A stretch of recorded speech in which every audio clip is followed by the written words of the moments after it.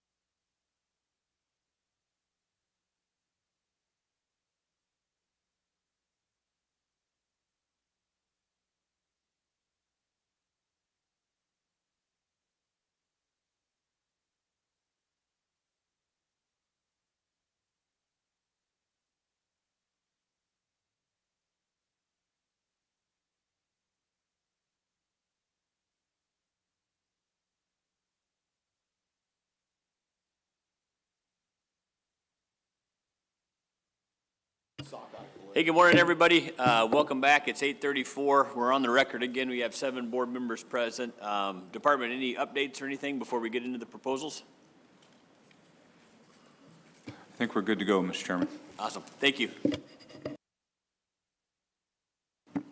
Thank you, Mr. Chair. Move to adopt Proposal 21, extend the season for the RB088 brown bear hunt in Unit 4 to align the season to all of Northeast Chichagof Island. Second. It's been moved and seconded, and I imagine this proposal has a lot of the same information, but feel free to elaborate or skip over things if it's redundant information. Thank you. Thank you, Mr. Chairman. Yeah, we're going to skip a lot of information. This is basically all the same information from Proposal 20. This is, I'll just skip right to the map. So the blue shaded areas, the current RB088 boundary, the outside drainages, the pink shaded and the green shaded, which follow the guide use area boundaries of 0415, 416, and 0411, if you were to pass this proposal, would be added to the RB088 hunt, which would extend the brown bear season in those areas to May 31st. So just very simply, the blue is current. If you were to adopt this proposal, you'll add the pink and the green area. The pink area is the area that you deliberated yesterday in Proposal 20. All the same information from the previous. I can just leave it at that, I think. Thank you for that discussion from board members. We had a pretty healthy and robust discussion about the previous proposal yesterday. This proposal is going to expand that hunt area. Any thoughts from board members on that? Member Brett. Yeah, thank you, Mr. Chairman. Yeah, Steve, what would be the effect if this was just for residents only, using your chart on your chronographical chart on Proposal 21, where that season from May 21st to 31st seems like that percentage-wise there wasn't much increase from the opener to the finish of that. Would you suspect that if we added just the just the resident component, would that harvest be significant, that it would go against the bear management plan? Through the chair, Member Barrett, I think we've established that the resident interest in this hunt is pretty minimal, although there could be increased interest if we had an area that was open to residents where they didn't have to compete with the guided hunters. So you probably would see some increased harvest, but it would still be well within the guideline harvest levels. All right, thank you. Other board members' questions? Member Bachtel. Just for clarification, Proposal 21 is not just asking for resident extension on that, is it? Correct. To the chair, Member Bachel, this would be for residents and non-residents if this proposal passed as written. Member Mueller. Thank you, Mr. Chairman. So from what the proposal reads on page 24, it says, under the brown bear management strategy, outfitter guides have successfully reduced the number of contracting guides to 20 as mandated. Efforts by guide hunters have effectively decreased the overall non-resident sow harvest, demonstrating that additional hunting opportunities can be offered without jeopardizing or adversely affecting the core bear population. Would you agree with that statement? Well, through the chair, Member Mueller, I would agree with that statement. Okay, so if we were to adopt this proposal, would we still remain within the 4%? Member Mueller, through the chair, yeah, we're 40 bears under our guideline harvest levels, so there is room for additional bears. Keep in mind the guided non-resident hunters are limited by their allocations through the Forest Service, so and we're bumping up on the maximum number of hunts that those guides are allowed to do. So the hunts would just kind of be redistributed across areas and times. Okay, thank you. And one more question. I did look through, let me see, I think it's page 16 of the presentation. it refers to the bottom bullet at, in 2020, the Forest Service Best Management Practices Agreement between hunting guides and small cruise ship industry. So there is a document and an agreement between the hunting guides as well as the small cruise ships to make sure that their communication is in line, that whatever their season dates, and that they also agreed to the ending date of May 31st, from what I read. Do you know if that's correct? So through the chair, that best management practice agreement is under the assumption that this additional area, the brown bear season closes on May 20th. So that would be a change to what that agreement had been in the past. Keep in mind that is a voluntary agreement. Some guides follow it, some guides don't. Some cruise operators follow it, some don't. But it is a kind of a living document that many businesses adhere to. Okay, thank you. Other questions from board members? Member Garner. Also in the proposal, it talks about evidence of a high level of defensive life, DLP. Can you speak to that in this area? Through the chair, Member Garner, this area has had a high incidence of defensive life and property takes in the past. That number is steadily declining. The city of Hoona has gone through some tremendous efforts to reduce the brown bear DLPs there, especially with the rise in the tourism industry. I think they realize that brown bears are more valuable alive for people to view than they are having to kill them. So they've gone to bear-resistant trash cans and multiple pickups per week, that sort of thing. They've done a great job, but we still get some DLPs there. Other, Member Brett. Yeah, thank you, Mr. Chairman. Steve, do you have data that breaks down the 111 brown bears that are taken between May 21st and May 31st? How many of those would be resident takes? Through the chair, Member Brett, that would be the percentages would still be similar. It'd be a similar 80-20 split, 75-25% split between non-residents and residents. 25% resident? Approximately. Member Garner. Do you believe that through the acceptance of this proposal and therefore the extension of the additional days would provide additional harvest opportunity that would support the city of Hoona's refuge waste management process? That would be hard to say. I'd be speculating, I think, if I tried to answer that. There's yeah, I'll leave it at that. Other board members, questions, comments, intent? If we don't have any further questions, Member Mueller. Thank you, Mr. Chairman. Just in reviewing the department comments, that they're neutral with the proposal. It's likely that there'll be a slight increase in harvest if it passes, if the proposal passes, but also it's a small area and unlikely to cause a biological concern. However, user conflicts could result in the department cautions about making changes to longstanding brown bear regulations with input from the brown bear management team. And I think what we established is that we do not have representation from the management team.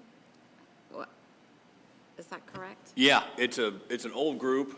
It got together once and it failed, and it got together a second time and it put together this document, and it's very long standing, and I don't know how many of the members that put it together are still cruising around the countryside. Is that a fair assessment?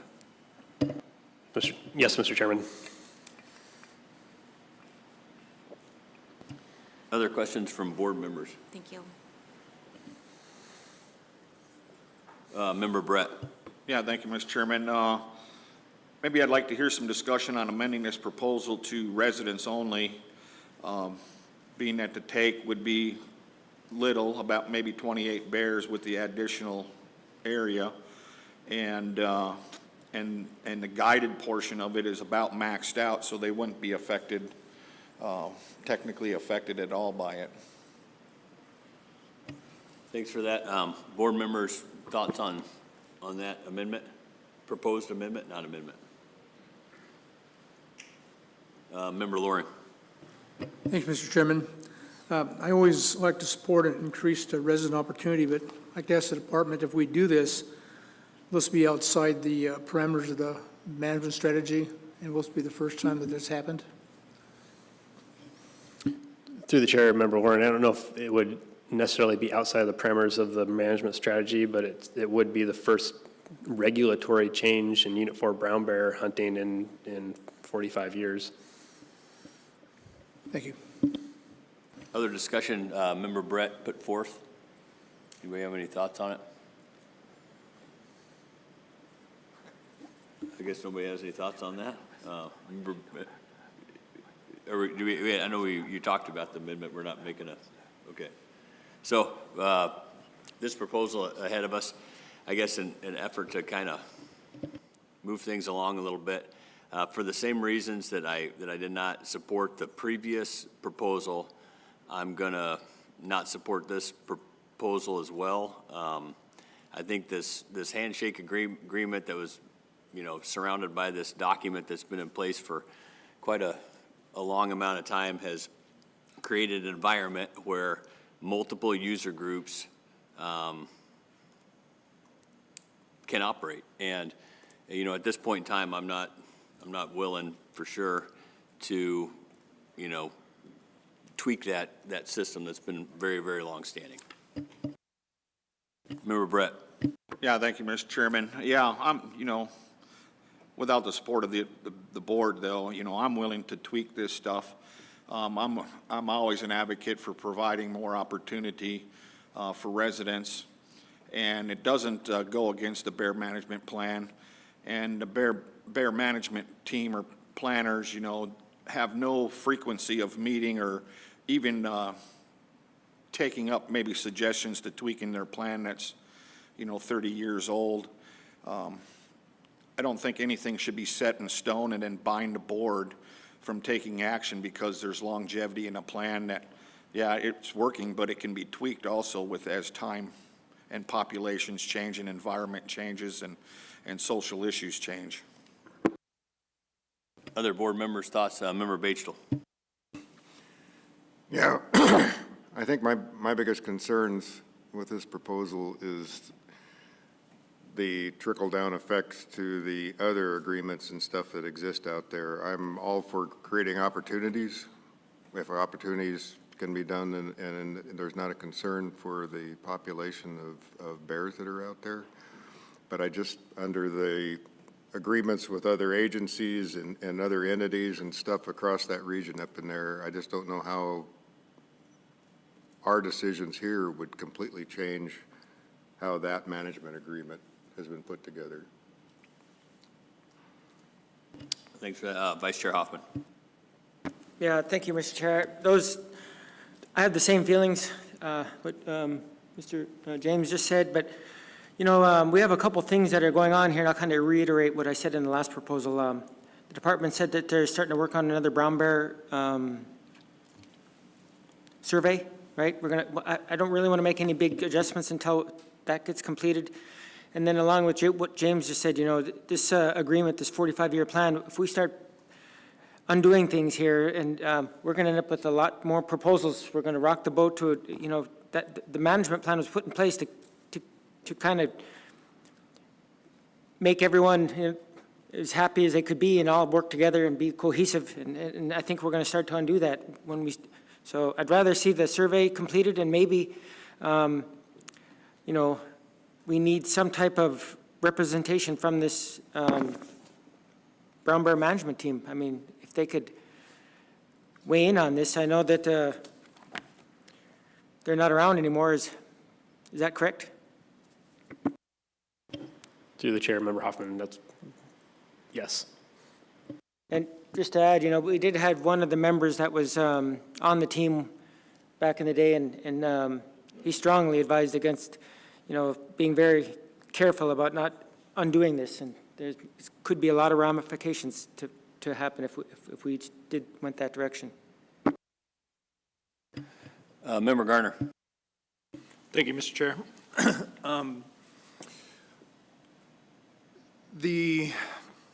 I've heard from the department, I've heard from public comment, and I've seen in the publishings here that the brown bear management plan, it seems that the outfitters and guides have successfully reduced the number of guides in the area, and it seems that they may be managing that, whether it's under the brown bear management plan or not, which seems to be something obsolete since there's no members. But what I'm seeing is outfitters and guides have successfully performed that. So this proposal to extend these boundaries does not change the writings of the brown bear management plan, but provides additional opportunity in the area by extension of 11 days. We've all heard that there's an abundance of bears in the area. We've heard that there's defensive life and property issues within the area, to the extent that the city of Hoonah has actually created a plan to help control DLPs in the area. So I'm actually in support of the proposal and the extension, that in the understanding that outfitters and guides are successfully managing what they have going on, and the non-residents that reside in the area would like additional opportunity to help with their DLP problems. Thank you for that, Mr. Member Gardner. Vice Chair Hoffman. Thank you. So if we went this route and adopted this proposal and it changes the end dates, do you, similar to the last proposal, do you think these hunters are going to shift to the end of the season for reasons that we talked about the last proposal? Through the chair, Member Hoffman, it'll be pretty popular, I think, if you pass it as written so that guides can use this area. I think there'll be some switch to that later season. There'll be higher success rates on hunts during that last 11-day period. Member Brett. Yeah, thank you, Mr. Chairman.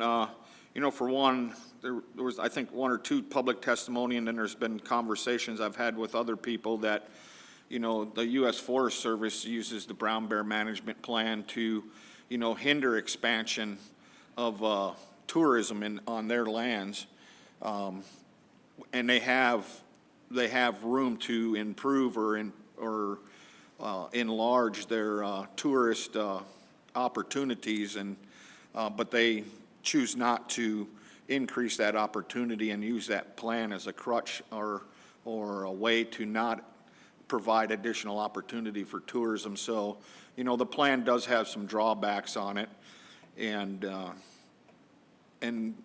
as far as guides being able to take additional opportunity or more bears, I thought I heard Steve say that, you know, they're pretty limited already and maxed out on their opportunities to allow additional harvest. Is that true, Steve? Through the chair, Member Barrett, that's correct. We're nearing the maximum number of hunts that are allocated. Keep in mind, too, that there's only a couple of guides that are currently registered for these guide use areas that would be able to take advantage of this. Member Loring. Thanks, Mr. Chairman. Steve, you mentioned yesterday in the last proposal that the guides in that area have about 30 concession permits from the Forest Service. And I was just kind of curious, again, if you would reiterate how many of those permits are being used. I mean, how many of those hunters are they bringing off, whatever that number is, they bring everybody in, and then you said about a 75% success rate. Could you clarify that, please? Yeah, through the chair, Member Loring, there's currently 2 guide outfitters that could take advantage of this if it were to pass, and they have a combined hunt allocation of 30 hunts through the Forest Service. For the record, it warms my heart seeing all that camel walk in. It's pretty cool. If you guys want a life of leisure and Talkeetna stacking wood, you're welcome my way. Other from Member Loring. You just clarify that. So with 30 opportunities, are most of the guides using, you know, booking that many hunters? And I know the success rate's not quite 100%, but are they getting that full opportunity as far as bringing those people in the field with the current allocate or the current seasons? Yeah, through the chair, Member Warren, absolutely. Guides these are high dollar hunts. This is a real high economic deal for the guides. They're booked up many years in advance in some cases. Thank you for that. Member Mueller. Thank you, Mr. Chair. So do you think that if we were to adopt this proposal, would it affect resident hunters in this area?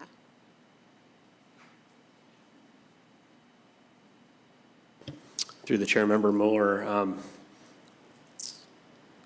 well, if this proposal passes, it'll add 11 days more hunting for both residents and non-residents that currently doesn't happen.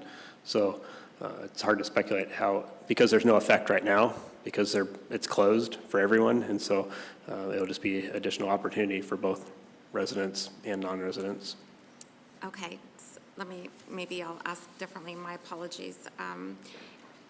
In this area, the resident hunters don't utilize the hunting opportunities as much as what the guides do, is that correct? Through the chair, Member, well, that's correct. It's pretty low interest by resident brown bear hunters. Okay, thank you. Member Brett. Yeah, thank you, Mr. Chairman. I'm going to make a motion to amend this proposal, and I move that we amend this proposal to residents only for the extension. Second. We had a motion to amend this proposal to residents only, take out the non-resident contingent to this. Discussion on that amendment, board. Yeah, so I think it's a small step. It's not a huge change. I don't think it's going to affect the guide industry much because they're right at being maxed out on their opportunities. And this would provide additional opportunity for residents not to be, add additional opportunity for residents to hunt without having the guide industry in the area at the same time. Thanks for that explanation. Board members, any more discussion on that amendment? Member Loring? No, I appreciate Member Barrett making that amendment, and, you know, the department's mentioned that the guide industry is pretty much using all the concessions that are available to them, hunt concession that the Forest Service allows right now, so this would give additional opportunity to residents at a, 80-20 split right now. It's very few bears that the residents would be taking, but would give them additional opportunity, so I'd be supporting the amendment. Further discussion on the amendment? If not, we might be ready for the question on the, Member Brett. I'll just make one more mention that it's not outside the bear management plan to have this additional opportunity. We're still within the 4% limit. Thanks for that. Any further discussion on the amendment? Call the question. We got the question's been called on the amendment. Art, will you pull the board on the amendment? And then do you mind restating for the record, Al, exactly what that is? Yeah, the amendment would be to, would be the extension for the season extension would only apply to residents. Thank you for that. Art, will you pull the board, please? Gotcha. On the amendment, Mueller, No. Hoffman, Yes. Garner, Yes. Bechtel, Yes. Loring, Yes. Fletcher, No. Barrett. Yes. The amendment carries 5 in favor, 2 against. All right, we have an amended proposal in front of us here to take out the non-resident part of this and just include residents. Further discussion on this proposal? Member Loring. Thank you, Mr. Chairman. Back to staff. If this proposal passes and we bring additional residents in on this season extension, what kind of effect do you think it's going to have on user conflicts with bear viewing or other eco-tour type uses? Yeah, through the chair, Member Loring, that's hard to say. Resident hunters tend to have smaller skiffs, that sort of thing, so it may be more difficult for small cruise ships to identify that those are hunters in the field compared to the larger vessels that the guides use. So I know it's probably hard to speculate or guess again, but how many residents do you think may take advantage of this opportunity, number-wise, less than half a dozen or, a dozen? Or Could you give me you don't like to speculate, but give me your Yeah. best guess. Yeah, through the chair, Member Warren, it's really hard to speculate. HUNA is attached to the Juneau, via the Alaska Marine Highway. There's a ferry terminal there, so that could be a possible influx of resident hunters that way. So, Vice Chair Hoffman. Yeah, thank you, Mr. Chair. So this, I can't remember if we asked this question yesterday, but why wasn't this, why was it closed why wasn't there hunting in there originally? Do we have any information on that? Why wasn't it open before? Why has it been closed? Disregard. Other board members, thoughts on this? Member Brett. Thank you, Mr. Chairman. I think Member Hoffman was asking why there's a difference in season dates between the blue area and the pink and green area. Why is the pink and green area shorter than the blue area? through the chair, Member Brett, I think we had conservation concerns for bears.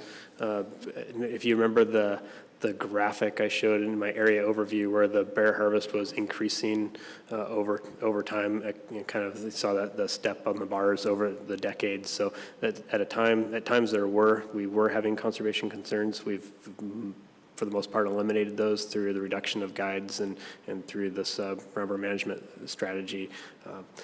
And as I explained earlier, the brown bear hunting just keeps getting better and better as the season goes on. So that was a way to reduce the harvest in that area. And again, the outside hunt, the RB 088 hunt, not as popular because it's outside waters and bigger water, not as many anchorages, not as popular. And also by closing the season in the inside waters on the 20th, it kind of forces people to go to the outside so we could distribute the harvest and kind of spatially spread the harvest out a little bit. So actually having that go till the 31st is kind of an additional opportunity, a way that you could look at it that way.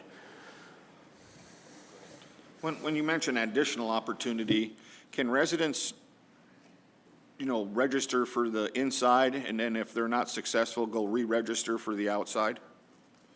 Through the chair, Member Brett, great question. You can have both registration permits with you during the season, so you can hunt either or. And guides and resident hunters will travel. This hunt is a boat-based hunt, so people are on the move during the hunt, checking out different places, and may actually move between the different registration hunts during one hunt.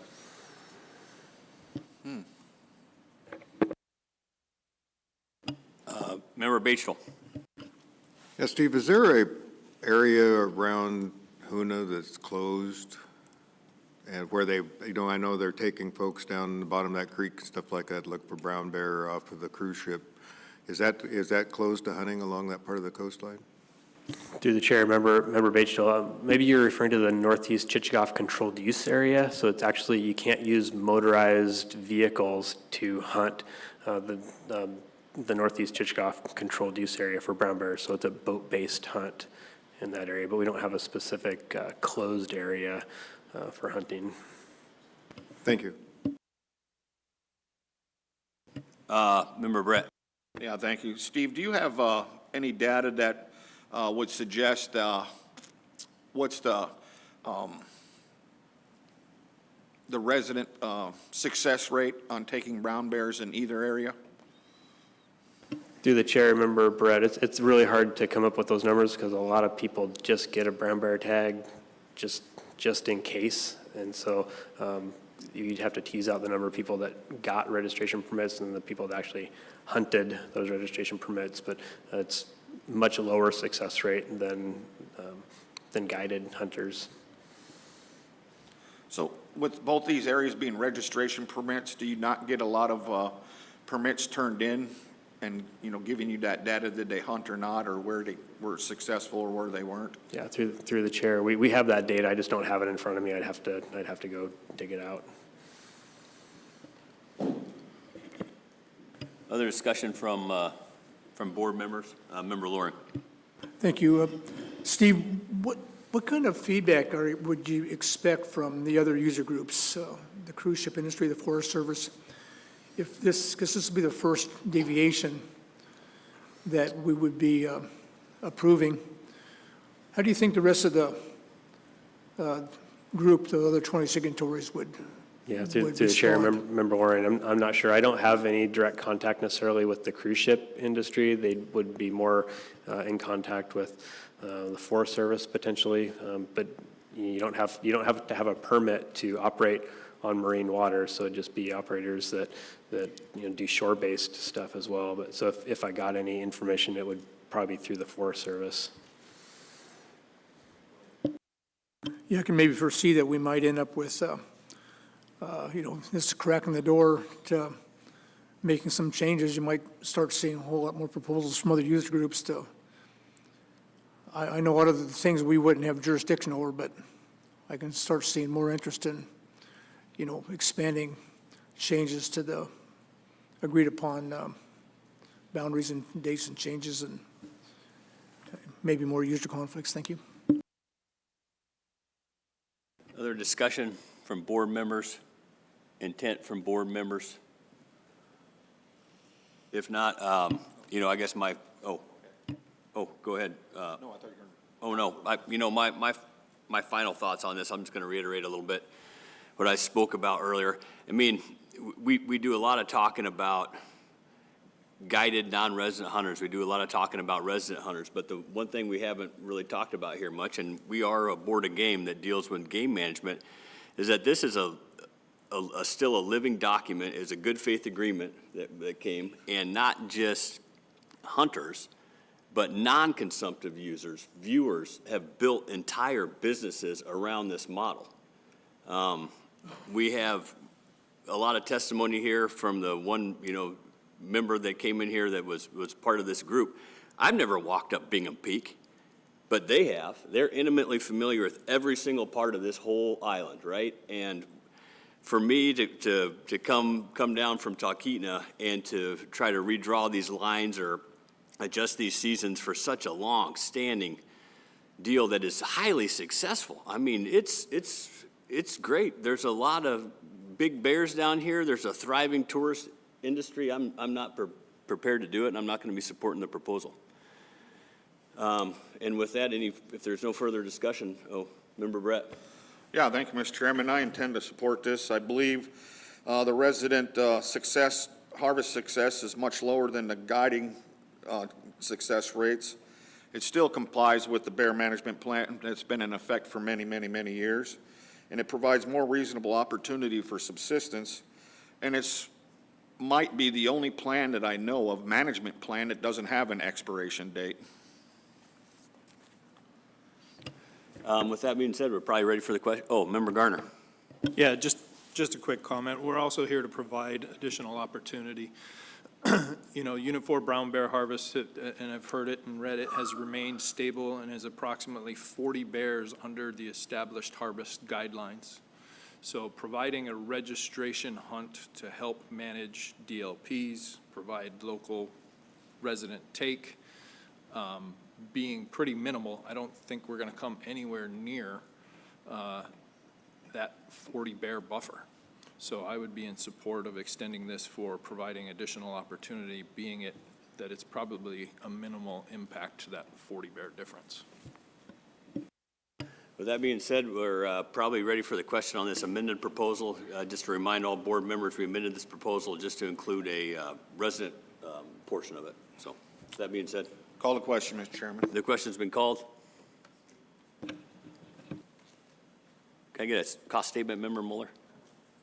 Sorry, I was thinking. The board has heard no concerns from the public regarding cost of private persons if the regulation is adopted. Thank you for that. Art, will you pull the board, please? Final action on Proposal 21 as amended. Garner. Yes. Batesville. No. Mueller. No.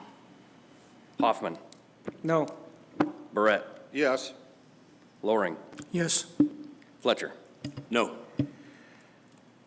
That motion fails. 3 in favor, 4 against. Mr. Chair. Thank you very much. I think we're ready for the next proposal.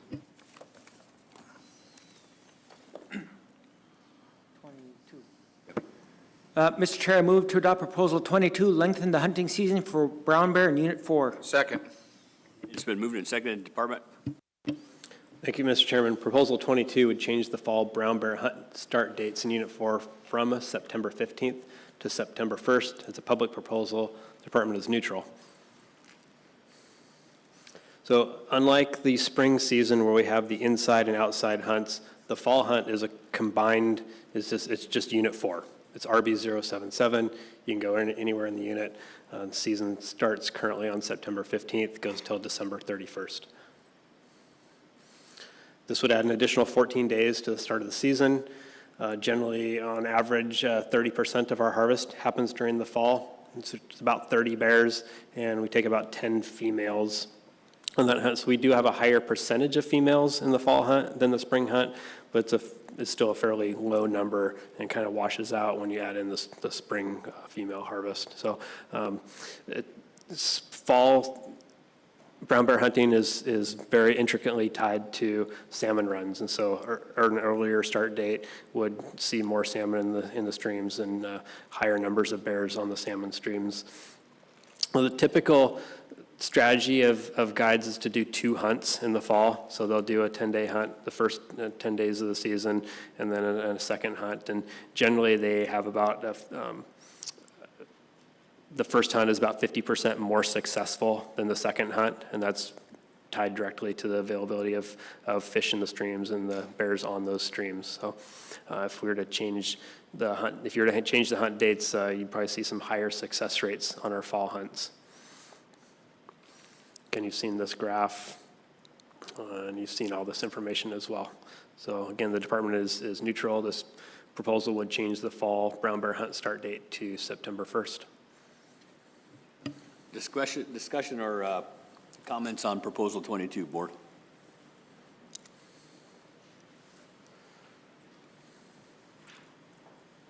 The fall hunt season dates have been in place for how long?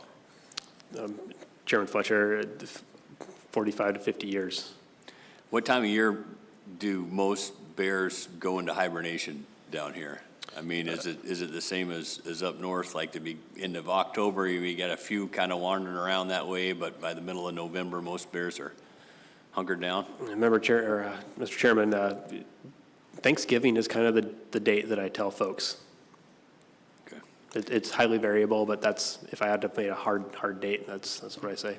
If we were to, add this additional opportunity for the fall hunt, would there be a real possibility of a person looking at wildlife, viewing wildlife, a non-consumptive user and a hunter bumping into each other? Mr. Chairman, we talked earlier about how the tourism season is extending on both earlier in the spring and later in the fall, so there still is tourism happening at the beginning of September. It's still pretty going strong. And forgive my ignorance, are there like a sport fishing, not saltwater, but freshwater sport fishing opportunities here? Are there is there steelhead that run on this island? Are there steelheaders that are out there at that time? And Mr. Chairman, there is a pretty strong freshwater fishing guided fishing industry. Yeah, salmon, coho salmon are getting into the streams. So, thank you. Other board members' questions? Member Brett. Yeah, thank you, Mr. Chairman. Just a statement. When I was reviewing the brown bear management plan, I don't think I read anywhere in there that stated that if there's success in the plan, which everybody seems to agree to, that it's been really good and very successful, that there wasn't change that could be adopted. I will note also that there was 10 people in support of this, and there was 2 ACs against it and 5 public comments that were against it. So there was some, support for this proposal through public comments. Other board members? Member Bachtel.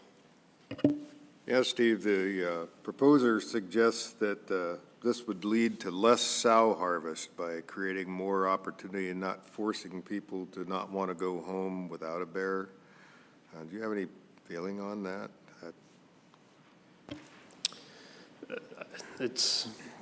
Through the chair, Member Batchel, that's hard to say. We have a higher percentage of females taken on this hunt just because of the nature of the hunt. You know, it's more of a close encounter type thing, rather than being able to watch bears on a tide flat for a long time to see if there's cubs.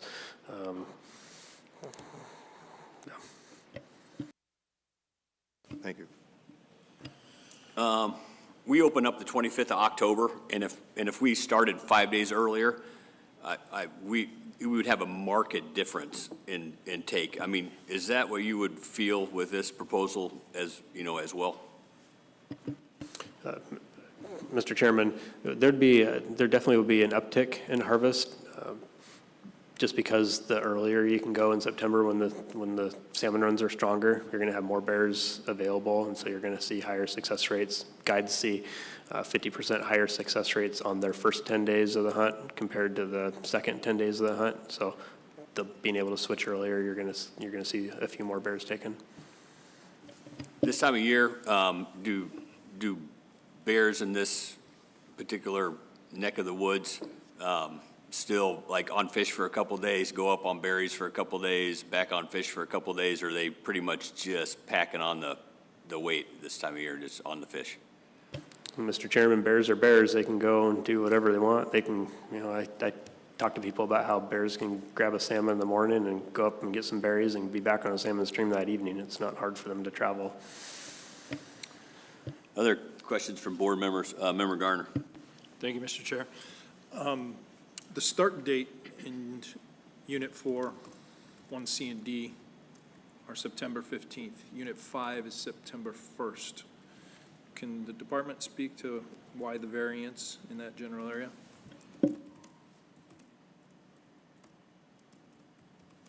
Through the chair, Member Gardner, I'm not sure if I understand your question. Different start dates for different game management units, is that what you're asking? Yeah, Unit 5, general area, C, D, and 4 all start September 15th. I'm kind of just looking at the region. There's a start date established of September 15th. You said they've been in place for a long time. And Unit 5 has a September 1st start date. I'm not familiar with the history of the regulations in 5. Maybe Director Scott can Director answer. Scott. Thank you, Mr. Chairman, and through the chair, Member Gardner. Start dates have been uniform throughout Southeast Alaska, except for Yakutat, that starts September 1st. A lot of that has to do with it's a different place. It's on the Gulf Coast versus the inside waters. Weather can be very difficult, even in the fall.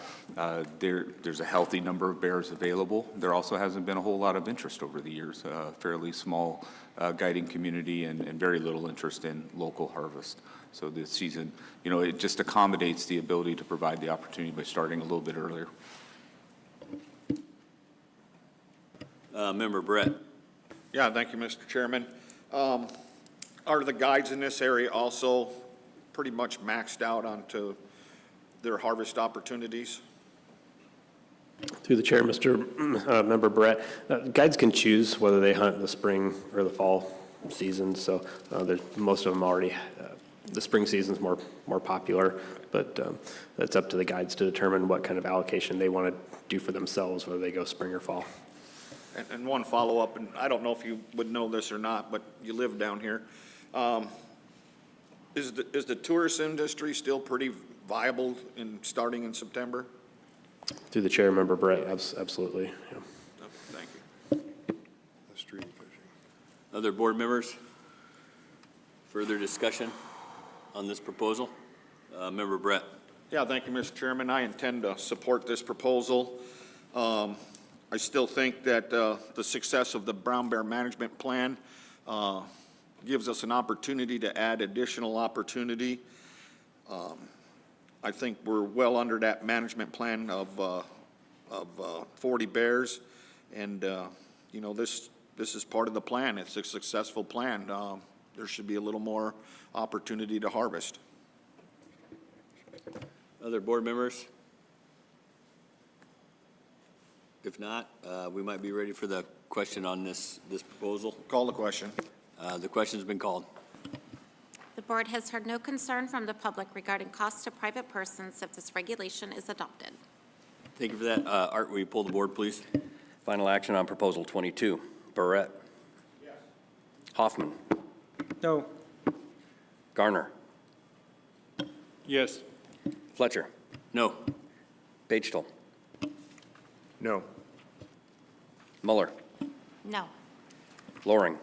No. Motion fails, 2 in favor, 5 against, Mr. Chair. Thank you. Mr. Chair, I move to adopt Proposal 23, increase the non-resident bag limit for deer in Unit 4. Second. It's been moved and seconded. Department? Thank you, Mr. Chairman. Proposal 23 would increase the non-resident deer bag limit in Unit 4 remainder from $2 to 4 deer. This is a department proposal, and we support it. C&T finding is positive for deer in Unit 4 with an ANS of 5,200 to 6,000. So when you look at this map, this is Game Management Unit 4. This proposal would affect all of Unit 4 except for the area that's shaded in red. So that red section there is the northeast Chichagoff remainder area for the deer hunt. It has a slightly different bag limit, and so it would not be affected by this proposal. So currently, the season goes till from August 1 to December 31st for residents and non-residents, with a 6 deer bag limit for residents and a 2 buck bag limit for non-residents, and we don't start hunting bucks, or we don't start starting does until September 15th. Prior to 2019, with a few exceptions, the bag limit was 4 deer for residents and non-residents since statehood. So pretty much since statehood till 2019, 4 deer for everyone. In 2019, the board raised the bag limit from 4 deer to 6 deer for everyone. Residents and non-residents could take 6 deer. At the most recent board meeting in January of 2023, the Board of Game reduced the non-resident portion of the bag limit from 6 deer to 2 bucks. When the board made that reduction, it was not due to a biological concern. It was largely based on tempering some concurrent federal subsistence board proposals. It was a good faith effort by all of us to try to deter those concurrent federal subsistence board proposals. Oops, what I do.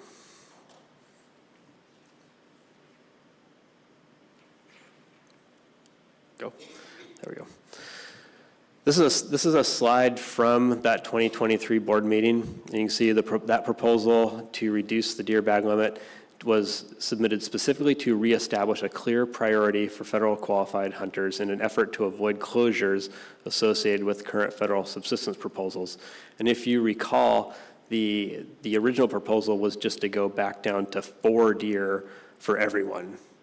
So and then the board amended that proposal and ended up going to reduction to 2 bucks for just non-residents.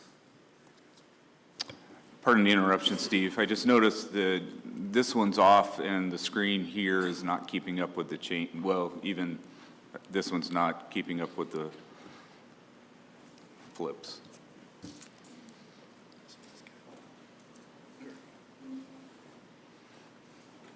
This one's not. Steve, correct me if I'm wrong. Are you on slide 40? Yeah, 39. I'm on 39. Okay, thanks. We need to take a little break while we get it sorted out. I think we're good. Okay. All right. So this is an example of one of the federal proposals that was happening when we made that bag limit change. You can see WP 22-07 to close the west side of Admiralty Island from September 15th to November 30th. And the Federal Subsistence Board ended up making some closures despite our good faith efforts to. Right, so you've seen a lot of this data already. Basically, I'm going to just run through these real quick just to show that our deer population in Unit 4 is robust. We see on our trail camera indexes 3 times as many deer as any other area in the region. This is a graphic of mortality surveys. Please note on the x-axis, we don't do these every year, but I've been pretty consistent since at least back to 2020. And the important thing to note is in 2007, that was our last kind of catastrophic winter, and we counted nearly 4 deer per mile of transect, and now we're well under 1 deer per mile of transect since then. We have very good fawn and buck to doe ratios right now. And again, I'll remind you of our gazelles on the Serengeti Plains. This is a really interesting graphic. This is deer, the effort it takes to take a deer in different game management units across the state with deer. And you can see that Unit 4 has the lowest effort of anywhere, but we have one of the lower bag limits for non-residents. So on the left-hand side of the screen is the non-resident deer bag limits in different game management units, and on the right is the days per deer. So you can see it takes about half of the effort to get a deer in Unit 4 as it does in Ketchikan area, and our friends in Juneau, it takes nearly 7.5 days of effort to get a single deer. So we have high densities of deer and highly efficient hunting, and yet we have one of the lowest bag limits for non-residents. So I'm going to look at 2013 to 2022. This is the 10 years prior to going to the 2-buck bag limit. During that 10 years, we had an average of about 200 non-resident hunters per year, and they harvested about 150 deer, and you can see that's about 2.5% of our overall harvest. So we have very little participation in Unit 4 by non-residents. During those 10 years, and keep in mind during those 10 years, the bag limit was at times 6 deer, and at times it was 4 deer. So on average, 3 non-resident hunters took 3 deer, and 1 non-resident hunter took 4 deer. Nobody took 5 deer. Nobody took 6 deer. So that equates to 5 extra deer per year compared to what we have now. So in conclusion, Unit 4 deer populations are high and stable. The reduction in the non-resident bag limit in 2023 was not based on any biological or conservation concerns. Very few non-resident hunters take more than 2 deer, and the department supports offering sustainable opportunity when available. And then one of my favorite board game quotes of all time was when Ted Spricker said, "You can't stockpile deer." Again, this is Proposal 23 to increase the non-resident deer bag limit back to 4 deer. Thank you for that. Director Scott. Thank you, Mr. Chairman. I just want to add a little bit of context too. Largely, the region submitted this at my encouragement. Back in 2023, changes to the proposal that Mr. Bethune pointed out, where we went from 6 deer to 2 bucks for non-residents, happened very quickly. And it was in response to trying to head off some federal subsistence proposals. Those proposals were modified and later adopted regardless of what the department said. No problems with deer being available. The outfall, though, things that did happen and potentially were not contemplated. I have talked to lots of residents of Alaska who had non-resident relatives come up, everything from older people to kids. 2 bucks is pretty good, but think about the kids too. Just having an opportunity to harvest a deer. There is no, so whether it's 2 deer or whatever, but it's just there is no issue with the number of deer in Unit 4. Matter of fact, we're probably carrying too many at a certain point in certain places. Certainly we'll see a higher mortality this winter. That line began in the Icy Strait Corridor, bisects Unit 4. Everything south of that did just fine for sure. So that was largely the intent was a response from the public. As residents calling us and saying, gosh, this is a bummer. We always look forward to, having family up at Thanksgiving or Christmas or whenever, things like that. So I just wanted to let you know that I had encouraged the region to submit this. Questions from board members, comments from board members? Commissioner. Yeah, I just want the board to understand that you guys always want to stay aligned with federal regulations. Here's a case where, as a department and as a state, we did not support the restrictions to deer hunting down there to non-federally qualified users. And that has, again, significantly impacted resident hunting opportunity for people that are not federally qualified to hunt in these areas as well as non-residents. I like to be aligned, but in this case, all the data that you're seeing in this presentation shows that there are more deer and success rates are high. And at least from my perspective, the state doesn't agree with the need to restrict these areas to only non-federally qualified users. I mean, only federally qualified users. There's enough deer opportunity here to provide some additional opportunity. Enough deer down here to provide some additional opportunity. Member Loring.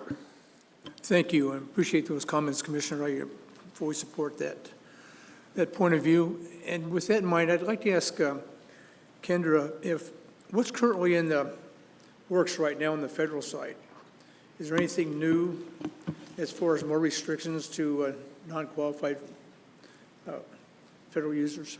So through the chair to Mr. Loring, Member Loring. So this current cycle, there are no proposals for Unit 4 deer. There are other units. And just so for your information, the closure is November 1st through the 10th. So the rest of the season is open, but just so you are aware of those dates. Board members, questions, comments? Member Garner. I think the elephant in the room question was comments on snow this winter impact to deer. Through the chair, Member Garner, thanks for that question. The snow levels were highly variable throughout the unit. Sitka area is snow-free all the way up the west coast of Chichagof Island. I got videos yesterday of Northern Admiralty, doesn't have any snow on the ground anymore. Once those evergreen forbs are available to deer, they can start to recover some loss, some body condition. We're going to lose a few deer. There's no doubt. We're going to have a little higher mortality rate than we've had in the past. But I'm not necessarily concerned about the deer population. There's not going to be a catastrophic loss like we saw in 2006, 2007. The deer population is going to largely come through fairly unscathed, in my opinion. Other questions from board members? Member Batesville. Yeah, point of clarification to the subsistence there, Kendra. Is it all of Unit 4 that's closed during that period in November? So through the chair, I was actually just looking at that. That 10-day closure roughly follows the outline of the controlled use area that is in there around the community of Hoonah. So the rest of it is not closed. Other questions from board members? Member Brett. Yeah, thank you, Mr. Chairman. I intend to support this. It does look like on paper, giving residents up to 6 deer tags that they have to buy, I'll mention, or purchase, that, that kind of looks bad, and some Alaskan residents may think that, we're providing this additional opportunity for non-residents, but in reality, non-residents, even when they had a chance at 6 deer tags, they rarely took that opportunity. And like they said, a total of 4 people harvested more than 3 deer. There's no statistical disadvantage for non-residents to hunt in this. I think we're very safe just due to the cost of harvesting deer and the lack of interest on non-residents to take more than 3 deer. Other questions from board members? Oh, Commissioner. So just to remind the board here, what we're talking about is allowing this expanded opportunity for non-residents on state land and state-tied lands. The federal rule will still apply, so this will not be there, but the way I would interpret this as commissioner is that we would provide this opportunity throughout wherever there is state land and wherever there are state-tied lands to provide this. So. Thanks for that. Other questions, comments from board members? The public comment overwhelmingly was in opposition to this. We had one AC, the Sitka AC, that supported it, and it was even a split vote. So I'm probably going to be opposed to this proposal. Any further, more discussion? Member Garner? Does the department have any concerns with traffic transporters, influx of people in this Unit 4? I know there's been sensitivity to small cruise ship industry, and obviously this hunting season would overlap with the cruise ship season. Any concerns around that?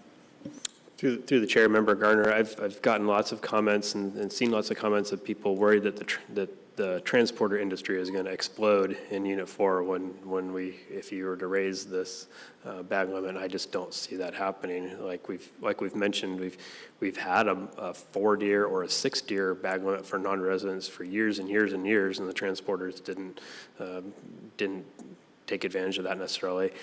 If you look at through the Big Game Commercial Services website, you can see that there's currently 5 transporters, boat-based transporters registered in Unit 4. They're taking 1 or 2 trips per year. It's a pretty insignificant number of hunters. So I just don't see the transporter industry growing. It's not like Kodiak or Prince of Wales. Prince of Wales is really set up for tourism or for non-resident hunters with the road system, and you buy a bed and breakfast and get a truck and a boat. And Kodiak has wide open areas where it's easier to spot deer. If you're a non-resident and you come to Unit 4 using a transporter, you can only use them for transport. They can't guide you or give you any instruction. And it's hard to come to Unit 4 and know how to hunt. And largely those non-residents are highly unsuccessful. Member Loring? Thank you, Mr. Chairman. If you have a bad winter, Steve, let's say, maybe not this one, but next one, you have a really high mortality, your next move would probably maybe have an EO and cut the limit down a little bit. Is that pretty much how you'd operate? I mean, if it was a severe winter and you had a really large die-off. Through the chair, How would you handle that? Yeah, through the chair, Member Warren, we have had in the past, back in 2006, 2007, because of those high snow years, we did some emergency closures and restricted doe harvest in some areas to build the population back up. That'd probably be our move. Okay, thank you. Kendra? So I just wanted to add one more thing regarding our closures that I did not include for Member Bashal. There are 2 additional areas. I was getting clarification on exactly where those are. They're on Angoon and Pelican, around the communities, relatively close. So all 3 closures are relatively close to within those communities or that controlled use area. Thanks for that. Member Loring? Thank you, and then back to Kendra. What's the Federal Subsistence Board or the RACs, when they see this data that I'm sure they have now showing the large number of deer out there and the population is in really good shape, how would they handle that as far as maybe reversing some of those closures? I mean, why would they still have closures when the populations are still high? So can you walk me through that process on the federal side on how they mitigate those closures that are currently in effect? So through the chair to Member Loring, this is kind of most of this was to address access issues for the users, was why these were put in place. Local users struggling to be able to get their deer is generally what it came down to. These closures will be reviewed every 4 years by the board. During any regulatory cycle, anyone can put in a proposal to change them. If there is no need for them in 4 years, they could be removed.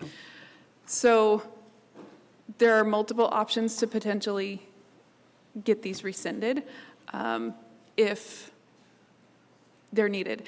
As far as the board's decision and what the RACs say about it, I wouldn't be able to speak to that. I don't cover that area and haven't looked into that myself.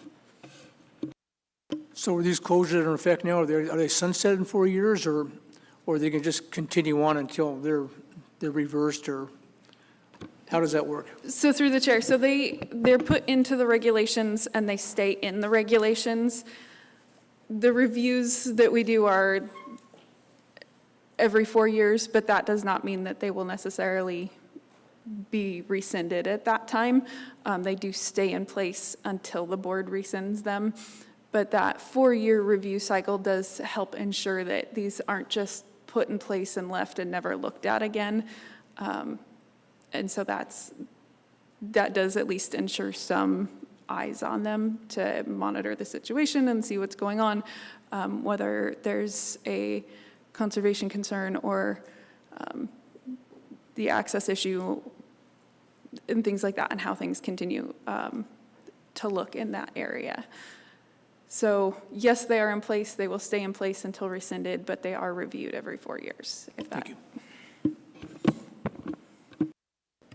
Other board members, questions or comments?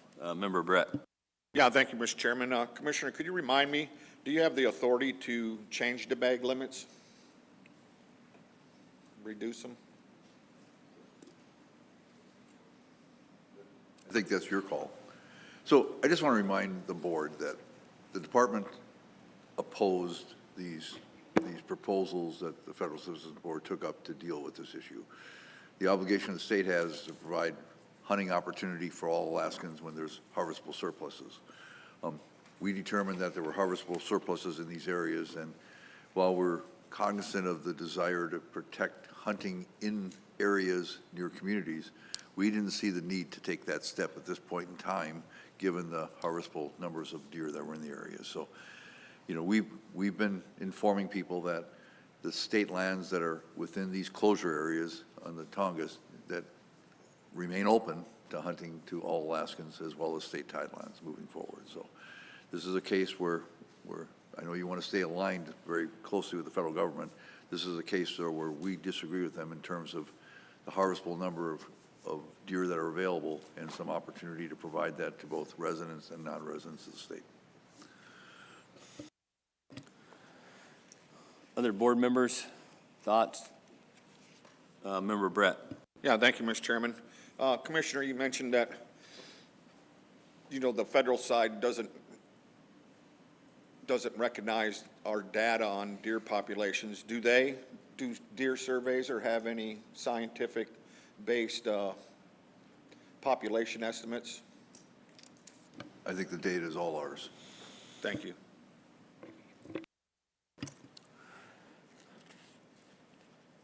Board members, any thoughts on this, further comments? Oh, Kendra. So through the chair, just to add, part of the review of this closure is there is a Unit 4 working group that has been created, and part of that goal is to specifically review these closures through, using community surveys and determining essentially the efficiency of this closure. So that is something that is being worked on as well. Director Scott. Thank you, Mr. Chairman, and I appreciate OSM mentioning that. Can you tell us how often they've met? So through the chair, that I do not know.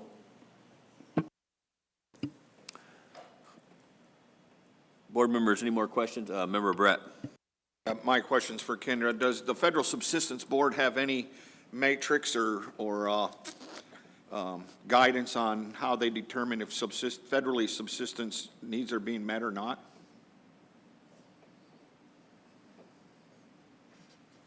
So through the chair, Member Barrett, there is not any specific guidance. A lot of it is through TEK that we get. Community comments, public comments. That is how most of, especially regarding this one. So there's not the best straight answer. And I did receive a comment to answer Director Scott's question, and they have been meeting roughly quarterly.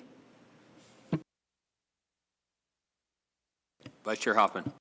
Yeah, thank you, Mr. Chair. For my my take on this one here is, the bottom line is deer populations fluctuate. And right now, we're doing really good. And two deer for non-residents is, and almost no non-residents take more than two. To me, that's a suitable number.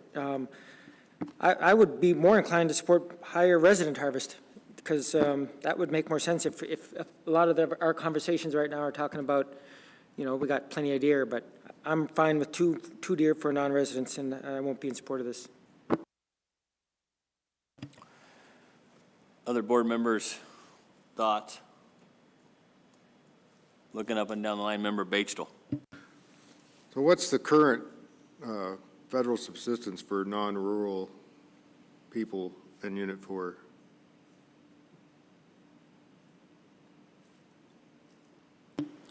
Through the chair, Member Batesville, can you restate that for me? I'm having a hard time understanding what you mean.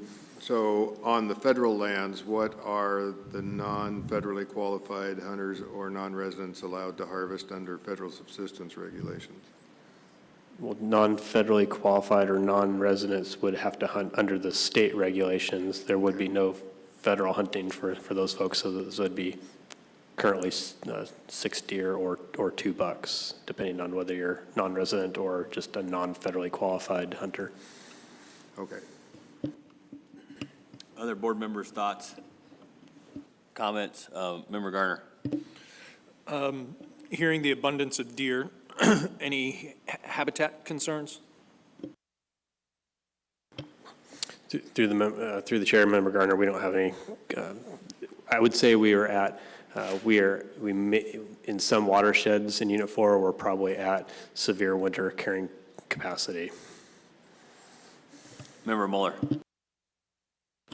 Thank you, Mr. Chair. I'm actually in support with Stosh, and in the opposition under the ACs in Unit 4, they unanimously oppose this proposal.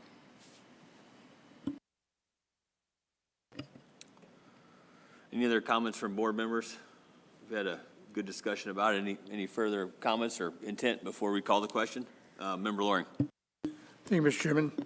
Yeah, I'm planning on supporting this proposal. I think the amount of animals that'll be taken by non-residents isn't going to be anywhere near 4. I think they'll continue with their same hunting habits, but it still gives them the opportunity, and also gives the opportunity for, as the Director Scott said, there's kind of 2 groups here. There's the ones that come with used commercial facilities and the ones that are family-based, and it'll give those folks an opportunity to kill additional deer, especially does that young hunters might want to take and might not have the opportunity to take a large buck. So, and also the department does have that EO authority if there is a situation where the population takes a drastic decline, they can act immediately and mitigate that problem. So my intent is to support the proposal. Could you remind the board department about, your emergency order that, like, if you had a big crash in deer, like, what would be your first steps? Would you cut non-resident opportunity first, and then limit resident opportunity? How would you guys go through that? Director Scott. Thank you, Mr. Chairman. Thankfully, Natalie is in the room and keeps us all straight. So the commissioner has the authority to open and close seasons by EO, as well as restrict to one sex if it's a permit hunt. That's, so when we get to the doe season is a unique season. That's how we're able to actually close that if needed. And that's what we used in 2007. Thanks. Further discussion from board members? Looking up and down the outline. No further discussion. I think we're ready for the question. Call the question. The question's been called. The board has heard no concern from the public regarding costs to private persons if the regulation is adopted. Thank you for that. Art, will you pull the board, please? Final action on Proposal 23. Loring. Yes. Batesville. No. Hoffman. No. Barrett. Yes. Mueller. No. Garner. No. Fletcher. No. Motion fails, 2 in favor, 5 against, Mr. Chair. They just made me an outlaw because I let the kids shoot those on my tag. Mr. Chair, move to adopt Proposal 24, modify the Northeast Chichikov Controlled Use Area in Unit 4 to exclude drainages near Tenakee Inlet. Second. It's been moved and seconded. Department. Thank you, Mr. Chairman, members of the board. Proposal 24 would modify the boundary of the Unit 4 Chichikov Island deer hunt. This is a public proposal, and the department supports it. So thinking back to our last proposal, when we had this map, now we're talking about the red area.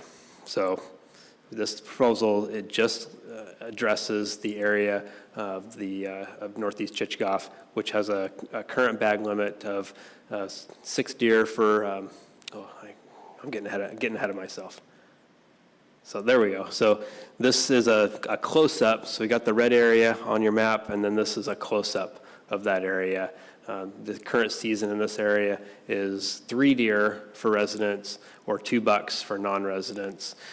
This is so slightly different bag limit from the remainder. And just a point of clarification, the author of this proposal referred to this area as the Northeast Chichikov Controlled Use Area, which is not his intent. That the controlled use area refers to brown bear hunting, and we're talking about the deer hunt. So if you were to, just for a point of clarification, you may need to amend this proposal to not talk about the controlled use area and just go with the deer hunt. So just some background. This area was distinguished in 1988. This is the one area in Unit 4 that has pretty tremendous amount of logging that has happened in the past, so pretty high timber harvest. It does have a higher than average snowfall than the rest of Unit 4. Again, it's heavily logged. There's an extensive road system associated with that logging. It's we've mentioned the marine highway system access, and what the proponent would like to do is kind of chunk out the area of northeast, the north shore of Tenakee Inlet, which is actually not connected to the road system. So that area, I guess I'll just go and I'll show you this map. So the yellow line would be the new boundary line of the Northeast Chichikov deer hunt area. And so the original intent of separating this area out, those reasons don't necessarily apply to that north shore of Tenakee because it's not connected to that road system. So that the Northeast Chichikov deer hunting area was developed based on conservation concerns related to the Hoona road system, the easy access, the marine highway system, the associated clear-cut logging, and this north shore of Tenakee is not connected to that road system. We have no biological concern for supporting additional harvest out of this area. So looking at just some deer hunt stats from the last 10 regulatory years, within all of the Northeast Chich deer hunting area, we have about 400 hunters that use that every year, and they harvest about 500 deer with a pretty significant range there. Within the proposal area, so just that, if we go back to that map, just that area south of the yellow line, about 50 hunters use that area and harvest about 63 deer per year. 60% of those hunters are non-federally qualified hunters, and they're basically all from Juneau. So we got about 30 hunters every year from Juneau that harvest about 35 deer out of that area. Again, Juneau residents are the most likely to benefit. Federally qualified subsistence hunters in this area already have a 6 deer bag limit. So if you're federally qualified, this doesn't really pertain to you. In conclusion, we've already talked about how Unit 4 deer populations are high and stable right now. The reasons for the conservative bag limit in this area do not apply to the proposal area.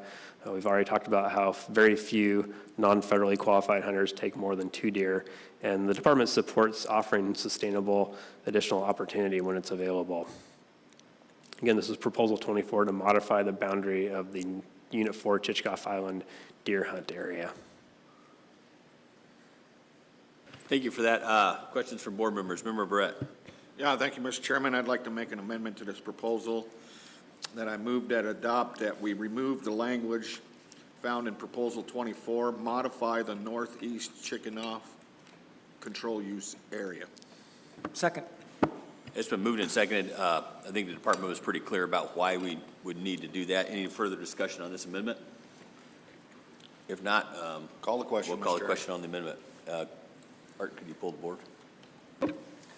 On the amendment, Garner, Yes. Loring, Yes. Fletcher, Yes. Mueller, Yes. Barrett, Yes. Pagetold, Yes. Hoffman. Yes. Motion carries 7-0. Mr. Chair. Thanks. We got that amended proposal in front of us that carries the spirit of the proposal. Discussion on this proposal from board members.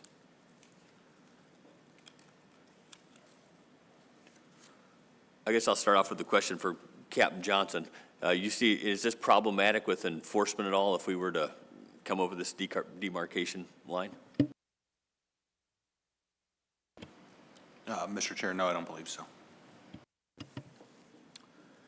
Other questions from board members? Member Brett. Yeah, thank you, Mr. Chairman. I intend to support this proposal. It's providing additional opportunity. We have good populations, high or stable right currently. This is a benefit to those that are wanting to take deer. Any other questions, comments from board members? Member Batesville. Yeah, I agree with the state and the proposer on this thing, that I really support this and would be in favor of this change. Member Loring. I intend to support this also, and the department supports it. And Member Barrett just outlined the reasons that I agree with. Thank you. I'm going to support it as well. This is a pretty unique opportunity for this particular area. Any other questions, comments from board members? If not, we might be ready for the question. Call the question. Question's been called. The board has heard no concerns from the public regarding costs to private persons if this regulation is adopted. Thank you for that. Art, will you pull the board, please, on the amended proposal? Final action on Proposal 24 as amended. Pagetold, Yes. Fletcher, Yes. Barrett, Yes. Loring, Yes. Hoffman, Yes. Mueller, Yes. Garner. Yes. That motion carries 7-0. Mr. Chair. Mr. Chair, move to adopt Proposal 25, clarify the northern and southern boundaries of the Sitka road system closed area in Unit 4. Second. It's been moved and seconded. Department. Thank you, Mr. Chairman. I think I have an easy one for you. Hopefully this is going to be we consider this a housekeeping proposal, and hopefully it's going to be a slam dunk for you. So Proposal 25 would clarify the boundaries of the Sitka road system closed area. This is a map of the Sitka closed area. You see, Sitka is pretty much like a linear city. We're about quarter mile wide and 14 miles long. So we have a current closed area around all the highway system, and it's always worked in the past, but we need a little bit of clarification. Currently, in the Sitka closed area, the language reads, in the Sitka area, a strip 1/4 mile wide on each side of all state highways is closed to the taking of big game. We would like to add the bold and underlined verbiage here just to give everybody a little better idea and add between the east side of the Sawmill Creek Bridge and the Catlean Bay Road Gate. And so I'm going to show you some pictures and some maps to show you, just give you an idea what this looks like. There'll be actually no change to the Sitka closed area. So all your maps are going to be the same. Nothing actually changes on the ground. We're just clarifying the language. So we're going to clarify the northern end because many of you may have heard that we've got a little bit extra road system in Sitka than we've had before. The new Catlean Bay Road. We have 2 miles of road now. If they finish the road, we'll have an additional 9 miles of road. It's not the department's intent to have any closures to hunting associated with that new road. And on the southern end, we've had some ambiguity for many years that we've just kind of lived with, but this is a good opportunity to clear that up. So these clarifications are going to match the safety intent of the Sitka closed road system area. All right, so we'll start on the south end, and you've got an arrow on the left of your screen pointing out the Sawmill Creek Bridge. This is basically where the closed system ends right now, but because of the way the verbiage is, it says state highways, the state maintenance actually goes for a couple more miles to Herring Cove. And then beyond Herring Cove, about a quarter mile past that, there's a locked gate that we refer to as the Green Lake Gate. And so some people think that the closed area ends at Sawmill Creek Bridge.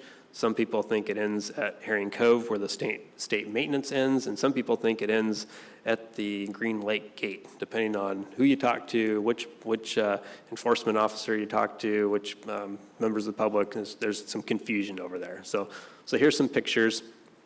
As you can see, the pavement ends at the east end of the Sawmill Creek Bridge.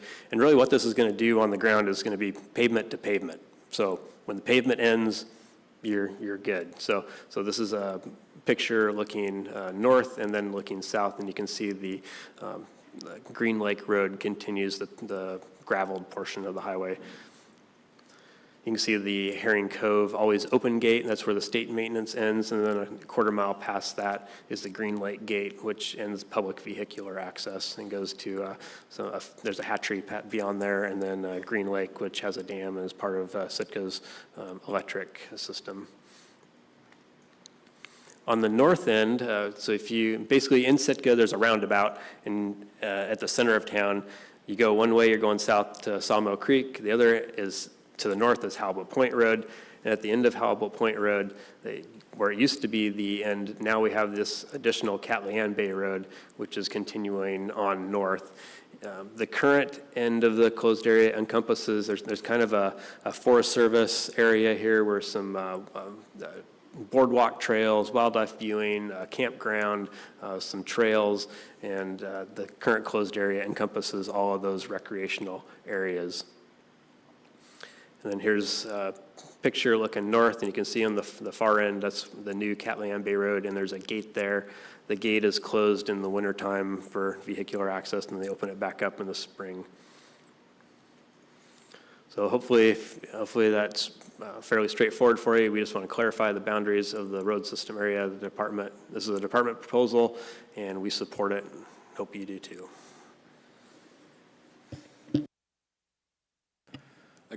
I guess I got a quick question to start off with. You know, whenever you're heading north on the Parks Highway, there's signs that say, hey, leaving, you know, unit 14A to 14B. Do you have any signs up that say, hey, listen, you're entering the area, you know, it's a closed area, this is the beginning of that? Any signage? It looks like there's a lot of signs in these pictures, so I just was curious.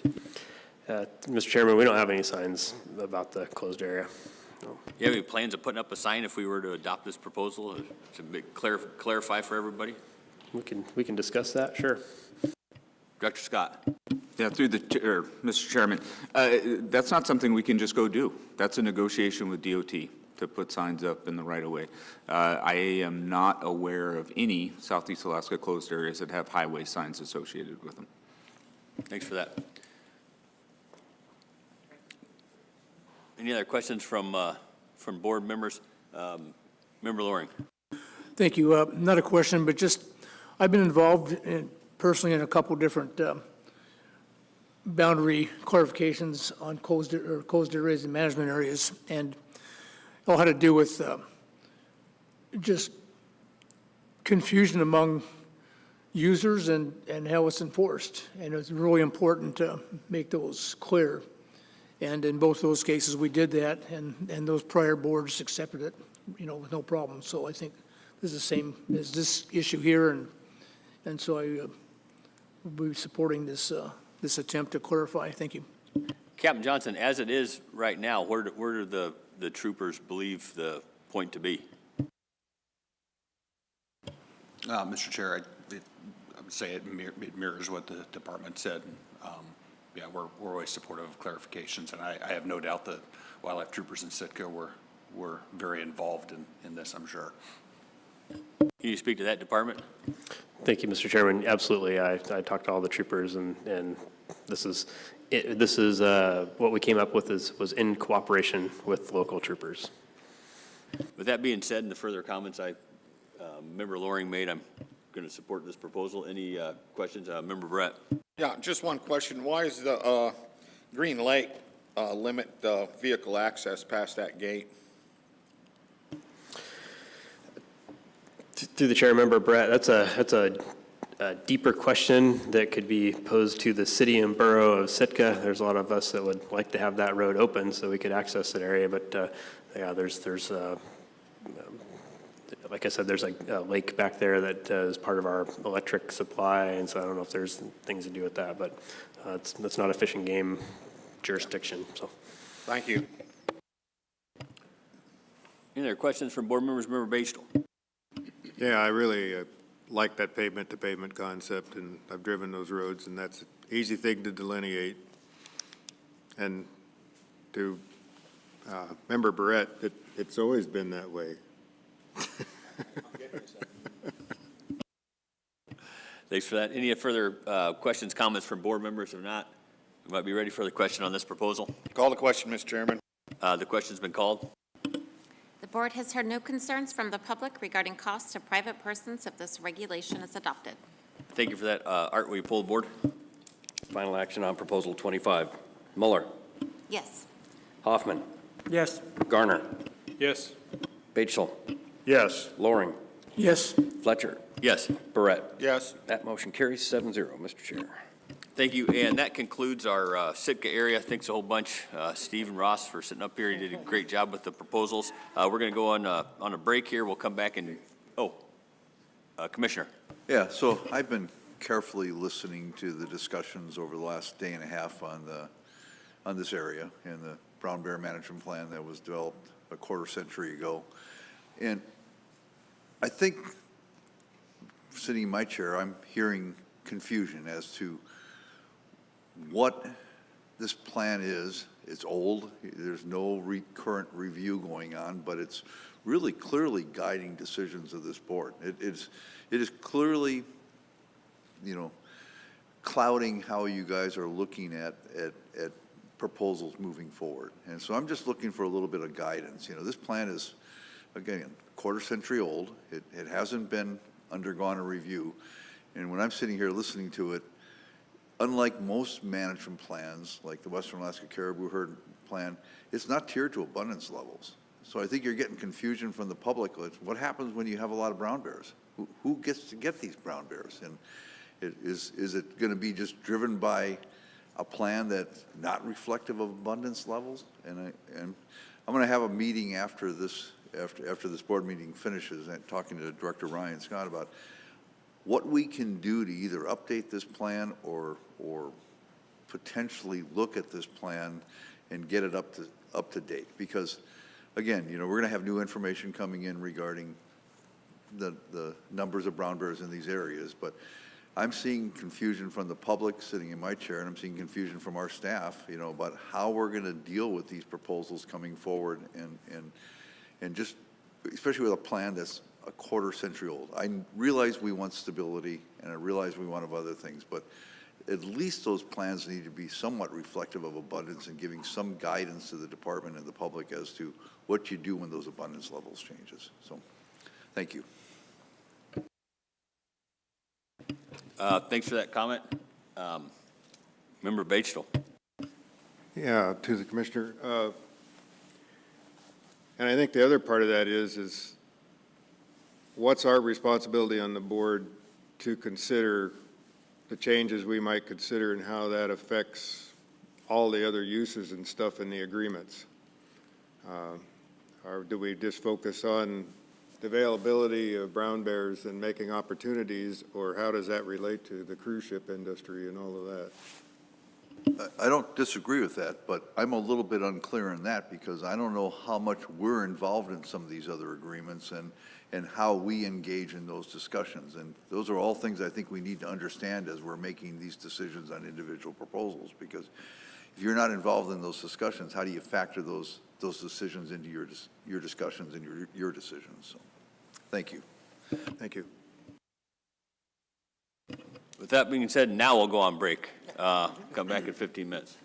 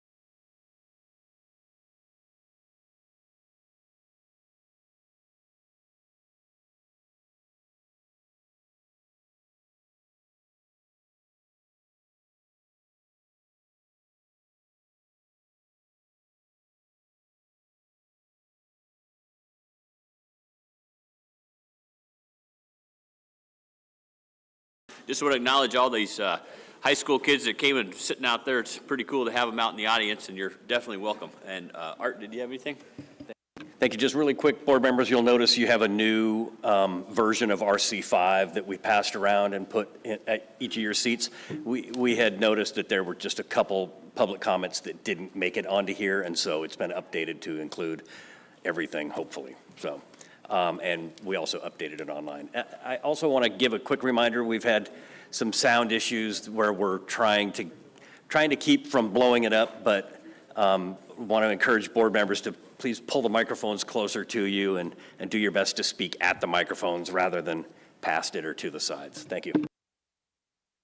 Thanks for that reminder. Anything happen after the break? If not, I think we're ready for the management area overview. So Department, whenever you're, take it away. Thank you, Mr. Chairman, members of the board, and members of the public, Commissioner. My name is Carl Koch. I'm the Douglas Juneau Area Management Biologist. To my left is Hannah Mananen, who is the Assistant Area Biologist.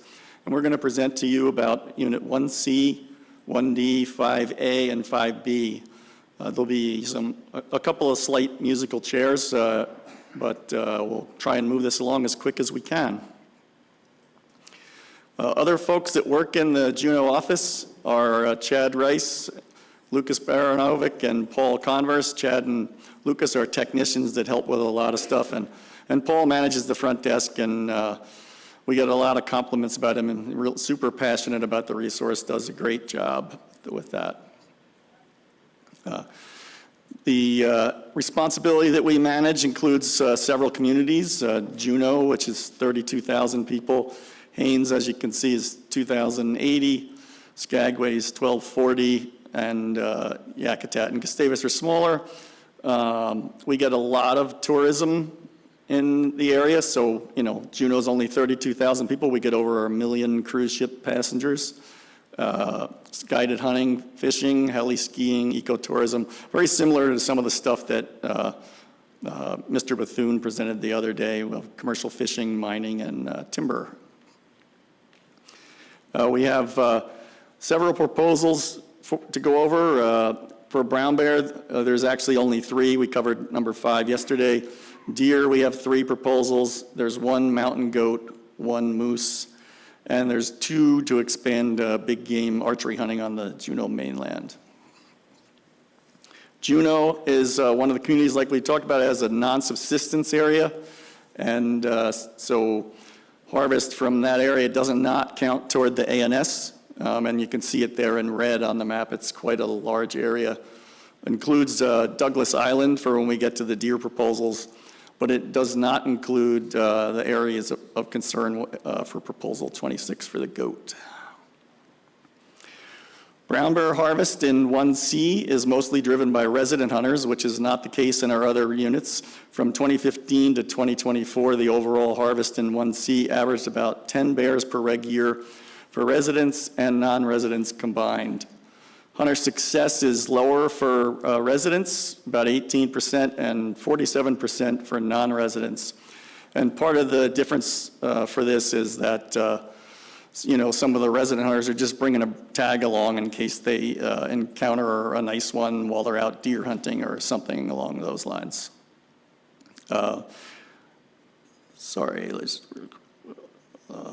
There's a positive, customary, and traditional finding for brown bears in 1C outside of the Juneau non-subsistence area with an amount reasonable, or an ANS rather, of 1 bear. Unit 5, more of the harvest has come from non-residents. Hunting success in Unit 5 is 28% for residents and 55% for non-residents. There's also a positive, customary, and traditional finding for brown bears in Unit 5, and the ANS for that is 3 to 6. Harvest for black bears is highest in 1C, possibly because of its largest human population center. We find that resident hunters drive the black bear harvest across our area. There's a positive C&T for black bears in 1C outside of the Juneau non-subsistence area of 50 to 70 bears. Resident harvest is also higher than non-resident harvest in Unit 5. There's a positive customary and traditional use finding for black bears in Unit 5 of 5 to 10. And this is just another picture of the deer camera that you've been hearing about earlier. For deer harvest, 70% of the 1C harvest is on Douglas Island, which is in the Juneau non-subsistence area. Unit 1C has a IM harvest objective of 456 animals, which hasn't been reached since 2011. The number of deer hunters in Unit 1C declined from over 800 in 2015 to 2017 to less than 600 in 2021 through 2024. However, we don't know exactly why that's happening. Hunters spend an average of 8 days per deer, with a high of 9 days per deer in 2018 and a low of 7 in 2024. So quite a bit more than, as Mr. Bethune described, we have a lower density of deer. Non-resident harvest is very low, averaging, maybe 5 a year. All the non-residents tend to go to Unit 4. There is a positive C&T in Unit 1C outside the non-subsistence area, and that is 30 to 40. Unit 5A has an introduced population of deer from Rocky Pass in 1934. The hunt starts with a youth hunt the last 2 weeks of October. Then there's a 1-month buck season. The number of deer in the area increased in the 2000s, and currently we're averaging harvest about 15 deer per year. Most of the hunting in Unit 5 is near Yakutat and on the islands near Yakutat, and virtually all of the hunters are local. There's a positive C&T in Unit 5 for 20 to 40 deer. Unit 1C, the management goal is to maintain goat densities of at least 30 goats per hour seen during fall surveys. To the south of Juneau, in the Tracy Endicott area, which we'll talk a little about if we get to Proposal 26, is counting about 70 goats per hour, so we're well above that. However, there's other areas with fewer goats and some areas on the road system that are closed with no season because the populations are that low. We use a variety of methods. We talked about the quiz is required, and we have pamphlets and videos and work to encourage the male harvest, and with a goal of at least a 2 males to 1 female ratio. For 1C, there was a 11% female goat harvest average over the last 5 years. However, in 2020, it was 20%. And we maintain a guideline harvest level. I guess I won't go over that unless you have questions when we get to the goat proposal, because we've talked about how our point system works. Sorry, I think I'm jumping ahead here. You can see there is a positive C&T with an ANS of 25 to 30. And then talking about moose in the Juneau-Douglas area, we manage for specific moose populations because many are isolated from each other. We focus on the Taku River and the Chilkat Range, the Gustavus Forelands, the Yakutat Forelands, and they're all registration hunts. And then up in Unit 1D, Haines is a Tier 2 hunt. And the Berners Bay hunt is an introduced population that we manage for a small draw. Unit 1C has a negative C&T finding, and Unit 5 has a positive C&T finding with the ANS for Unit 5 of 50 moose. The Gustavus moose herd is looking really good with a population of 250 to 300 animals. We've had a harvest of 8 to 14 moose over the last 10 years, and the hunter success is about 14%.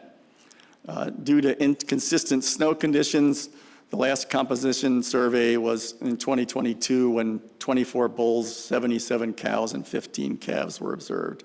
Last abundance estimate is from a survey conducted in February of 2025. And that's a problem we've been having, with our moose surveys. The weather just doesn't always cooperate. And we frequently run into challenges with getting surveys done before antler timing or even getting them completed at all. but the last estimate was 256 moose. Berners Bay, again, is an introduced population from the Susitna and Matanuska Valley back in 1958 and 1960.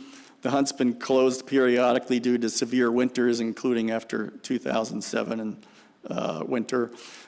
The draw hunt in this drainage has been held since 2014 through 2023. However, numbers dropped again, and it's been closed in 24, 25, 26, and there was a survey done on Saturday that didn't have any better numbers, so I think there were a total of 40 animals and 5 calves seen. And so it's, till we get a better survey, it's unlikely we'll open that up again, which is a bummer. Taku River Chilkat Range area, harvest objective is to have an annual hunter harvest of at least 20 animals, and the number of hunters greater than 165 with hunter success greater than 15%. Currently, the harvest is 37 to 63 animals, and hunter success is 20% with more than 200 hunters. The moose population in Unit 5 is doing really well. Hunter success in Unit 5 is the highest of any of our moose populations. 5B is more difficult to access and typically gets a lot lower harvest. However, there's a new lodge owner supporting more hunters there. Harvest in 5A ranged from 44 to 64 with an average of 53 bulls. Non-resident hunters harvest is low in 5A, averaging 3 per year, about 5% of the harvest. Unit 5B averages 6 non-resident hunters per year, and 55% of the 5B harvest is by non-residents. The bulk of wolf harvest occurs in January through April. Over the past 10 years, harvest has been about 8 to 32 wolves, with an annual take a little lower in Unit 5 than Unit 1C. For fur bearers, marten are the most harvested fur bearer, with some beaver and otter harvest. Although some trappers specifically pursue wolverines, not many are caught.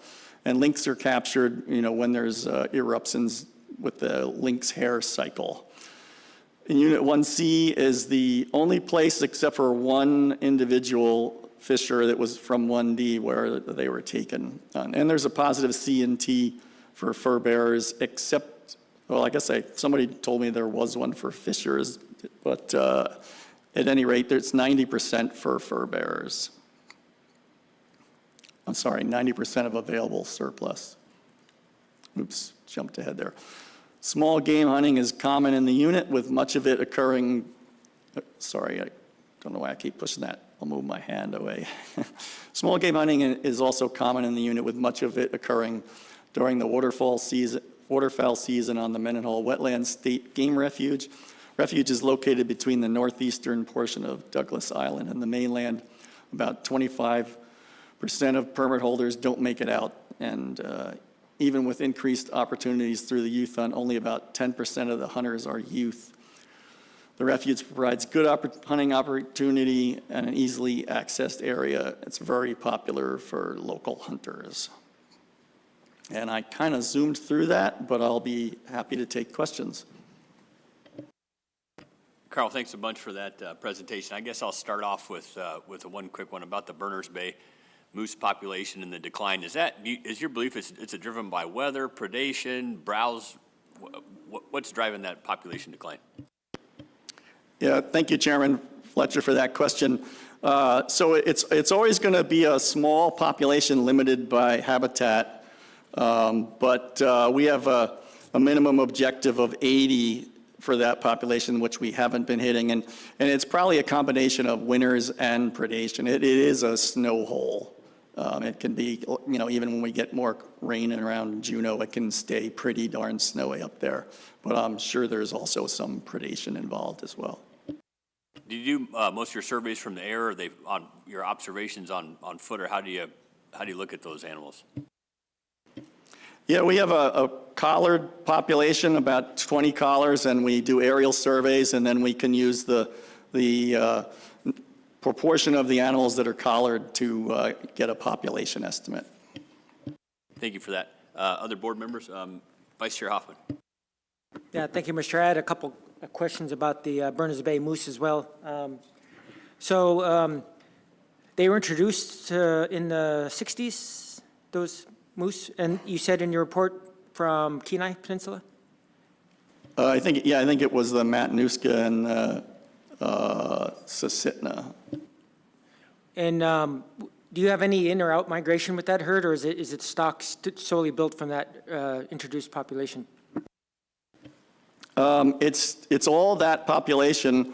That population has spread just a little bit into the Katsihin River, which is actually in the other Unit 1D, but it's nearby.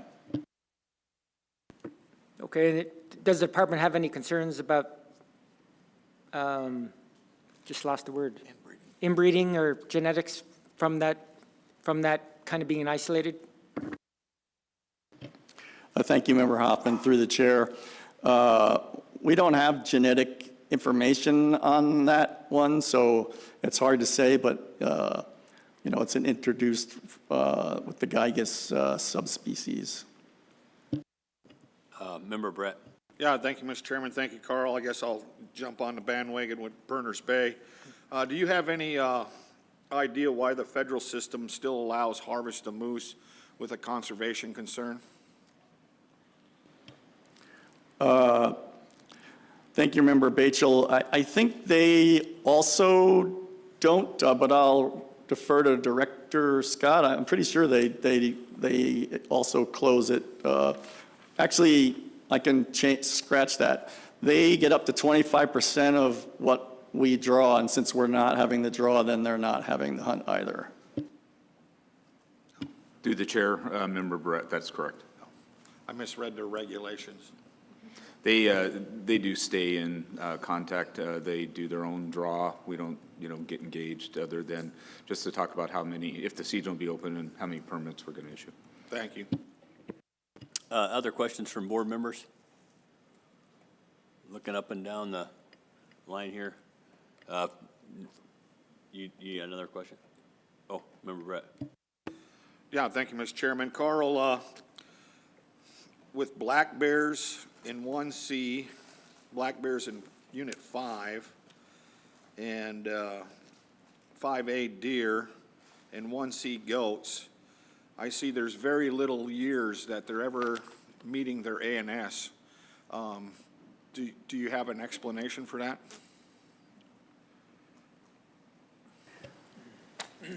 Yeah, that's a tough question. I don't know exactly why. For the deer, I think the ANS is probably too high.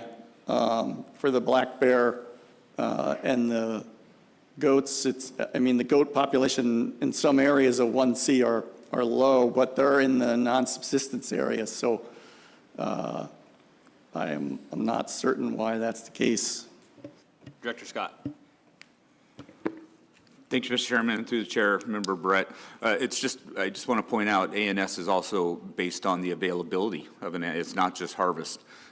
We've talked a little bit about deer numbers and objective ranges. We do think they're too high. When we have better data, we'll come back to the board. With mountain goats, there's ample opportunity for people to get out and hunt mountain goats outside the non-traditional or the non-subsistence area. Same thing would go for black bears. If you can't find a black bear around Unit 1C to harvest, might not be all that interested. Other questions from board members? Oh, George. When discussing the non-subsistence area, there is not an ANS within that non-subsistence area for these animals. Thank you, Mr. Chair. Commissioner. Yeah, I just wanted to weigh in a little bit regarding the concept of transplanted animals. The state, at its cost, put animals on the landscape, and we feel that at least it's appropriate for us to have some access to those animals. And during the COVID crisis, we actually were prevented access from, all Alaskans were prevented access to to animals in the Cake area because the Federal Subsistence Board took the entire harvestable surplus. As a result, now we're contemplating very carefully about how we transplant animals on the landscape to provide harvestable opportunity for Alaskans, because we realize that if we put them on federal land, they may all be claimed by federally qualified users or by the Federal Subsistence Board for federally qualified users. So it is really affecting how we're going to move forward with our transplant policies to provide additional opportunities moving forward. Thank you for that. Other board members' questions? Member Brett. Yeah, thank you, Mr. Chairman. Carl, what's the department's strategy on goats in 1C? Are you trying to stabilize the population, grow the population? I see you have something like an 11% nanny take. So I'm curious on what the department's thoughts are on that goat population. Member Brett, through the chair, thank you for that question. We just want to maintain sustainable populations and allow as much harvest as we can.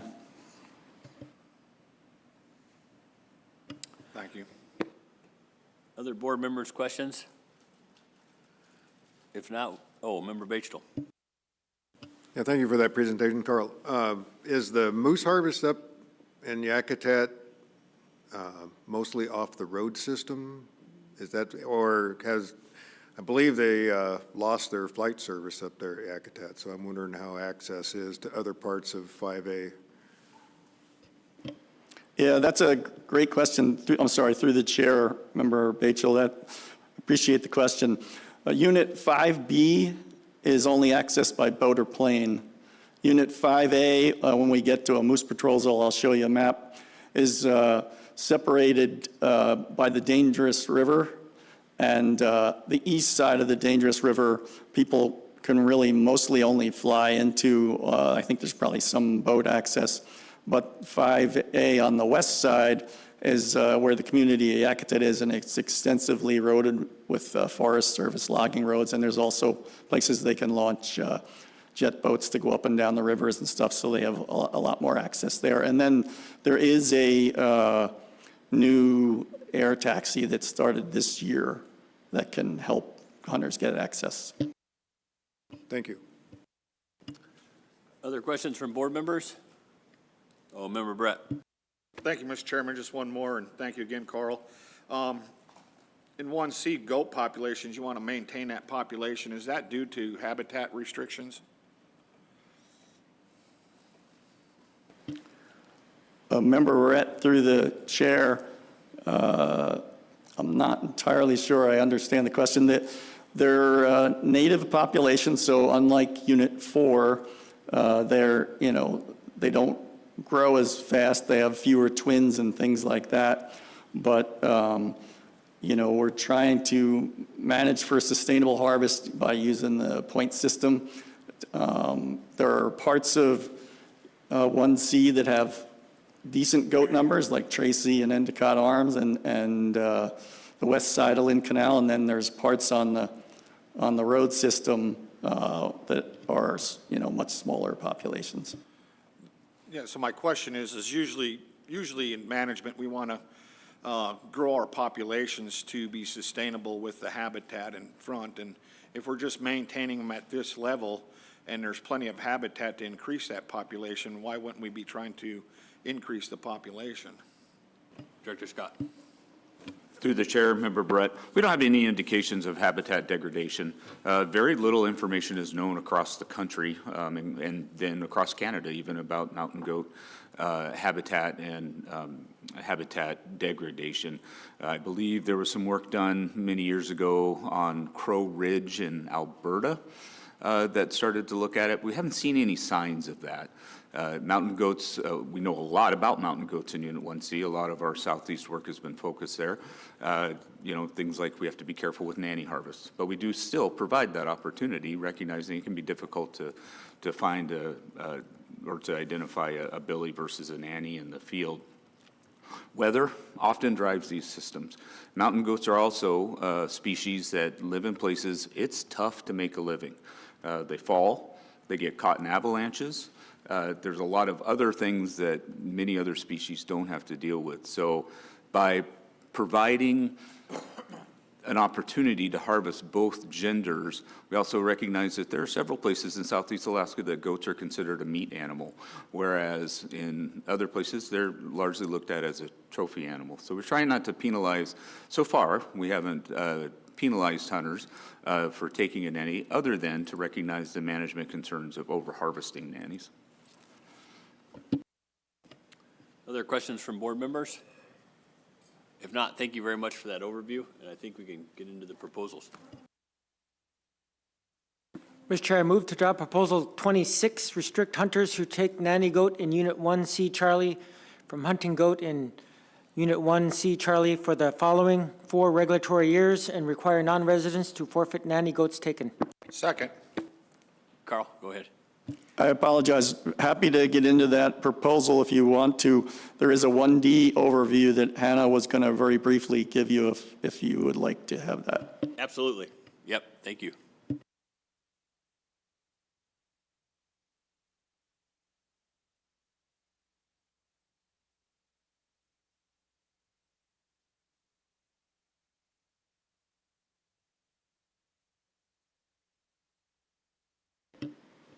Mr. Chairman, members of the board, thank you again for having me. I'm Hannah Mannanen, the assistant area biologist, and I primarily manage 1D, so I will be going over that Unit 1D overview today, RC4, tab 4.1.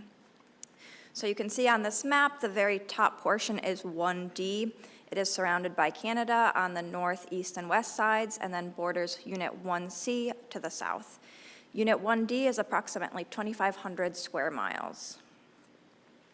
The main communities in 1D make up Haines, Klukwan, and Skagway. There's a total population of around 3,000 people in these communities.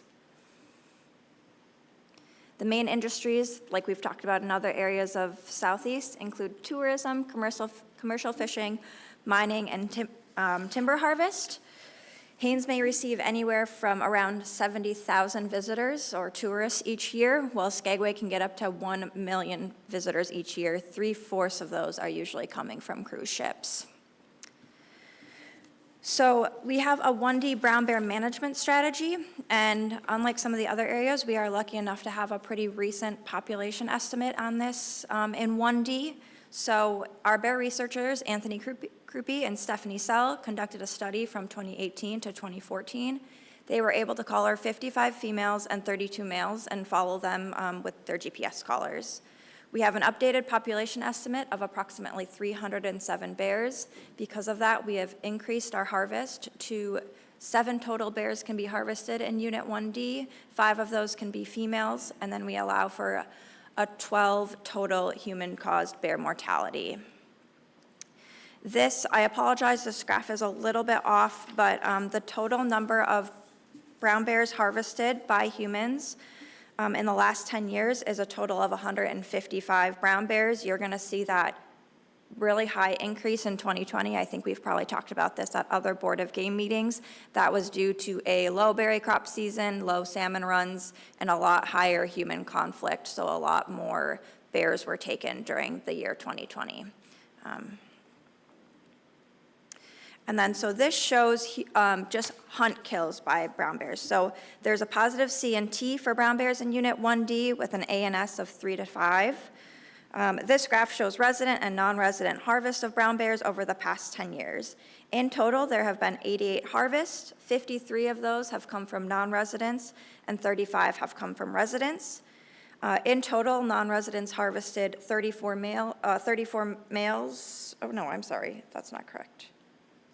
Ignore that part. Residents have harvested 19 males and 16 females, where non-residents have harvested 34 males and 19 females. Sorry about that. I also wanted to briefly mention the Chilkoot Corridor. So the Chilkoot Corridor in Haines is a very popular spot for multiple user groups. These user groups consist of things like photography, fishing, bear viewing, camping, and guided tours, whether those guided tours are animal viewing, fishing, other things. It may be considered the most road-accessible bear viewing place in Alaska, so it really does draw a lot of tourists. Due to all these diverse user groups, it has been an ongoing discussion for at least 20 years on how to best manage the Chilkoot Corridor.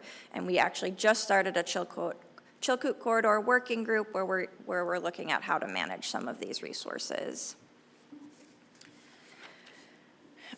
Next, I'm going to get into black bear harvest. This is also divided by resident and non-resident. There's a positive C&T finding for black bears in Unit 1D with an ANS of 10 to 20. Black bear harvest tends to be more common among residents and usually happens more in the spring than in the fall. A total of 282 black bears were taken during this 10-year period. 63 of those were females and 219 were males. We also had recently extended the baiting season, so I just wanted to add that 88 bears were taken over bait, 13 of those were females, and 75 of those were males.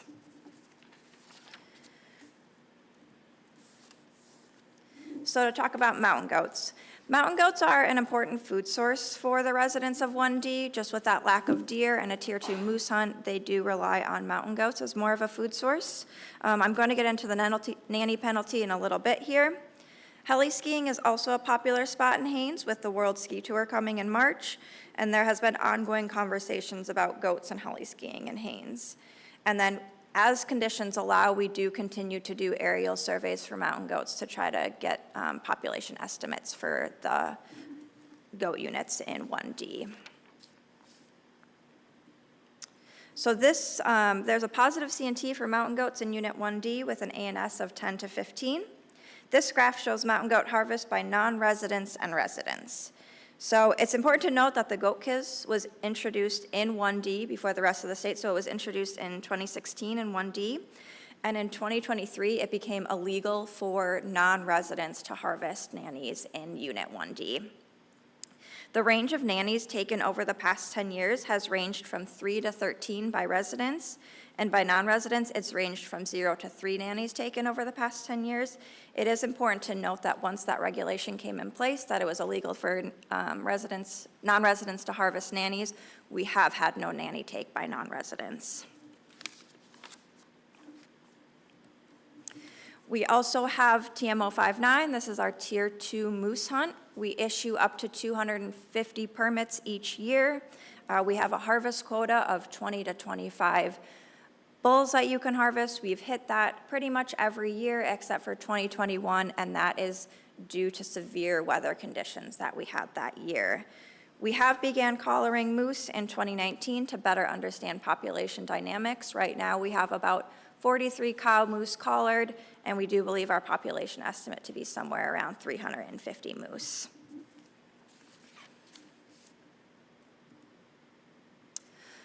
There is a positive C&T finding for wolves in Unit 1D with an ANS of 90% of the harvestable portion. So harvest, like a lot of fur bears, that can depend on trapper effort, access, and fur prices. Our total harvest over the last 10 years was 51 wolves, with our highest harvest occurring in December, January, and February.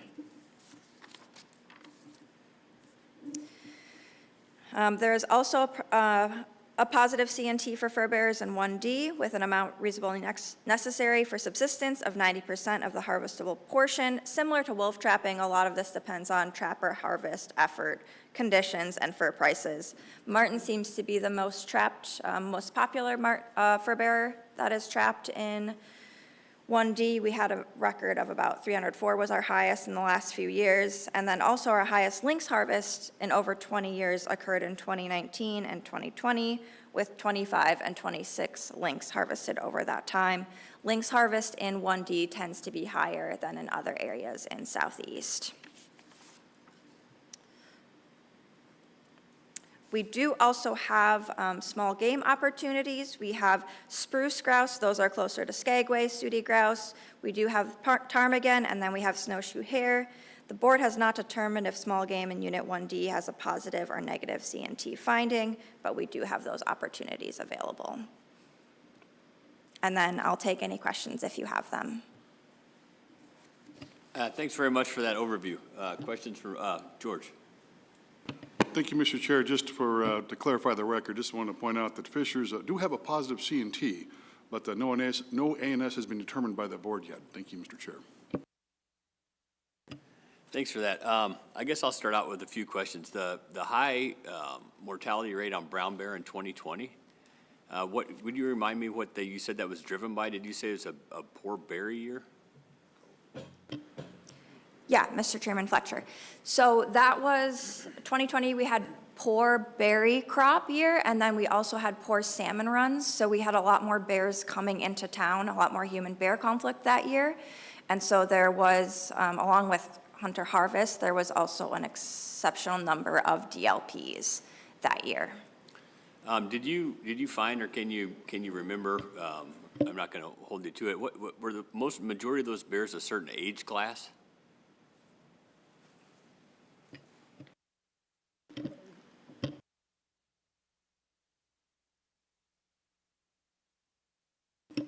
Yeah, Mr. Chairman, thank you. So as I just got from Carl, they were all over the place. It was sows, cubs, males. It was a lot of nuisance, or a lot of bears were being harvested. I don't have exact specifics about the age class, but it sounds like everything. And looking at your black bear graph, you didn't see the big uptake in the black bear mortality during that year. Is there what would be the? I would just assume that black bears consume berries and fish as well. I don't know if you just had any thoughts on that. Yeah, Mr. Chairman. So fall harvest was higher for black bears. And then I will add on to that. I do think sometimes it seems like in Haines, especially when those brown bears are hanging out lower, the black bears will tend to be up higher as well. So that could be another reason why we're not seeing we weren't seeing as high of a harvest of the black bears. And then one more question for you. Will you kind of just give me like a brief summary of the conversation that goes on between heli skiers and the concern for the goat habitat? Is that pretty much it? Like heli skiers getting flown into a remote area, they're pushing goats around, or the goats are wanting to hang out in the area that people are wanting to ski? Yeah, Mr. Chairman Fletcher, great question. So we do have a heli skiing meeting every 5 years. So we just had that earlier this year. It is managed, so the heli skiing is managed by the Borough of Haines, and then, so we have that meeting every 5 years. Heli skiing companies are involved, the department is involved, and we decide on a map each year, and that map can have revisions every 5 years based on, we have a really robust resource selection function for goats in Haines. So based on that, and then where heli skiers companies like to go, we try to compromise and determine what areas are off limits and what areas can be used for heli skiing. Thank you for that. Other board members? Member Loring. Thank you. Can we go back to the wolf harvest? I think it's slide 35. And so the harvest by months, so this is both hunting and trapping all put together in one group? Through the chair, Member Loring, yes, that's correct. So December, our deer season's still open. Are some of these animals just incidental to deer hunting or other big game hunting, or are most of these animals actually taken by a trapping license by trappers? Yeah, through the chair, Member Loring. So if a bear hunter or like a deer hunter or somebody sees it, they would shoot a wolf if it came across that. Director Scott. Thank you, Mr. Chairman. Through the chair, Member Loring. Excuse me. There's an introduced deer population on Sullivan Island, which is not very far south of Haines, but in general, there aren't an established deer population in the Haines area. In addition, Haines is far enough north, and as you move from the Tidewater up towards the Canadian border, it definitely is more like the interior. So it gets cold earlier, it snows more, and they take advantage of good trapping opportunities in December, unlike many of the other places that get a much higher marine influence. Thank you for that. Can I follow up? Yeah, sure. So do you have a way of, you might not have this in front of you, but trappers can use rifles to kill and also traps. Do you break that out on your ceiling forms on their method of take? And if you do you know what that percentage is? Through the chair, Member Loring. So yeah, we do take that out. So we will know what the method is, whether it's snare, foothold, rifle, I don't have that data in front of me, but we do differentiate between the two. Thank you. Any other board members' questions? Oh, Member Batchel. Yeah, thank you very much for that presentation. Just a little bit of clarification. Did I hear you when you're discussing mountain goats say that most recently it's been closed to non-resident? Through the chair, Member Batchel. Yeah, sorry for that confusion. No, so it is definitely not closed to non-residents, but it became, after the Board of Game meeting, it became illegal for non-residents to harvest nannies.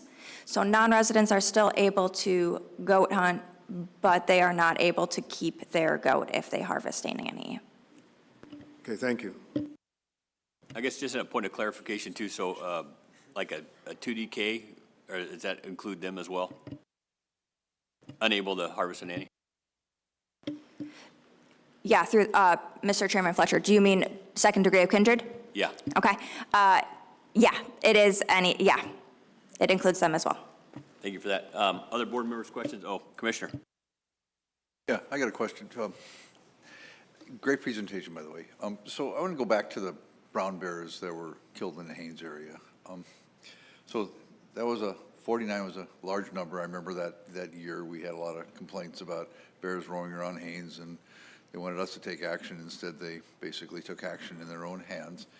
But what's the breakdown of that 49? Were there a lot of females in there? And when I look moving forward in time, our harvest of bears went down slightly from the other average, which was between 12 and 14, down to 5 and 7, but it didn't close. So what's the long-term impact in terms of these bears? What are you managing for in terms of a sustainable harvest, and how did this, I would presume at least you said cubs and sows were taken, you know, what's going to be the long-term impact, and or are these bears more resilient than we thought they were? There's a lot of questions in there, but I'm just trying to figure out how a single year large harvest is going to affect this bear population. It appears that we didn't close it, but are we taking actions to rebuild it, or what's going on? Yeah, through the chair, Commissioner. Okay, I'm going to try to touch on all of that, and if I miss anything, just let me know. So the breakdown for that high harvest of 49 bears is, so we had 19 hunter harvested bears. Those were 9 females and 10 males. We had 30 non-hunter kills. That was 15 females, 13 males, and 2 unknowns. And so the female mortality during that time was 47.5% of the harvest. And then, so you can see the difference in this graph. So between the years 2015 to 2019, using our 4% of the estimated brown bear population, we had a 16 limit harvest for bears. Then in 2020, we hit that really high year. Since then, we have put in place tactics to kind of reduce some brown bear interactions. But after that year, we dropped our harvest limit way down. So then it became 7 total human-caused mortalities from 2021 on. And so that was allowed for 5 bears to be taken. 2 of those could be sows. And then just this year, with this new updated population plan, we were able to increase that up to 12 total mortalities. 7 of those could be hunter harvests with 5 females. Did that get at all your questions, or did I miss anything? Oh, I think it does, but just it reinforces in my mind that these bears are resilient, because after 5 years, we see the population increasing despite the harvest of almost 25 female bears, if I read that right. Yeah, through the chair, Commissioner. Yeah, exactly. So we do think that in 2020, we do think that there was a 16 to 20% reduction in that population. And the department did estimate that based on those numbers that were harvested, we did expect a 5-year recovery period for those bears. And so now that we've hit that 5-year recovery period, we do think the population has recovered. Okay, hey, thank you. Director Scott. Thank you, Mr. Chairman. Hannah, can you touch on the status of the landfill in Haines? Yeah, through the chair, Director Scott. So the landfill has been doing a lot of work. They have pretty much completely surrounded their landfill with electric fencing now. That was a big problem before. I will also add that they have We do electric fence loaners, we do critter getter loaners, and we also, the mayor just ordered a bunch of Kodiak cans as well. So there are things that the community is doing to reduce these human-bear conflicts or interactions. Thank you, ma'am. Other questions from board members? If not, thank you very much for that presentation. We're ready to get into the proposals.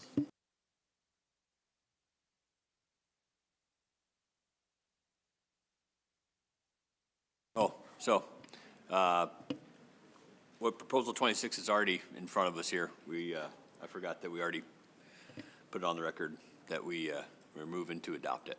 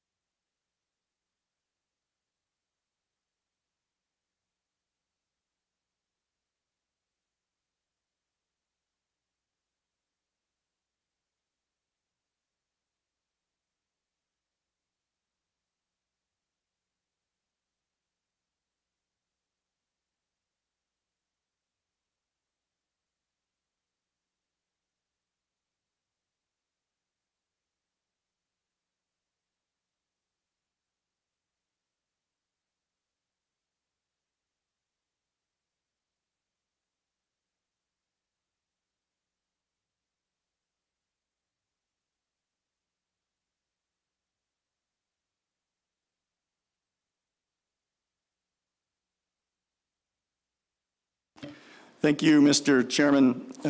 Before I begin, just a quick reminder that this proposal was authored by two groups of two people, and one group asked to have it withdrawn in the public comments, and the other asked to have it tabled as written, but didn't completely ask for it to be withdrawn. Proposal 26 is, it would prohibit the resident hunters who harvest a nanny in RG 13, which is part of 1C, mountain goat permit hunt from hunting the following year, and non-residents would lose the goat, basically be a billy-only bag limit. It's a public proposal that the department's neutral on. There is a positive C&T finding for goats in 1C outside of the Juneau non-subsistence area of 25 to 30 goats. Under current regulations, hunters can take one goat of either sex each regulatory year. Nannies with kids are illegal. We talked about the guideline harvest level that we use for 6 points, so I won't go into that now, but if you have questions at the end, feel free to ask. Just a reminder that the mountain goat quiz is required now it was passed for Unit 1C, and I believe it's statewide now, but it's required throughout Unit 1C and all of Southeast, really, for sure. Similar proposals were adopted in 1D, 6, 7, and 15. The unique thing about 1D, as Ms. Mannanen pointed out earlier, is that it's billy only for non-residents. Some more background for you. Of course, nanny harvest impacts mountain goat populations because they have low reproduction. And it also shortens the seasons. You can take about half as many females if you took all females based on the way we manage them. Hunters are not required to check in goats in 1C. If this passes, we probably would need to be able to get eyes on the goats to make sure that they're legal for the policy to work. And guides, typically don't return to town. They stay out on the boat and fly their clients back and forth. So they have to find ways to work that out. This is just a quick thing many of you have probably seen before to show the benefits of targeting males on the left side column there. If a hunter starts with a population of 5 goats and targets just a male on a small population, it could grow to about 14 goats. If they took a female, there would only be 10. And now we're going to look at a map of the hunt areas. It just kind of shows where they all are. In the purple, we have RG15, and that light blue is the RG14 archery area right around Juneau. RG12 is there in the brown. The dark shaded area, just to show you the non-subsistence area. And below that, we see Tracy and Endicott Arm. Those are big glacial fjords that guides take clients into on boats. Amazing place to go, lots of tourism there in the summer and things like that. And limited anchorages, limited access kind of area. And it's gotten some increase in interest from local hunters, and so it's getting a little bit crowded, and we have a limit on the number of points in that whole area combined of 37 points. But as an example, we've had to start issuing some emergency orders when, for example, the north side of Tracy Arm only had 9 points in 2023. Hunters harvested 8 males and 2 females. So it even went over to 12 points, before we had a chance to close it. The south side had a harvest of 7 males and 1 female, and so maxed out at 9. And so, it's just kind of an example of some of the stuff that's going on down there for you. This graph shows the total mountain goat harvest in the RG13 hunt area. And I should emphasize that 75 to 80% of the goats in that area come from the Tracy Endicott Arm area. And so, you can see the red bar there is the non-residents, and the blue bar is the resident harvest. And then I apologize, on this slide, I didn't catch this, but the colors are flopped. So the non-residents are in blue, and the residents are in red, and this shows the female goat harvest. The majority of nanny harvest is by Alaska residents, but there's occasional non-resident harvest. Like I say, there's a lot of non-resident activity down there. A lot of that's guided. Of course, they're targeting males, so they do a really good job. About the non-resident female harvest is about 97.5%, and the residents is, male harvest is about 97.5%, and the residents is closer to 68%. And just for some discussion, some hunters do find it still difficult, despite our efforts with the quiz and watching videos, to correctly ID nannies. If it passes, it's likely hunters are going to have to check in their goats. And targeting males does keep seasons open longer. To meet the board's statutory responsibility to the subsistence law, it should consider whether subsistence regulations continue to provide a reasonable opportunity for subsistence if the proposal is adopted. And with that, I'll take any questions. Thank you for that. Thanks for the reminder. Questions from board members? I guess I'll start off with Member Batesville. Do we have the RCs where they were asking to withdraw or modify? I've been looking for them and I couldn't find them. You couldn't find them anywhere? Would you refresh our memory? One of the proposers here asked to be withdrawn. The other one asked it just to be taken up as written. Is that correct? After this was proposed, the authors got a lot of feedback. Two of them, two different guide companies, two of them asked to withdraw it. The other thought that it, maybe was not appropriate as written and decided, leave it up to the board if you wanted to amend that or do something else. He just suggested it be tabled. Conversation from board about that? Member Brett. Yeah, thank you, Mr. Chairman. I'm not interested in taking it off the table or tabling it. I think I got amendment. Good.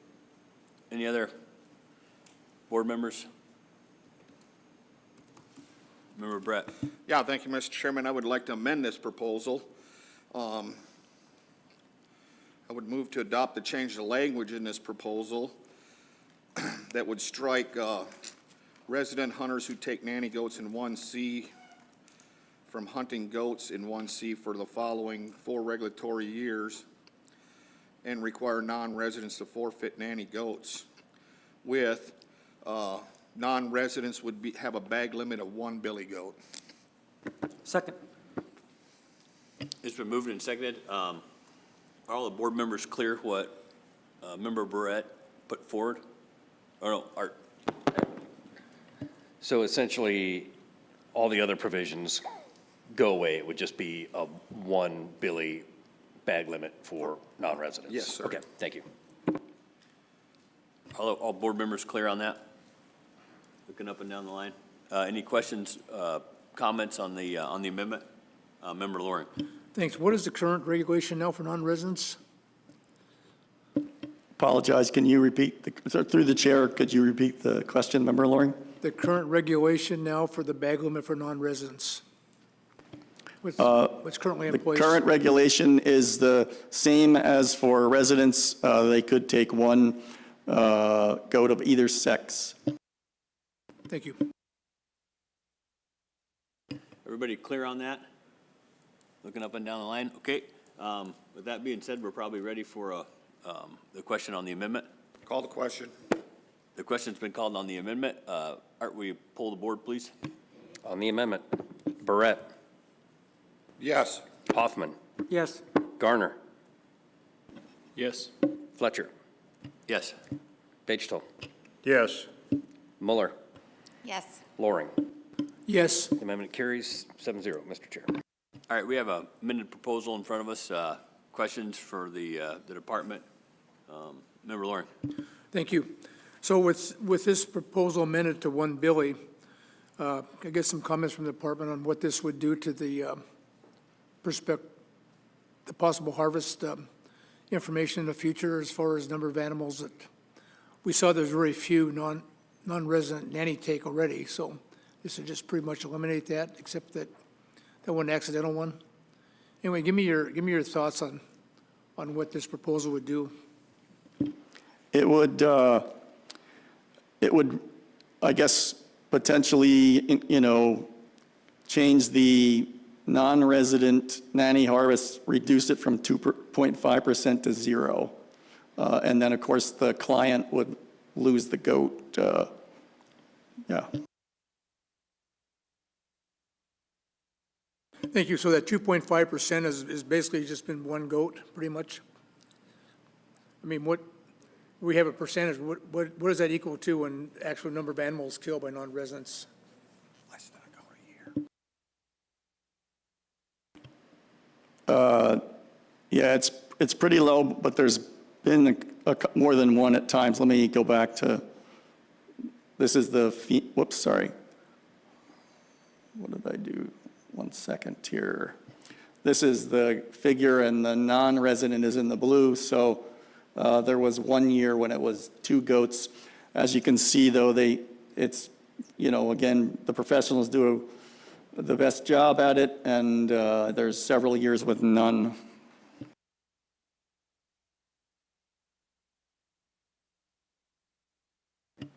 And just a quick reminder, do you have a breakdown at all? Are any of these non-resident goat takes, are they a second-degree kindred? Yeah, Mr. Chairman, thank you for the question. There absolutely are occasional male or female goat take that are, next. It's most of the non-residents are guided, but certainly not all. Other questions? Member Mueller. Thank you, Mr. Chairman. Just in reviewing our regulation book, it looks like we have various areas of Unit 1C, so I just want to make sure that we're clear and consistent through all of Unit 1C. So if we're specifically focusing on all of the various registration hunts, or are we only referring to one? The intent of the authors was for RGO 13 because it includes Tracy and Endicott Arm. But I'll just go back to the map real quick here, try and be brief. You can see there's a couple of red areas toward the top on the east and west side of Lynn Canal. Those also are in RGO 13. Great. So do we need to clarify that on the amendment? Director Scott. Thank you, Mr. Chairman. In reference to Member Mueller's question, if your intent is to only focus on RG 013, then it would be good to clarify that. I will point out, though, that we do get non-resident hunters in those other pockets as well, certainly some 2DK, but the focus is largely down in Tracy Endicott. However, as the proposal's written, it says Unit 1C, so it's going to encompass RGO 13, RGO 12, RGO 105, multiple hunts.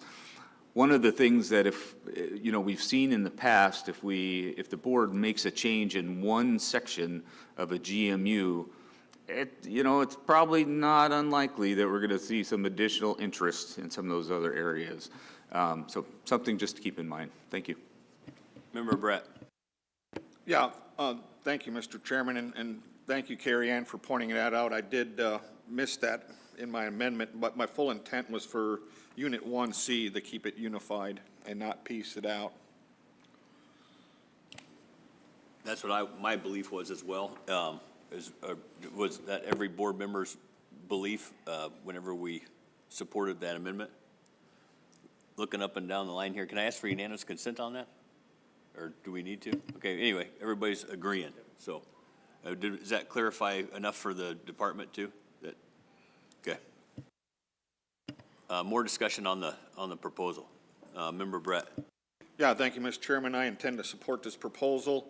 The vast majority of the non-residents that would be participating in 1C goat opportunities would be guided by professionals, and there's very good guides down here that can help their clients distinguish between a male and a female goat. We just heard about Unit 4, and we heard about the hunting culture up there and how they've really helped, the vast majority of the goat take to be males. Would you say that it's a different hunting culture here?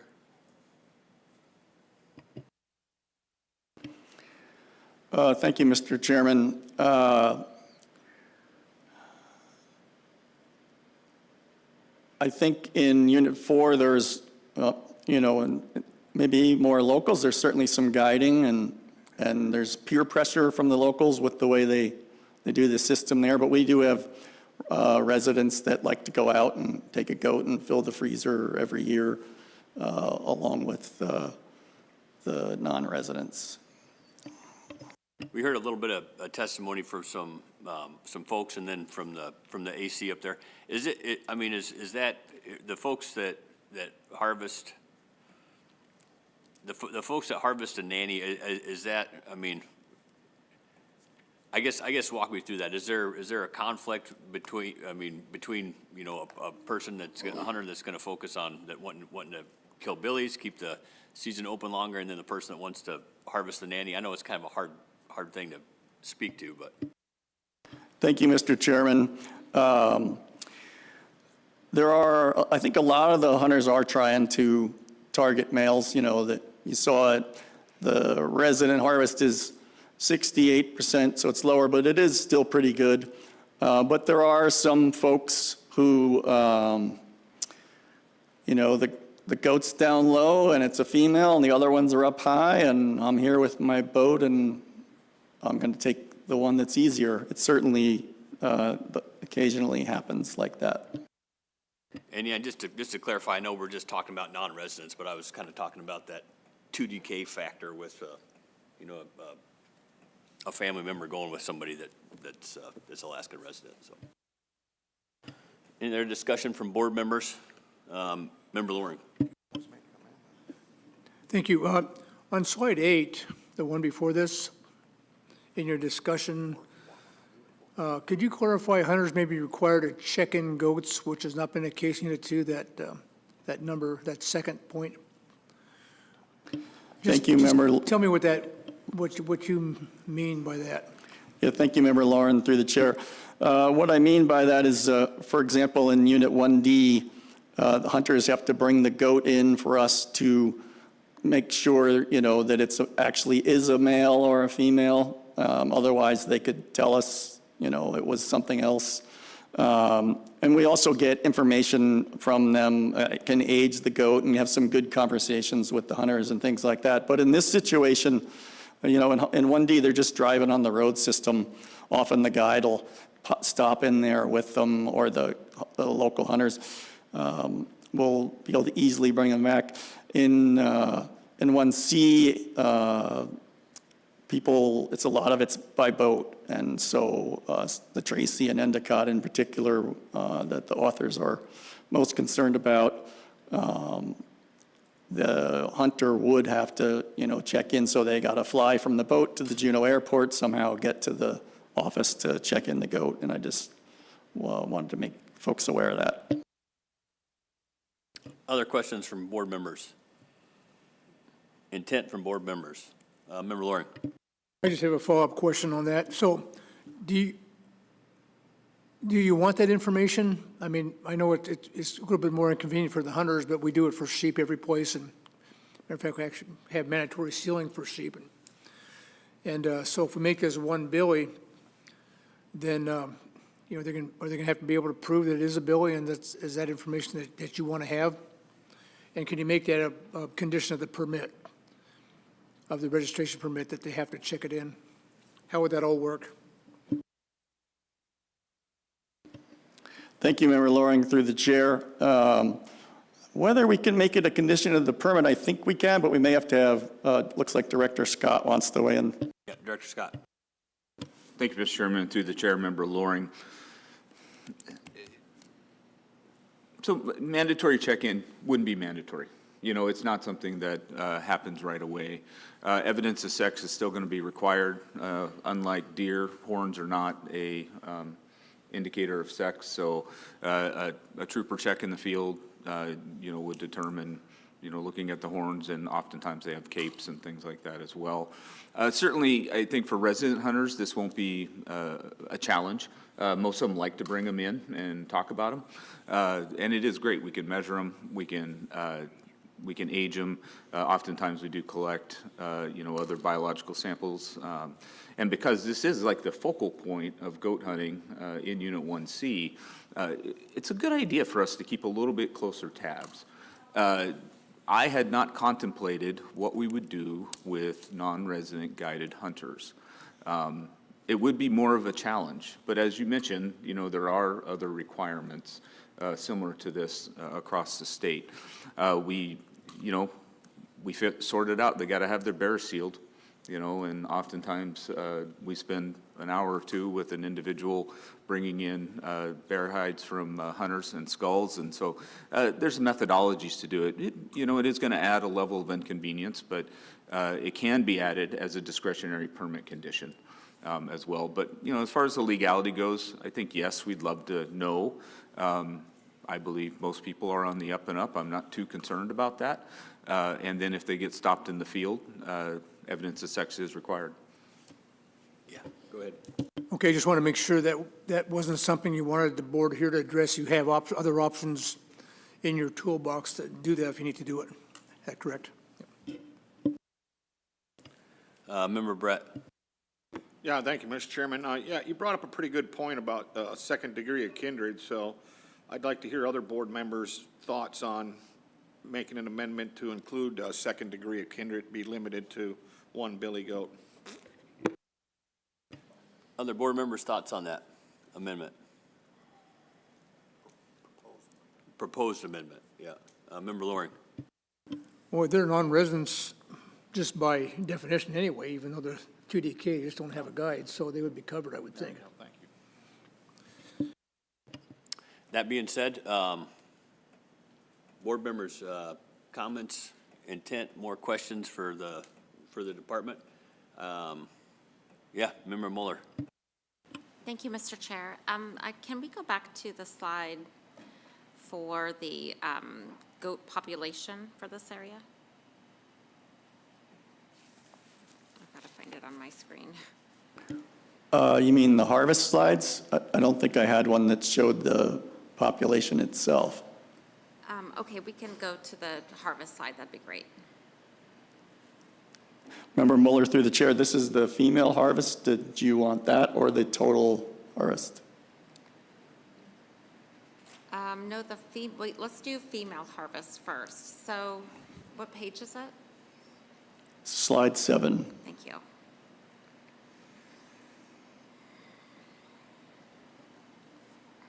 So I wanted to just clarify then, the nanny take by residents in 2020, we have declined for the resident hunters for taking of nanny. Do we have a concern for the population for taking nanny even for residents? Member Mueller through the chair, I apologize. I mentioned earlier that I switched the colors inadvertently. So in this slide, the red is the residents. So actually 2020 was the highest female harvest. Is that? Yes, thank you. Yeah. Director Scott. Thank you, Mr. Chairman. Carl, could you walk through the most recent Tracy Endicott aerial survey and compare it to the previous one? I think it's pretty important we talk about the number of goats there. Thank you, through the chair. Thank you, Director Scott. I meant to do that. Yeah, the number of goats, we were able to survey the Tracy Arm area, but not the Endicott Arm area.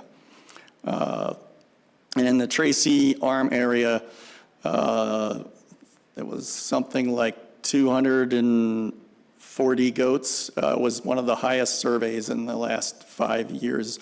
So the numbers are looking pretty good. It's not like the area with the road system where we have closures or we have, concerns about major declines. It's the situation's more about a lot of users in the same place. Is why this proposal was put forth. Other questions from board members? I'm probably not going to support, just to get on the record, I'm probably not going to support this proposal just because I think it's trying to fix a problem that doesn't really exist with such a low take anyway. So with that being said, any further discussion? If not, we might be ready for the question. Call the question. Oh, Commissioner. Yeah, it's just a question that I'm asking. I'm trying to follow through the amendments and I take a phone call. So are you leaving the penalty in for non-residents or not? The proposal was changed just to have a bag limit of 1 billy goat for non-residents in Unit 1C. All the rest was rescinded. Okay, thank you. That being said, the question has been called. Art, will you pull the board? Cost statement, sorry. The board has heard no concerns from the public regarding cost to private persons if this regulation is adopted. Thank you for that. Art, will you pull the board, please? Final action on Proposal 26 as amended. Loring. No. Bechtel. No. Kaufman. Yes. Barrett. Yes. Mueller. No. Garner. No. Fletcher. No. Motion fails, 2 in favor, 5 against. Mr. Chair. Mr. Chair, I move to adopt Proposal 27, change the bag limit for deer in Unit 1C Charlie Douglas Island to $4. Second. It's been moved and seconded. Department? Thank you, Mr. Chairman. Proposal 27 would reduce the bag limit for deer on Douglas Island from 4 deer, which only one of which can be a doe, to just $4 only. It's a public proposal and the department is opposed. Douglas Island is the most popular place for Juneau residents to hunt. About 70% of the 1C harvest comes from Douglas Island. It's road accessible. People, take a lot of advantage of going there. Hunters focus on alpine hunts early in the season and lowland wintering habitat after the first snows. About half the island has housing around the water's edge on the east and north while the south is undeveloped. And the western portion of the island is expected to be developed with infrastructure to support cruise ships with up to another 500,000 tourists. From reg year 2015 to reg year 2021, hunters expressed concerns about the return of wolves on Douglas Island and an increase in an effort to harvest deer. And we've been talking about this for a while. Some of you will remember that in 2019, the Board of Game passed a proposal that reduced the bag limit for does to 1. The board also raised the quota of wolves on Douglas Island because there used to be a management plan from 3 to 5. But then in 2023, the board removed that wolf management plan, so there's no cap on wolves anymore. And over the past several years, wolf numbers appear to be much lower. The last harvest was in 2020. We had, I think, 1 photo on our deer cameras in 2022, not hearing reports from hunters, and usually, you know, if they see tracks or whatever, we certainly hear about it. I think there's very few wolves, if any, still on the island. And we talked about the IM harvest objective earlier. This slide depicts the hunter harvest on Douglas Island from 2015 to 2024. During reg years 2015 through 2024, deer harvest ranged from 133 to 254, averaging 188 deer per year. Over that time period, 22 to 42% of the harvest were does. But again, that doe harvest was reduced in 2019, and the proportion of does has been on the, you know, toward the lower end ever since then. And the, you know, I think the highest was 28% since that passed. Hunter success ranged from a low of 23% in 2016 to a high of 30% in 2015 and averaged 27%.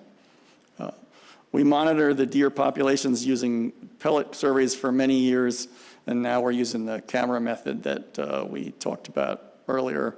And that's really helpful, gives us information about you know, whether they're bucks or does, do they have fawns, how much snow on that snow stake, and we even pick up, you know, other species occasionally, gives us some other info.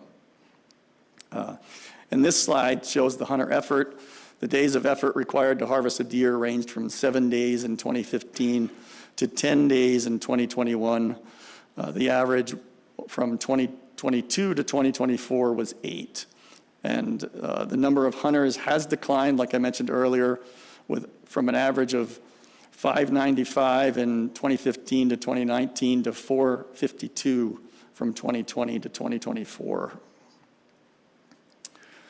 Limiting bucks may grow the population in the long run, but it reduces opportunity in the short term. Hunters are already limited to 1 doe on Douglas, and ADF&G can issue an emergency order closing the female portion of the harvest if we ever become more concerned. The doe portion of the harvest, like I said, ranged, you know, right now the high has been about 28%. It's somewhere in 22 to 28%. And again, it's the most popular area in Juneau.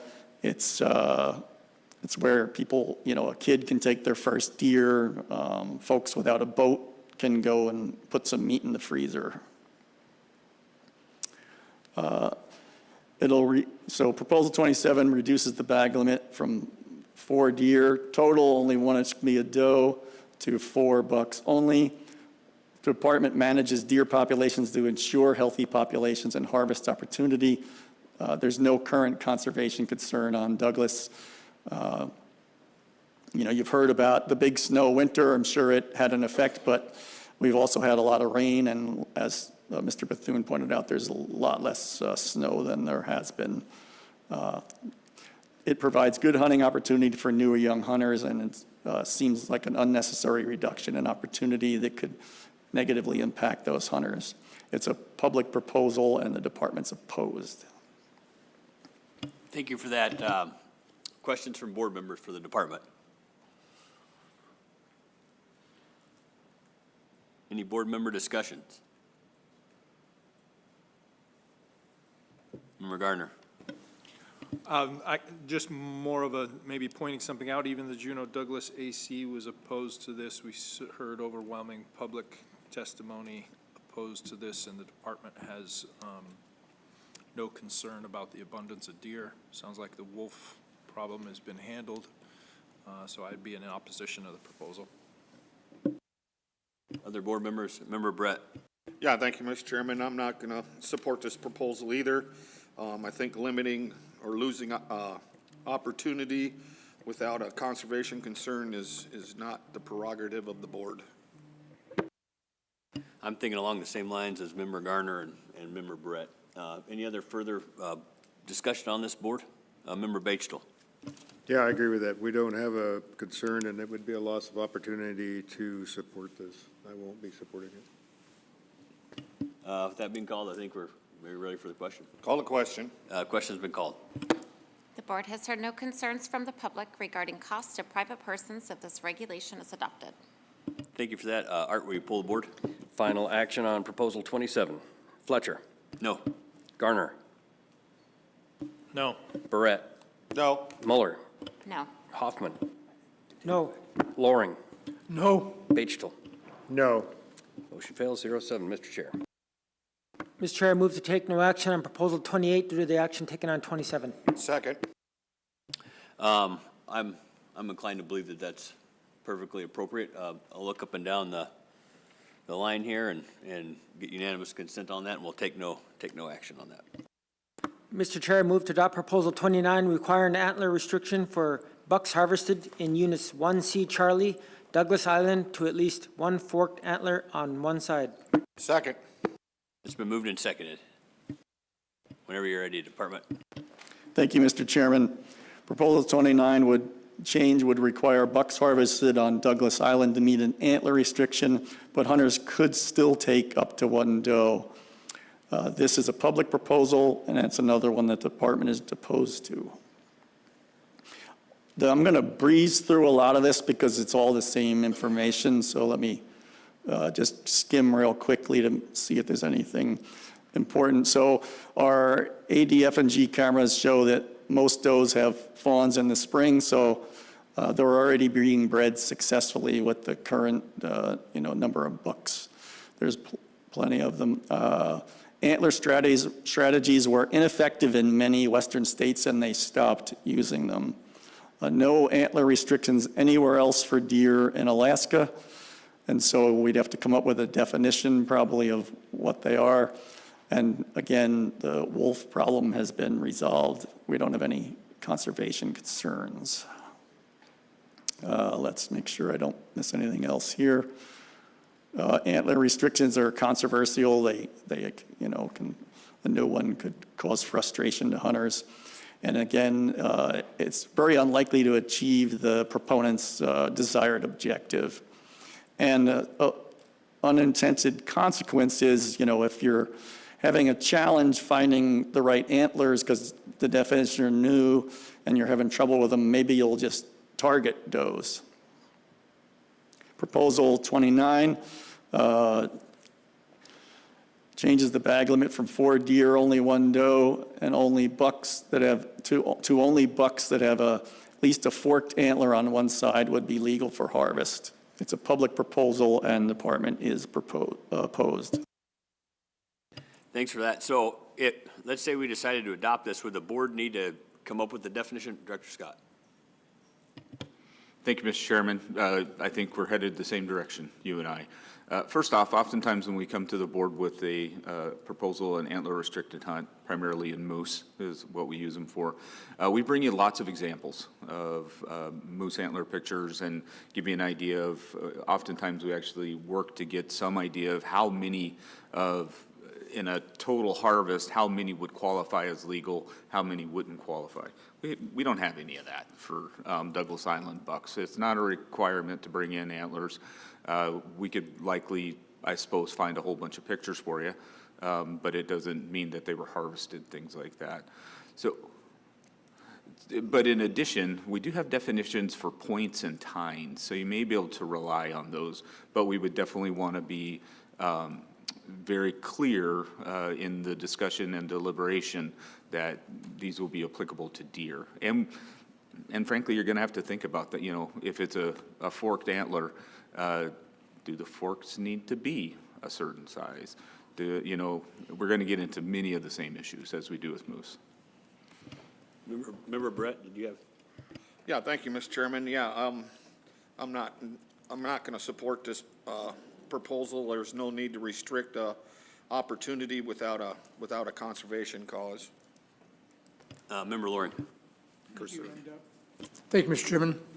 And back to staff, before I make a decision on can you tell me a little bit more about deer biology? When do fawns or yearlings develop a spike?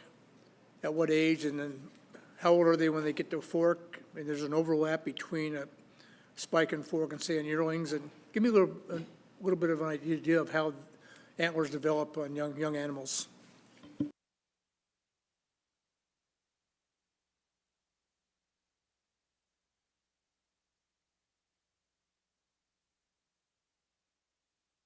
Oh, go ahead, Ross, thanks. Thank you, Mr. Chair. Through the chair to Member Loring. And for the record, this is Ross Dorndorf, Acting Management Coordinator for Southeast. So typically, when they are 1.5-year-old, you'll either have a spike or sometimes just a small button. And it is possible to have a small fork. Again, we need to define what fork is if you're going to go down the road of adopting this. Most likely, it's 2.5 plus. Member Loring. Okay, thank you. So we'd actually be eliminating quite a few individuals from the harvest by going to a fork. If you look at, say you got 50% does and 50% bucks, and of those 50% bucks, 50% of those may not be legal because there's still a spike. So seems to me there's a significant chunk of animals that would be eliminated from the opportunity. Is that pretty much correct? Go ahead, Russ. Through the chair, Member Loring. It would prevent the harvest of a certain age class of deer, certainly. We don't know exactly how many of those are out on the landscape, but you would be providing those younger bucks time to get a little bit older. Any other? Oh, Director Scott. Thank you, Mr. Chairman, and just to add a little bit for Member Loring, we are talking about buck deer, you know, and we don't need very many bucks to breed the females. And if you certainly may end up with some older bucks down the road if you get a few of the button bucks or the young forked horns through, but they're not going to be very good at breeding either. You know, they're not going to necessarily be able to compete with, you know, the larger animals. Any other discussion from board members? I think that if right now we might be able to get a little bit more intent on the record, so we don't need to come up with a workable definition for Member Loring. Thank you. I just think that departments donated that there's plenty of deer there. They're not worried about the population. It's robust, and they're satisfied with what they currently have in place now. And I won't be supporting this. I just think that there's not going to be any kind of genetic issues, or everything's going to get bred the same way. And unless we see some major change and we're required to, take certain segment of the population out of the mix, which isn't the case now, I just can't support this. Thank you. There's a lot of, public opposition to this as well. Looking up and down here, Member Wrangell. Yeah, I wouldn't be supporting this either. I think the department has demonstrated that there's not a conservation concern and that the does are being bred out there in the landscape, and this is not necessary. Thanks for that. With that being said, any further discussion? If not, Call the question. The question's been called. The board has heard no concern from the public regarding costs to private persons if this regulation is adopted. Thanks for that. Art, will you pull the board, please? Final action on Proposal 29. Wrangell. No. Fletcher. No. Barrett. No. Loring. No. Hoffman. No. Muller. No. Garner. No. Motion fails 0-7, Mr. Chair. Mr. Chair, I move to adopt Proposal 30, establish a moose hunt for disabled hunters on state lands in Units 5A Alpha, the Yakutat region. Second. It's been moved and seconded. Department? Thank you, Mr. Chairman. Proposal 30 would create a disabled hunter moose season on state lands in Unit 5A with up to 5 permits. It's a public proposal and the department is neutral.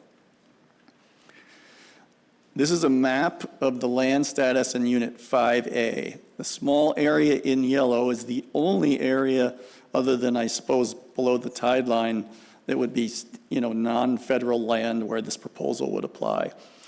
The area west of the dangerous river labeled on the map there is open to federally qualified subsistence hunters a week before the current state season opens in that area. Federally qualified hunters from Yakutat who are disabled can already hunt the much larger area of federal land outside of the yellow area on the map. If a state season opens in the small yellow area of non-federal lands and a hunter wounded a moose that wandered onto federal lands, they could be in violation of federal regulations if they pursue it. Only 5A residents who are subsistence qualified can hunt on the federal lands. Federal lands west of the dangerous river open a week before, and the quota is 30 bulls. Moose harvested during a disabled early season would need to count toward that 30 bull quota. Proxy hunters would need to also be disabled to be eligible in the hunt, because for proxy hunts, you have to be eligible to hunt in the first place. So I don't know if the author was a proponent is aware of that. We collaborate with management for Unit 5A with the Forest Service. When quotas are met, both the state and federal seasons are closed simultaneously. The author of the proposal is from Yakutat, and disabled Yakutat residents are already qualified to hunt on the federal lands, which is a much larger area than the small portion of non-federal lands. As written, this proposal would be open to all disabled hunters, not just Yakutat residents. It's unclear if the author was aware of that. And limiting to 5 hunters would be challenging unless it was a draw hunt. This proposal would create a disabled hunter moose season in Unit 5A with up to 5 permits. Department's neutral on the proposal because it's primarily allocative. To meet the board's statutory responsibility to the subsistence law, it should consider whether subsistence regulations continue to provide a reasonable opportunity for subsistence uses if the proposal is adopted. Thank you for that. Discussion, questions from board members. Member Brett. Yeah, thank you, Mr. Chairman. So my question is for law enforcement. And I just heard that if a person harvests or has taken a moose in a lawful area and it walks off into and dies in an unlawful area, that person would be subject to a citation of unlawfully harvested in a closed area. Is that true? Through the chair, I think what I heard was could be under the federal side. I can't speak to how the federal enforcement would handle that. I can speak to the state side, and for example, for the state side, no, that wouldn't normally happen. Any other questions from board members? Member Loring. Thank you. Looking at the map on slide 32, it has the yellow area that this would only apply to. Is that correct? The yellow area is the state lands that this proposal would affect if, through the chair. And it looks to me like, I'm a little bit familiar with Yakutat. That's all pretty residential. It's just Yakutat Central. Looks like that's where all the housing units are, and the road out to Cannon Beach and so on and so forth. And maybe some of the islands in the bay are outside of that, but is that correct? It's pretty much the town of Yakutat? Yeah, that's through the chair, Member Loring, that's my understanding, yes. And just to refresh my memory, Carl, you said it'd be very difficult to implement this without it being a draw. Is that correct? Thank you, Mr. Chairman. Yes, I think it would be challenging to administer this unless it was a draw. Member Brett. Yeah, thank you, Mr. Chairman. Department Department of Law, yeah. Do we have an issue with creating a disabled hunt? Through the chair, Member Barrett, there is an additional record that the board would need to make in order to satisfy some constitutional concerns. Generally speaking, the Constitution provides for the common use of game and disfavors exclusion of some Alaskans and not others. So if the board is looking at creating a hunt that only applies to some Alaskans to the exclusion of others, the board needs to ensure that the exclusion of the other hunters serves an important state interest. There's no real definition for important state interest, but what the court has addressed is that conservation of the species is a valid state interest. So the board would need to discuss that. What state interest are you trying to serve? And if you do identify an important state interest, you must first additionally consider why distinguishing amongst various uses rather than the users themselves would be insufficient to further that interest. So that's additional record the board would need to make. Thank you. Director Scott. Thank you, Mr. Chairman. I also will just mention that I asked Ms. Weber to come up to the table. She worked extensively on legislation when this topic arose in the Anchorage area recently. In addition, I think it's important for the board to know that yellow shaded area, that's all private land. We call it the 9 townships, and it's owned by the Native Corporation.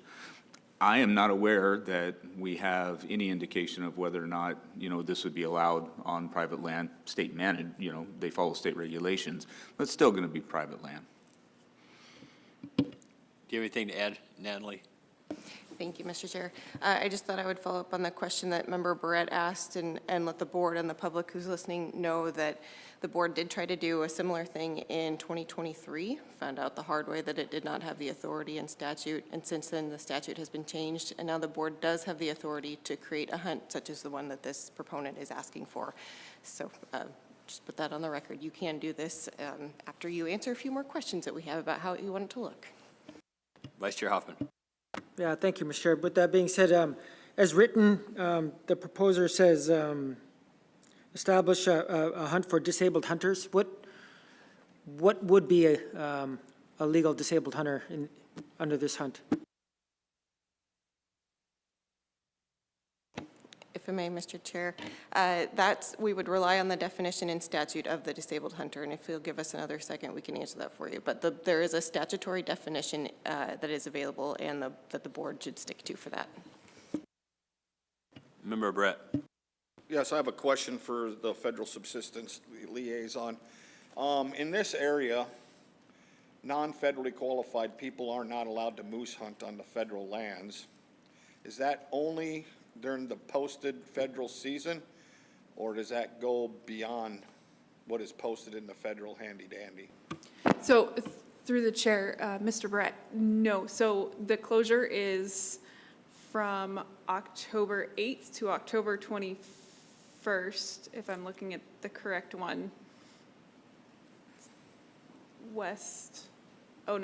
East of the drainage. Sorry, I want to make sure I'm looking at the right one. East of the dangerous river is September 16th to September 30th. Outside of that timeframe, non-federally qualified users can hunt if there is a season open. So if we potentially started a disabled hunt before the federal season, they would have those lands to have opportunity on? Through the chair, yes. Member Garner. Thank you, Mr. Chair. The proposal, to me, as it reads, is a bit allocative, and is actually asking for an early season access for disability. And I'm a huge proponent of disabled hunts. I do sponsor and support those on public and private land, and have participated. I think the on private land portion of this can be managed to have disabled access through the public registration process is typically the way that we have ran ours. And I think the proposal, some of the indirect circumstances of implementation of this have not been thought through on the proposal.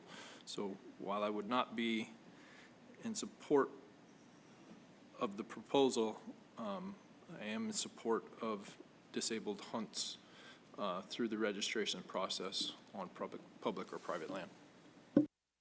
Thank you for those thoughts. Other board members?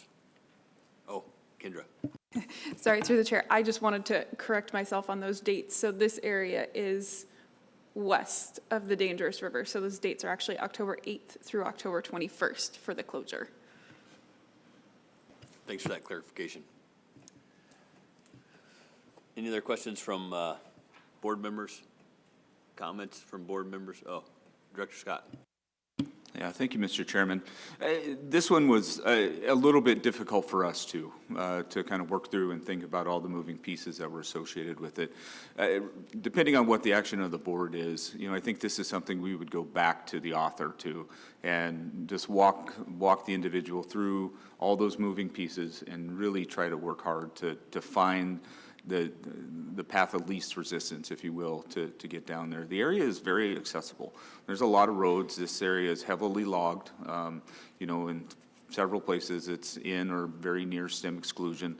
There are moose there for sure. The concept and the idea is great, but it did, when it came to us, it was a little bit of a surprise and a little bit of a head scratcher for us too. So that would be something that I would encourage the region to do, depending on the action of the board, is to actually reach out to the author and work with them.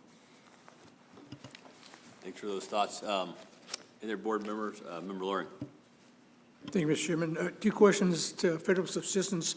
Are most people in Yakutat are federally qualified? Just, Through the chair, Mr. Loring, yes. and then maybe to board support. Was the author of this proposal see a Yakutat resident? Do we know? Did he just misunderstand that it would be open to the whole state? Everybody would be able to put in for it if it was a drawing permit? Do we know that? Member Loring, through the chair, I never spoke directly with the author of this proposal, but it is a Yakutat resident.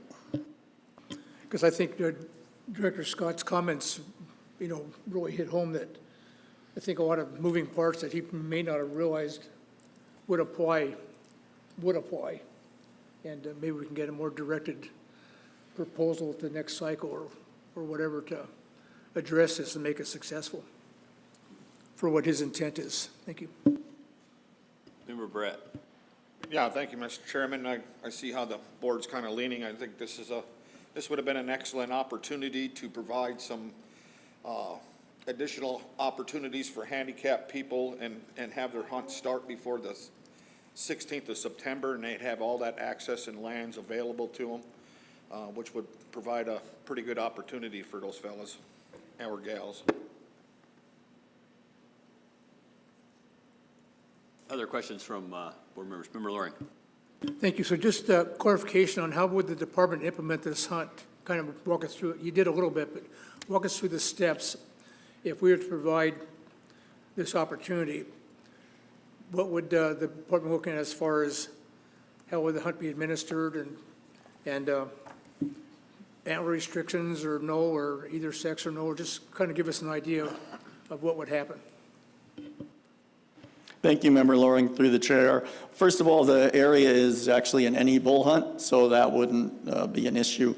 We would need to probably have a draw, and so there would be the draw period to take some time to set up, and then anyone who was eligible to hunt could submit in the draw and be randomly selected for up to 5 people. We'd also, though, have some hunts that are undersubscribed. I suspect it's possible this could be one of them. If that were the case, then anyone who's qualified could contact us for the leftover permits, and we could issue them that way. We would also have to have them meet, of course, the qualifications and be able to, prove that to us. Like for a proxy hunt, there's a physician's affidavit. I'm not as familiar with the disabled hunts, but that's, they bring it to the doctor, and the doctor signs it to say they're 70% disabled. And then the harvest would count, toward the quota. So if probably, well, maybe not that unlikely. It could close before sometimes that hunt does close within less than a week because it's pretty good hunting, although the last couple of years it has not. Did I get at all your questions? Just one quick follow-up, maybe Natalie might be the best for this one.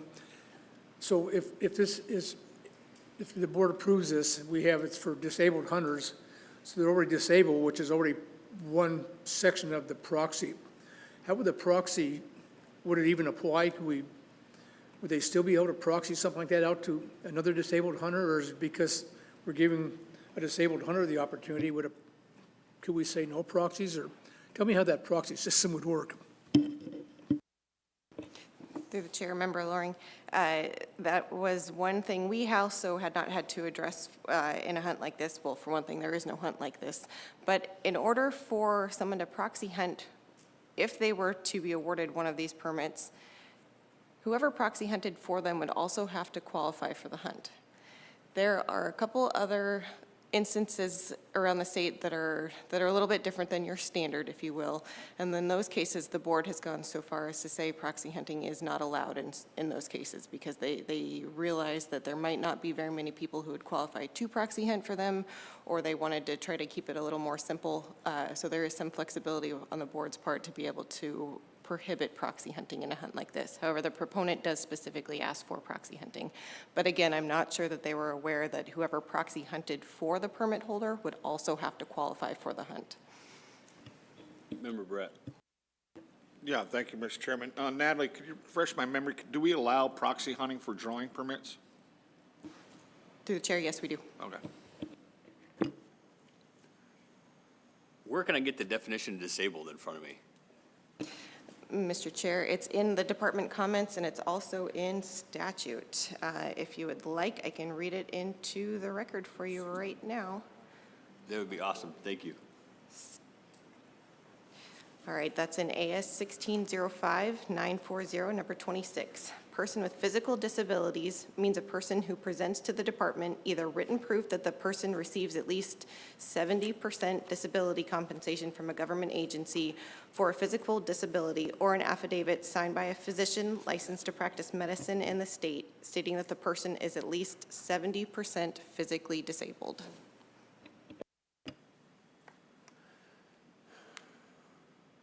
Member Loring. Thank you. So I know under the regular proxy hunts, I know that, say, a woman that's not 8.5 months pregnant can get a proxy. So are those same things, or is right stuck right that 70% disabled? I mean, and there's a lot of push and shove there, so.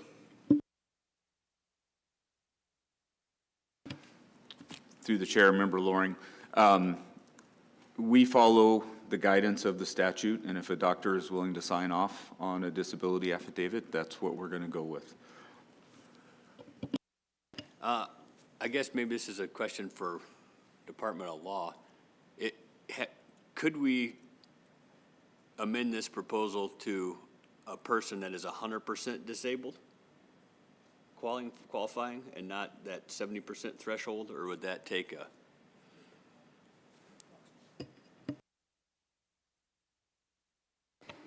Mr. Chair, I don't think so, because I think that would be inconsistent with the statute defining person with physical disabilities, which is how it's handled in the department statutes and the board statute as well.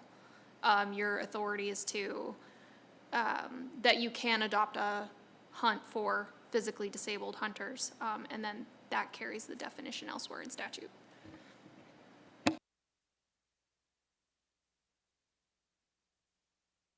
Do you agree with that, Al, or no? With Department of Law? Yeah. Always.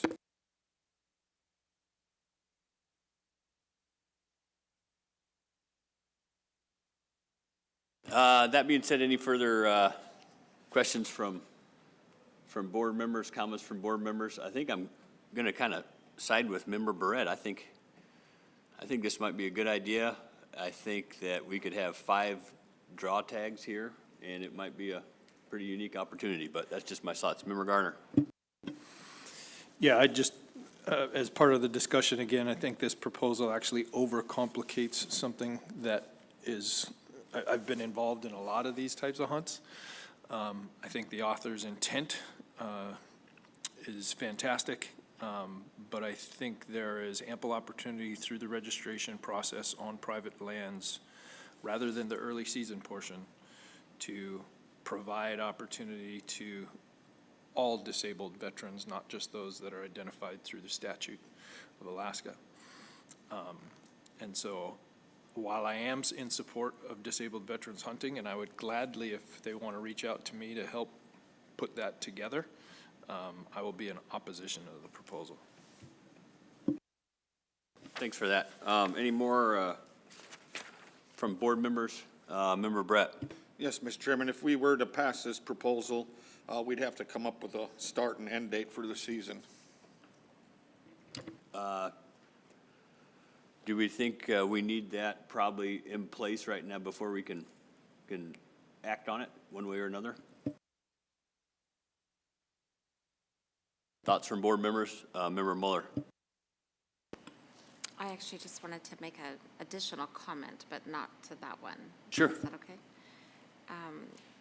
In looking at, we do have a draw permit that's out there, DM 795. And that one, the requirements on 795 is 100% service-connected disability. So we do have a draw permit out there that states 100%. Director Scott? Thank you, Mr. Chairman. Just a comment, because I don't know where you guys are going to end up going. If you do adopt this proposal, we're going to ask you for delayed implementation, at least by a year, so we can sort all this out without, I would ask you to consider that. And thanks for that comment, Member Mueller. And is that all, so that we do have 100% disabled threshold? And so we're not just bound to the 70% threshold, that we have the definition? Member Brett? That's another type of disabled person, is a military veteran that's disabled, and not everybody is served in the military, so then there's the civilian disability that Department of Law had read off to us also, and that I think Natalie had passed in the legislature. Natalie? Thank you, Mr. Chair. Yes, the board has previously authorized the disabled veterans hunts under a different statute, and those have been found to pass muster. The board has the authority to do what they've already been done. In this case, the proposal is not specifically for disabled veterans, it's for disabled persons. So what Department of Law read into the record about the board's ability and authority to restrict this hunt in particular to someone with 100% disability stands for this. The board has another set of rules to follow when it comes to the hunts for disabled veterans. Thank you for that explanation. Member Brett? Yeah, Natalie, and one more. What is the current opening dates for Unit 5A Yakutat, the state hunt? Oh, I'm sorry. Carl. Member Barrett, through the chair, for the area west of the Dangerous River, it opens on October 15th and runs to November 15th. I believe the proponent wanted it to be a week early.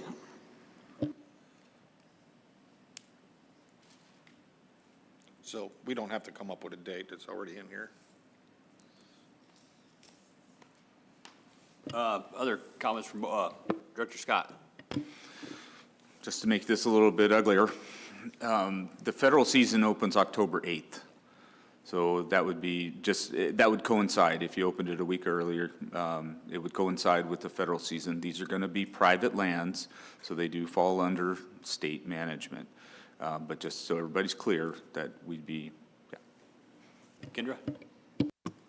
Oh, so through the chair, just since I've heard Member Barrett mention it again, I did kind of correct it earlier, but the state season west of, or excuse me, the federal season west of the Dangerous River is October 8th through November 15th, as the commission, or excuse me, the director mentioned. And then our closure to non-federally qualified users is October 8th through October 21st. George. Thank you, Mr. Chair. Just as a reminder to kind of clarify some of the comments made earlier in presentation, what have you.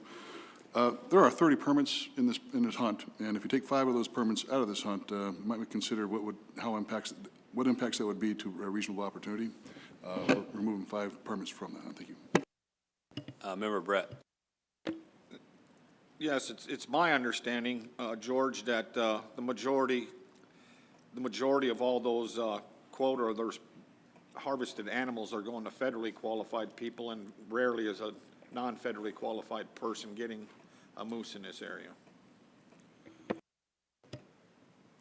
Director Scott. Thank you, Mr. Chairman, and through the chair, Member Barrett. You're absolutely correct on the west side of the dangerous river. The federal season has preempted the state season. Well, I've been going up there for many, many years, and it's been that way. We have been able, though, to work with the Forest Service as well as the RAC and the Federal Subsistence Board. The areas east of the dangerous are accessible by boat, some of them, ATVs in some places. And moose hunters being moose hunters, they get very inventive. They do have a new air taxi service out of Yakutat, and my understanding, I don't have the hard numbers, but he got a lot of business this year, and it was his first full year running, and many of them were from outside the Yakutat area. We also had people chartering airplanes out of Juneau to go up there.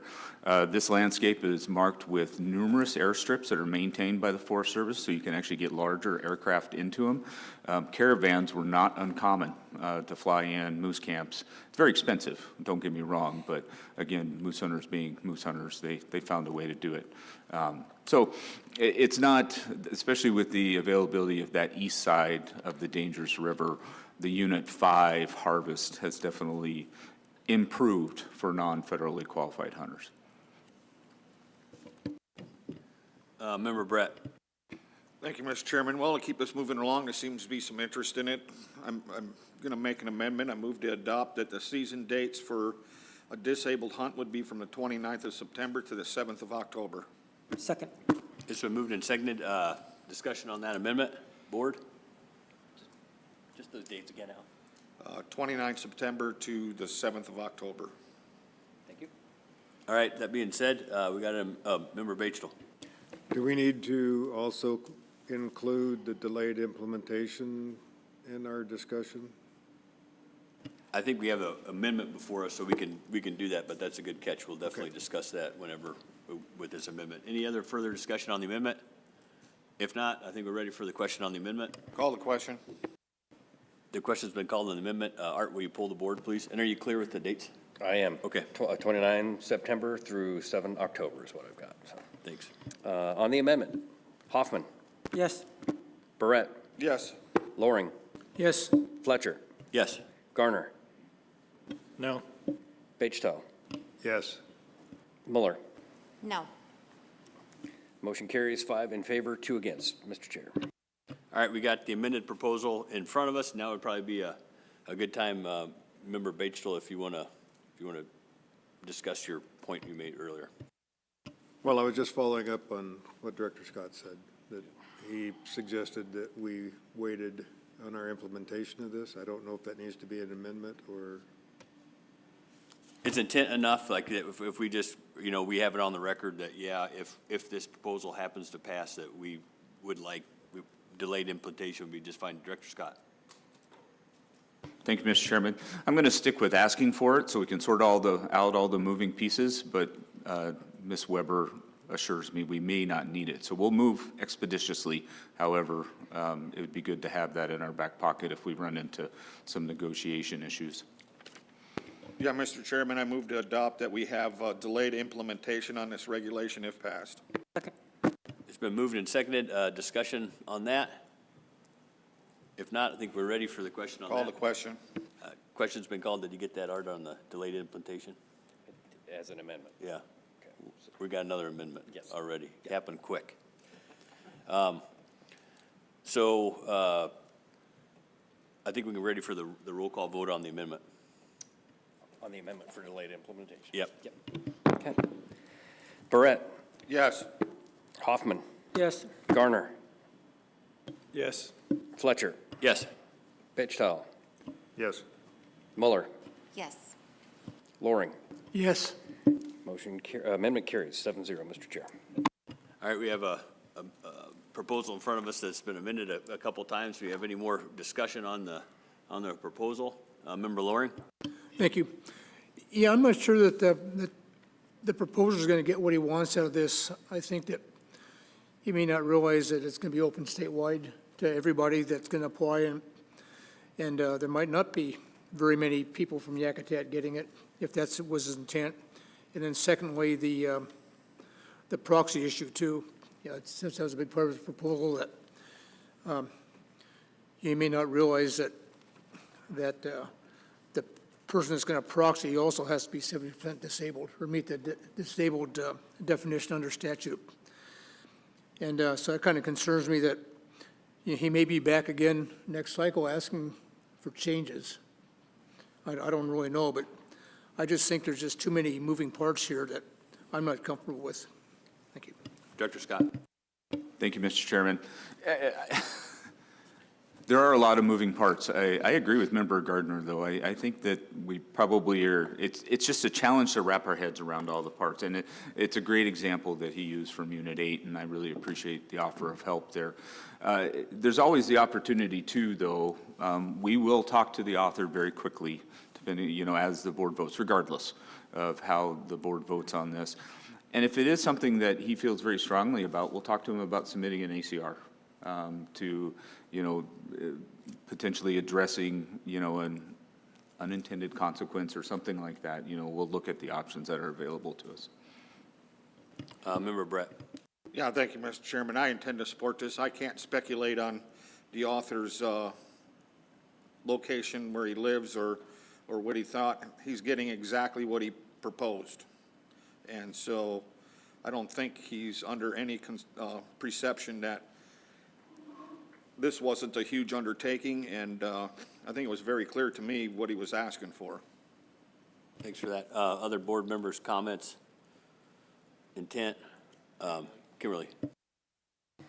Thank you, Mr. Chair. I just wanted to bring the board, to the extent that there are members stating their intent to support this proposal, to provide some clarity for the record about the state interest that you are seeking to serve by providing this particular hunt opportunity to address the common use question. Does a board member want to tackle that?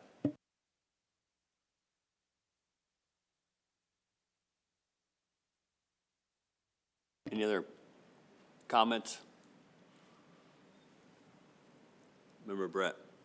Yeah, thank you, Mr. Chairman. To potentially build the record, I think providing an opportunity for disabled people in Alaska to have an opportunity that would be special to them, could suffice and comply with the equal access law. And there's no conservation concern with the moose population in the area. Thanks for that. Other board members? Member Mueller? Thank you, Mr. Chairman. I'm actually with Director Scott. I think that working with the individual and just clarifying and then possibly looking at it for an ACR.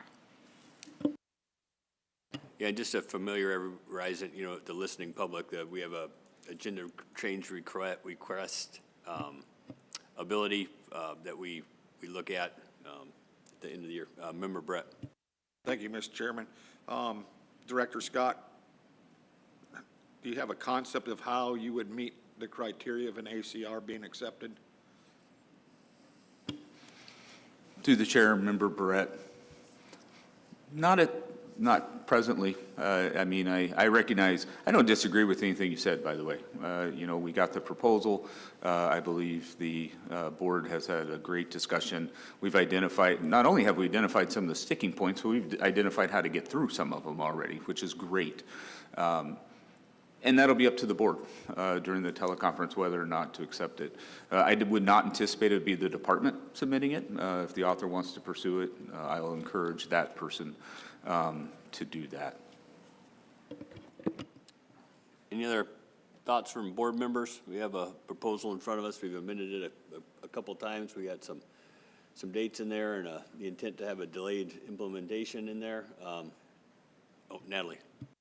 Thank you, Mr. Chair. While board members are pondering that, I just wanted to put something else on the record for this, just kind of a truth in advertising. If the board adopts a drawing permit to fulfill this, the statute does require that participants in this hunt must be accompanied by a hunter with a valid hunting license who is capable of retrieving game. So that statement would be in the drawing hunt supplement. So it's not specifically covered in the proposal, but if the board is to adopt a hunt like this, that will be one of the requirements. So I just wanted to put that on the record. Thanks for that. Further discussion from board members on this. You know, I kind of intended to support this, but the few questions that have been, you know, raised here, and, you know, I think there's a few more things that probably need to be worked out, and the best place to have it worked out would be to have the author involved in that process, but that's just what I'm thinking this second. So, any other board members? Call the question, Mr. Chairman. Question's been called. The board has heard no concerns from the public regarding costs to private persons if this regulation is adopted. Thank you for that. Art, will you pull the board? Final action on Proposal 30 as amended. Loring. No. Bedstone.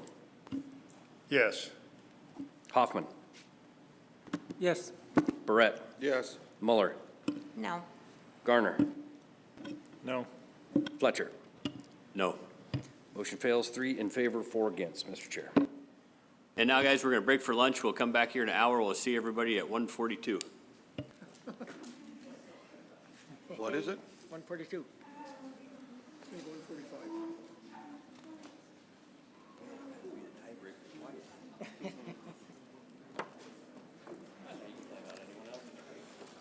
People have no concept of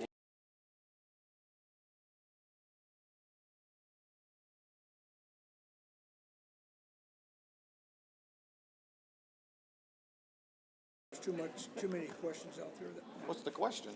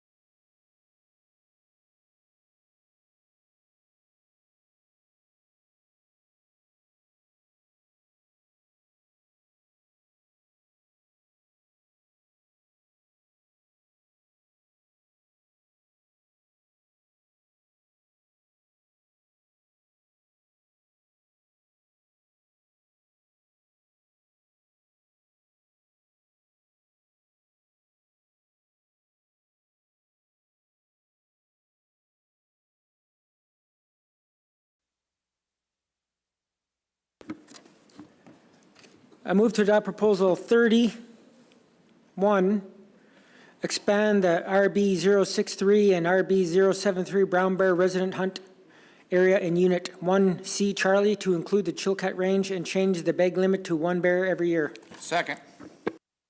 It's been moved and seconded. Thank you, Mr. Chairman. This is Proposal 31. It would change the brown bear bag limit in the Chilkat Range from 1 brown bear every 4 years to 1 every year by expanding the Berners Bay hunt to the Chilkat Range. It's a public proposal and the department is neutral. And just for some clarification, I don't know what your notes say, the author of the proposal did say they want this to be for all hunters, not just residents. They clarified that. So this proposal is technically identical to the next one. Why isn't it? Oh, okay. There is a positive CNT finding in Unit 1C outside of the Juneau non-subsistence area with an ANS of 1 bear. Hunters reported seeing more brown bears in recent years, and I'll try and gloss over anything we've already done before. I should have said that earlier. Hunters have reported seeing more brown bears in recent years. You know, maybe a couple of 2025 have said fewer bears. The average number of hunters increased slightly over the past 10 years, 12 to 14 a year. Okay, whoops. The area this would increase is that yellow area that's circled there. The area on the right in the red is the already 1 brown bear a year. That's the area they want to expand to where that yellow oval is. It's around Point Coubertin and near Glacier Bay Park boundary as well. And the other side is bounded by Excursion Inlet. We haven't done any recent surveys like we've talked about in the past. We don't have a brown bear estimate for this area. And so if we were to take a nearby density, the most recent one would be 2021 from GMU 1D. Then for the same amount of brown bear habitat, or I should say based on the amount of brown bear habitat there, then we'd have about 146 bears. Harvest by residents and non-residents over the past 10 years averaged 4 bears per year, ranging from 0 to 7 bears. And let's see. So this top bullet says the area supports between 68 and 146 bears. You know, just to emphasize again, that's based on applying densities from studies elsewhere. We don't have any information from there. And then again, it's a public proposal that would change the brown bear bag limit in the Chilkat Range from 1 brown bear every 4 years to 1 every year by expanding the Berners Bay hunt to the Chilkat Range. And then I have the statement for you here. To meet the board's statutory responsibility to the subsistence law, it should consider whether subsistence regulations continue to provide a reasonable opportunity for subsistence uses if the proposal is adopted. And I'm ready for questions. Hey, thank you for that. Thanks for that. Questions from board members? Member Brett. Yeah, thank you, Mr. Chairman. Could you remind me what the ANS is for the subsistence portion for the bears? I believe it's 1. Let me go back. I guess it's not on that one. Yeah, 1 bear. Sorry for the delay. No problem. Other questions from board members? Vice Chair Hoffman. Yeah, thank you. Just to clarify, I heard you say earlier, this is for residents and non-residents both. Member Hoppin through the chair, yes, thanks. I spoke specifically with the author. He's one of the AC members, and he confirmed it's for all hunters, non-residents, and residents. Member Loring? That was my question. I wonder if we need to amend the proposal to say that, because it doesn't say it up front, I don't think. Thank you. Director Scott. Thank you, Mr. Chairman. Just thinking back to yesterday, I believe Proposal 32 is exactly the same. Is that correct, Carl? But it has the language in it that says residents and residents. So Just a thought, you could table 31, take action on 32, come back to 31, and you wouldn't have to go through the amendment process if you wanted to do that. What a good idea. I think it's a good idea. Mr. Chair, I move to table Proposal 31. Second. It's been moved and seconded. I'll ask for unanimous consent on that. We'll table 31.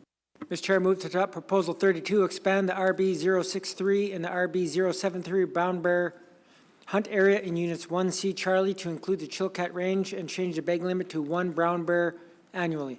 Second. It's been moved and seconded. I imagine it's almost the same presentation. Yes, that's correct, Mr. Chairman. It's exactly identical except for the proposal number change. Member Brett. Yeah, thank you, Mr. Chairman. That was moving fast. You know, I supported that table in the other one, but I'm not in support of the non-resident portion. I would ask that Carl, is the non-resident portion that's, you know, is obviously being guided, is that almost like fully allocated like it has the rest of the proposals we have addressed? I'm sorry, can you repeat the question? I'm not sure I understood. Oh, the guide concessions down here, they have a maximum amount of bears they can take or have opportunity for. Is that a fully allocated like it is in most of the other areas? It's limited. The Forest Service has given out 4, and there's, I don't believe any room, for any left over, if that's what you're asking. Yeah, okay, thank you. Member Garner. Thank you, Chair.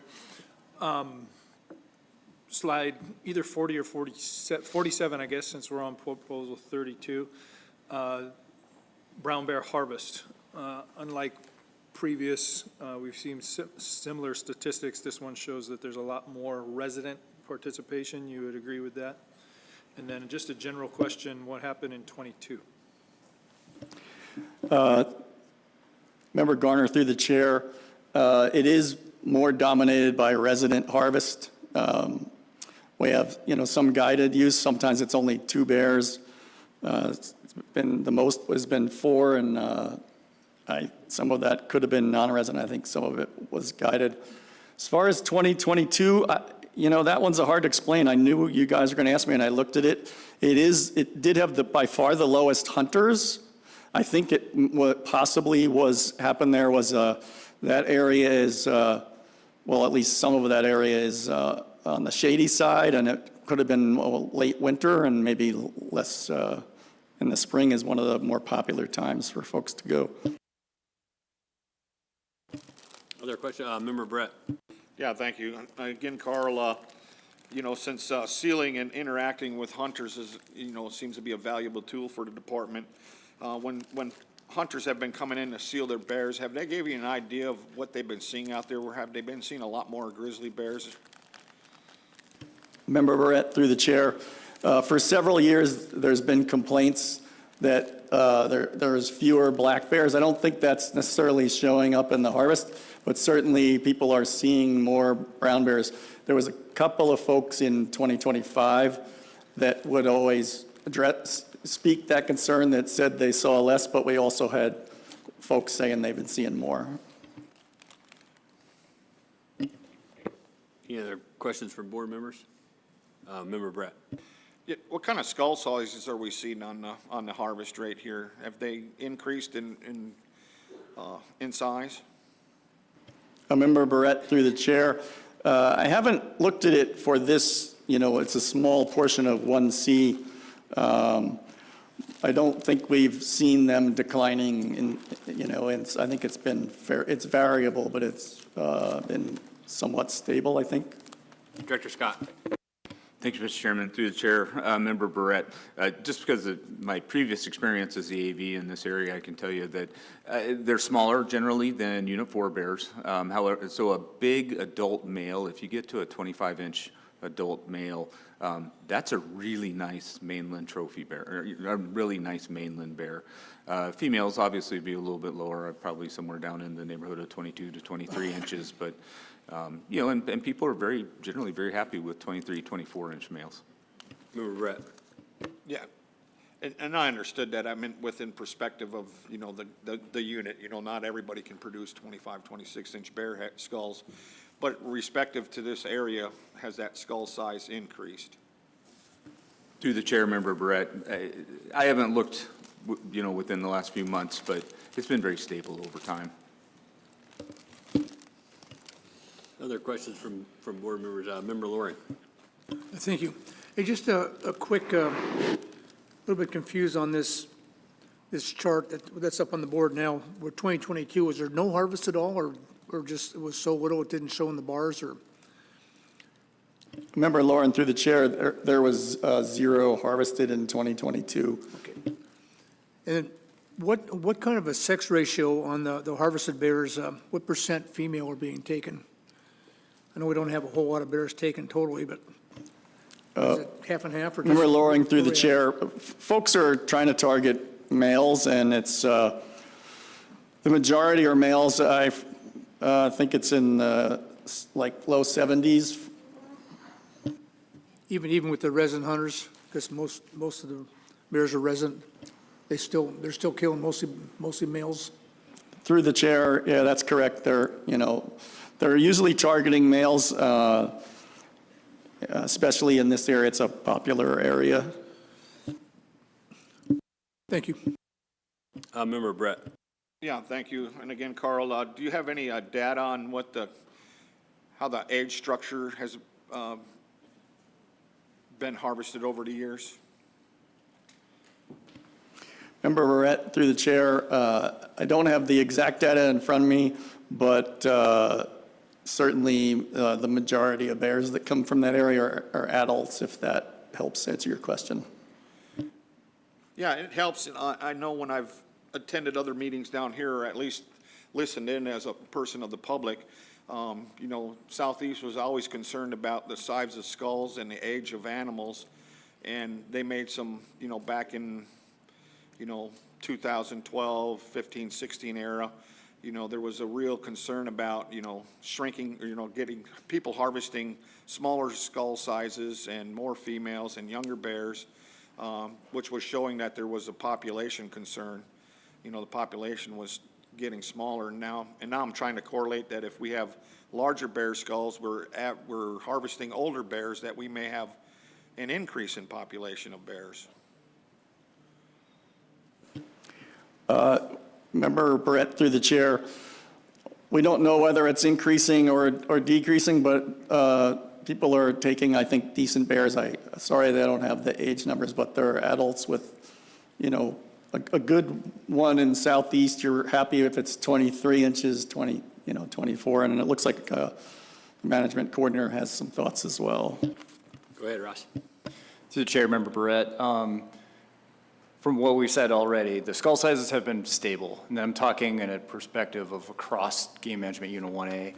And also the age that we have for our objective range for our management is 6.5 years old for males, and we've been averaging 8, so we're doing well. So that doesn't give us exactly what the population is, but it tells us that we're doing good. All right, thank you. Other questions from board members? I guess just to clarify just a little bit, because I know we tabled the previous proposal and took this one up. This proposal would include both residents and non-residents in the one bear bag limit. That's correct? Mr. Chairman, that's correct. I think that's why we moved to this proposal. It includes them all. Member Brett. Yeah, I was more concerned about it at the beginning, but, you know, realizing that guided hunters are non-residents, this proposal wouldn't really provide much, if any, opportunity to them because they're allocated on what their opportunities can exist. But I do support, you know, giving more opportunity to the to the residents. You want to have a little discussion on that, or do you want to make a, you know, it's about that? No, I don't. I mean, this proposal's fine, you know, because you added non-residents into it. But like I said, their portion of what they potentially have an opportunity to harvest is super limited by their perspectives, by what they're allowed to hunt or take. They can increase their take is what it boils down to. Other board members' thoughts on that? Oh, Member Garner. Thank you, Mr. Chair. Yeah, I concur with that. You know, I'm looking at the department states that there's no concern. And since there's, again, we're in a spot where there's no survey. It's been a long time since there's a survey been had, but in lieu of that, and it's even in the department's report, you go with the hunters reporting that they've seen a pretty good increase in bears there, which provides additional opportunity and wouldn't, based off of Al's comment, wouldn't impact the non-resident numbers, so I would be in support of the proposal. I guess my few thoughts on it. I would, when I look up here, I realize there's very few bears that are taken here. In the non-resident portion of this, there's hardly any bears. But it isn't so much a concern, but, you know, I believe that a non-resident, they could hypothetically come back year after year after year and take a bear, might be tempted to harvest a non-trophy class animal because the next year they can come back on the end of it. So, you know, I guess as this is right now, I can't support it. However, if we remove the non-resident part of this, I probably could support it. Member Brett. Thank you, Mr. Chairman. I amend this proposal. I move to adopt that we remove the non-resident portion of this proposal and limit it to just residents only. Second. So just to clarify that, the non-resident would still remain 1 every 4, and resident would be annually, it would be bag limit of 1. Yes. Discussion on that amendment? Member Brett. Yeah, thank you, Mr. Chairman. I think we have some harvestable surplus in this population. I think there's been some anecdotal information that people using the area have seen quite a bit more bears, grizzly bears, and have seen less black bears. I believe our skull sizes and our bear-sow ratio have all been good and stable. And I think it would, I think we'll be able to sustainably hold an opportunity to harvest a few more bears. Thank you for that. Member Loring. Thank you. I'll be supporting the amendment also, and, you know, I really support giving additional opportunity to residents, even though I don't think that very many bears will be killed. There's not a lot of residents, at least over history, will go back and take a second brown bear, you know, but some will. And so there's going to be opportunity there, and for non-residents, I don't think that they would be doing the same either. So I have no problem removing them from the mix. And so I'll be supporting this amendment. Any further discussion on the amendment? And everybody clear what we amended it to? If so, I think we might be ready for a question on the amendment. Call a question. Question has been called on the amendment. Art, will you pull the board, please? On the amendment. Bagetow. Yes. Sorry, I keep getting that wrong. Fletcher. Yes. Barrett. Yes. Loring. Yes. Hoffman. Yes. Mueller. Yes. Garner. Yes. Amendment carries 7-0, Mr. Chair. Thanks. Any further discussion from board members on this? Intent, concern? If there's no further questions, we might be ready for the question on the proposal.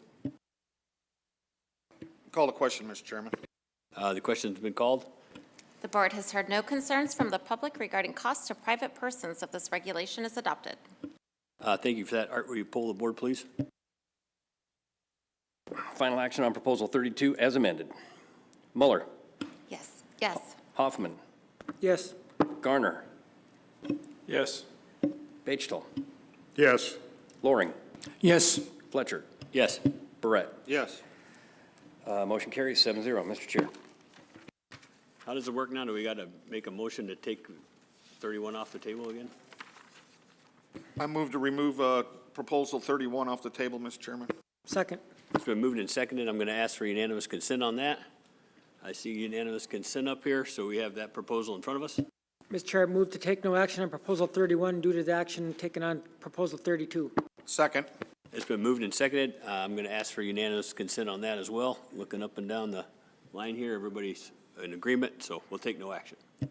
Mr. Chair, I move to adopt Proposal 33, change the bag limit for hunting brown bear in Unit 5 to 1 brown bear every regulatory year instead of 1 bear every 4 regulatory years. Second.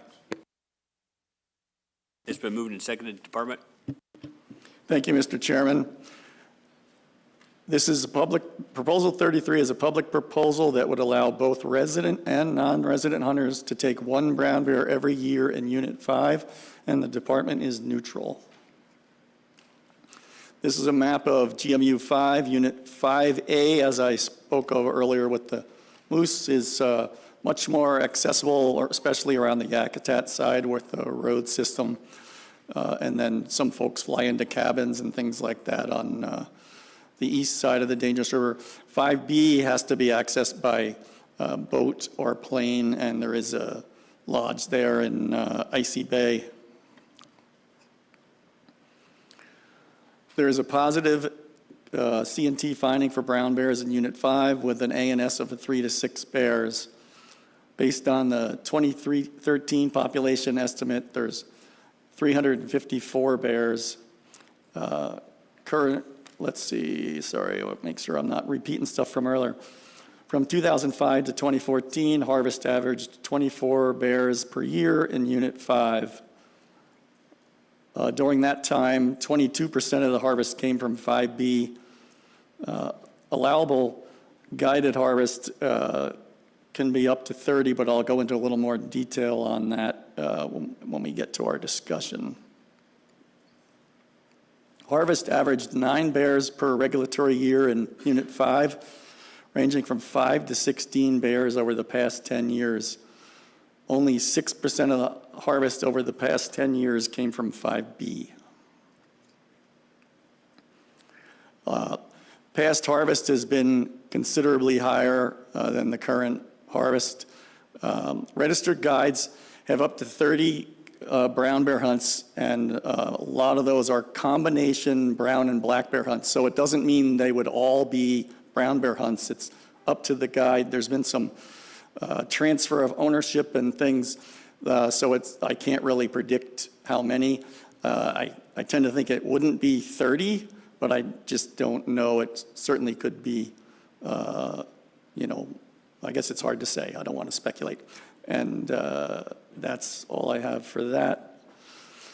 Effective Proposal 33 is that it would allow 1 brown bear every year in Unit 5 for residents and non-residents, and the department is neutral. And the subsistence statement, to meet the board's statutory responsibility to the subsistence law, it should consider whether subsistence regulations continue to provide a reasonable opportunity for subsistence uses if the proposal is adopted. And I kind of zoomed through that because we've been talking about brown bears so much, so happy to take any questions or if you need me to go back over anything. Thanks for that, and thanks for talking about the different, about the guided portion they could take. They just have to decide if it's a black bear or a brown bear. That's pretty unique. I've never heard about that in a permitting system before. Any questions from board members? Member Brett. Yeah, thank you, and thank you again, Carl. What do you attribute to the higher harvest here that exceeds the 4% of the bear management plan? Are you talking about the 1 year there? You had it on the map there, or the one slide before that. There you go, right there. It says 4% of the population estimate. I'm sorry, yeah, in the previous decade. I misunderstood the question. There was a lot more in 5B. I think it was a different owner of the Icy Bay Lodge, and I'm not entirely sure, but some of that was in 5B. And I guess I should mention that the guided hunts currently are only authorized for 5A. Just to follow up on that, so how was that guide or guides able to exceed, you know, the brown bear management plan expectations. The Forest Service authorizes the number of hunts, and so we don't have a say in how many hunts they authorize. I'm not sure that gets at your, if that answers your. Kind of shows me that at least the Forest Service is not 100% bound by the brown bear management plan. Director Scott. Through the chair, Member Barrett. Also, if you look at the harvest over time, you know, we're not beholden to the 4%, and we recognize that Unit 5 is different. We're also very fortunate to have a very recent estimate, density estimate. The other thing is we don't just EO seasons if we bump up against 4%, 5%, 7%, 10%. We oftentimes look at it in a multi-year view as well. So that explains why, I mean, we're not out to stop an economic opportunity in Unit 5. Other questions from board members? Member Batchel. Yeah, Carl, oh, go ahead. Oh, go ahead, Carl. Just a reminder, the brown bear management plan applies to Unit 4, not Unit 5. We have done a socially acceptable, you know, sort of, but yeah, it doesn't apply to Unit 5. Yeah, thank you for that piece. I forget about that. Other questions from board members? Oh, Member Batchel, sorry. So you said that guided hunts are only authorized in Unit 5A at this time. Is that because of a concern for population or access? What drives that? Member Batchel, through the chair, to be honest, I don't know. I've been kind of new in this position about 2 years. I don't know if Director Scott remembers from his AB days, but when I saw the information that was provided to me this year, all of the guide use areas that are currently in Unit 5A, I don't know if that's also guide preference, possibly, but I'm not sure. Director Scott. Thank you, Mr. Chairman, through the chair, Member Batchel. So the 5B site is wholly within the Wrangell St. Elias National Preserve. I can't speak to whether or not they have, would offer any hunts, but it is a different management agency. Thank you. Other questions from board members? I guess I got a quick question. You said the average take was like 24 bears a year. Is that correct? That was correct for the past, from 2005 to 2014. Any other questions from board members? Member Brett. Yeah, I think I have just this last one here. Do you expect any kind of impact to the skull sizes and sex of harvested bears? Would you think that sex ratio would go up or down, or skull sizes might move or stay stable? Member Barrett, through the chair, I think they've been stable. You're asking would they not be if it increases? It's hard to say. If we provided this extra opportunity. Oh, for this extra, I don't think this would have a large effect on skull sizes. Thank you. Member Loring. Thank you. You might not have this information, but other units that have gone from one bear every 4 to one bear every year, they've been in effect for a while now. Has the department looked at the number of additional bears that have been harvested when that regulation scheme changed? And if they have, what kind of percentage it was and how that would affect, if it happened here, what your number of bears would increase? You understand what I was saying? Member Lauren, through the chair, I believe I understand what you're saying. Berners Bay is the only place that went from every 4 years to every year. And, you know, just looking at the time since that occurred, none of the hunters' names are the same twice, even in the whole 10 years. It's possible, because of the way our bag limits work, that someone could go from a one bear, or I should say a one bear every year, and the next year go into the 4 bear area, because you can take one every year. or have taken one in the four-bear area every 4 years, sorry, not four-bear area, the one every 4-year area, and come back to Berners Bay. I did not cross-reference other units. I'm guessing it's not common based on the fact there were none in Berners Bay, but it is a much smaller area. Director Scott. Thank you, Mr. Chairman, and through the chair, Member Loring. I don't have hard numbers for you, but it's low. You know, most people are interested in, you know, especially across the board, it's low. There are people who, they get after it, you know, for sure, and they may take a bear every year. You know, we have lots of places in Alaska, very different systems, I don't want to confuse that point, that we have multiple bear bag limits. Right, and that's low too, seeing people, you know, take two. As indicated, I believe in Mr. Krupe's regional overview, Berners Bay is pretty unique. It's pretty specialized to get in there and to get to areas where you could access bears. You know, airboats are good, airplanes are very limited, jet boats can get you to a certain point, things like that. Yakutat's a little bit different. It has a jet service, you know, one jet north, one jet south each day. It has a good road system. It actually has the other bridge to nowhere at the end of the road, and, you know, lots of logging opportunities. So it's hard to know. I mean, I think just given the experience that we have in the room and the board has, you know, it's probably unlikely we're going to see a huge uptick. But I appreciate the conversation because there is some access available there, and there's some really nice bears, by the way. Member Loring.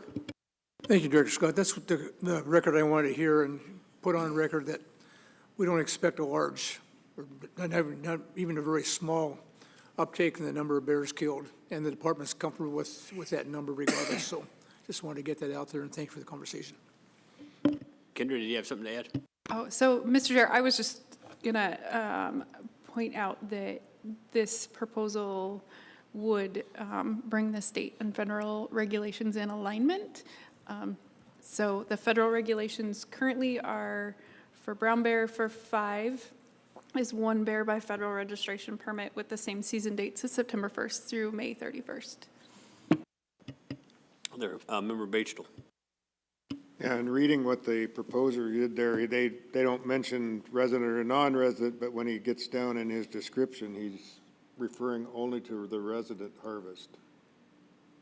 And there he says that unit deters resident participation, so he doesn't mention non-resident harvest in that. But just to clarify, this proposal includes both resident and non-resident. That's correct? I believe that's correct. That's what I had. Let me just.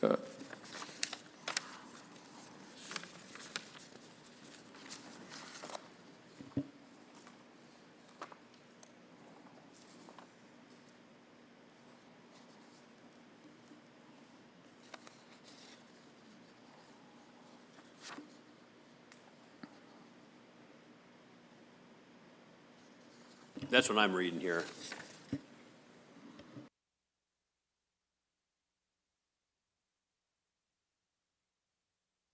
Member Loring. Yeah, thank you. I'm reading the same thing right here in the proposal 32, and the issues that it covers both, and that's what I'd be voting on, would be both residents and non-residents, unless it's amended out. Other board members, questions, comments, intent? If I'm not looking up and down the line, I'm hearing none of that, so we might be ready for the question. Member Brett. I'll build the record some more on some of my intent. I intend to support this proposal. One, it clears up some regulatory complications with federally qualified opportunities, which actually aligns with them now. So that would be a good thing. I don't think it is likely that the harvest will be significantly increased, that it would change the dynamics of that population in Area 5. So with those few reasons, I'm willing to support this. Thanks for that. That being said, Art, will you call the question? The question's been called. The board has heard no concerns from the public regarding costs to private persons if this regulation is adopted. Thank you for that. And Art, will you poll the board, please? Final action on Proposal 33. Loring. Yes. Batesville. Yes. Hoffman. Yes. Barrett. Yes. Mueller. Yes. Garner. Yes. Fletcher. No. Motion carries 6 in favor, 1 against. Mr. Chair. Mr. Chair, move to adopt Proposal 34, allow archery-only hunting for big game in the Juneau Road System, closed area in Unit 1C, Charlie. Second. It's been moved and seconded. I think we're having a seat change there, and take it away whenever you're ready.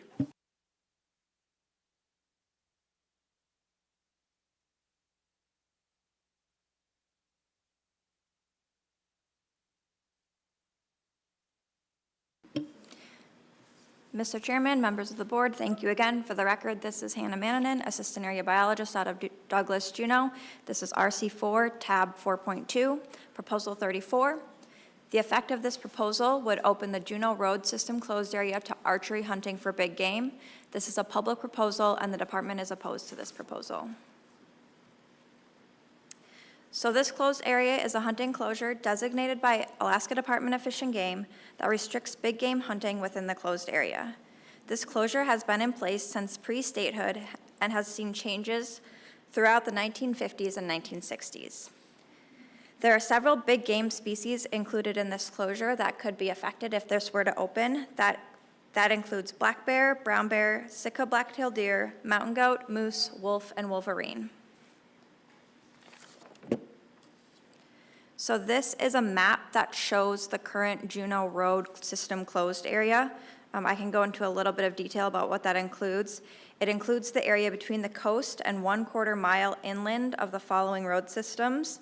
So it's from Glacier Highway from mile 0 to the northern bank at Peterson Creek. So that's on the mainland side. And then it also includes Mendenhall Loop Road and Thane Road. Thane Road is the southern end on the mainland side. And then also from Douglas Highway, it includes from Douglas city limits north to Fish Creek. So everything in that red buffered area. So archery hunting is allowed in other places in Alaska. However, due to the population size of Juneau and the property boundaries within Juneau, allowing archery hunting in this closed area could lead to greater conflict and trespass concerns. Allowing archery hunting here could also lead to increased response from Alaska Department of Fish and Game and the Alaska Wildlife Troopers. There was a recent study done by a master's student on the Juneau bears and how people felt about bears in and around Juneau. She surveyed, I should say, about 750 people. 93% of those responses said they enjoyed living around bears, and 70% of respondents said they do not want bears reduced by hunting. We also do not have evidence of an increasing population of brown bears around Juneau. I also want to say there may be years in Juneau where we see more black bears or we have an increased presence of black bears. That may be due to increased attractants in the area, and it could be also due to available resources that bears rely on. I also want to mention that the department has been and still does respond to bear issues and conflicts and interactions if the public does need that. And then there is still a CBJ ordinance that would be in place even if the department were to open up archery hunting. So again, this proposal 34 would open the Juneau Road System closed area to archery hunting for big game. It is a public proposal. The department is opposed to this proposal because of the potential for wounded game near highly populated areas. The department does not expect the adoption of this proposal to decrease human-bear conflict in the Juneau area. Thank you. Member Brett. Yeah, thank you, Mr. Chairman. Was that the city of Juneau that, do they restrict people using archery equipment within city limits? Through the chair, Member Brett. Yes, so there is a CBJ ordinance. I can read it really quick if you would like. Oh, yeah, please. Yeah, so it prohibits firearms and other missiles from being used. No person shall carry or discharge an air rifle, firearm, slingshot, or throw stones or other missiles within the limits of any area designated in section 67.01.030. So there is still a CBJ ordinance as well. So somehow the projectile would be an arrow? Is that how they're, because they didn't mention archery equipment by name at all. Through the chair, Member Brett, how I read that, and somebody else may disagree with me, but how I read it is like if they're including throwing stones and other missiles, slingshots, things like that, I do think that would include archery as well, but maybe somebody else can note that differently. It doesn't specifically say archery, though. You are correct. I'm going to ask my lawyer. Mr. Chair, to be 100% sure, I'd want to have an opportunity to look a little closer at the CBJ ordinances, but how it was read to me does sound like it would include archery. Yeah, Member Brett. So the residents of Juneau can't put an archery target up in their backyard and participate in the art of archery.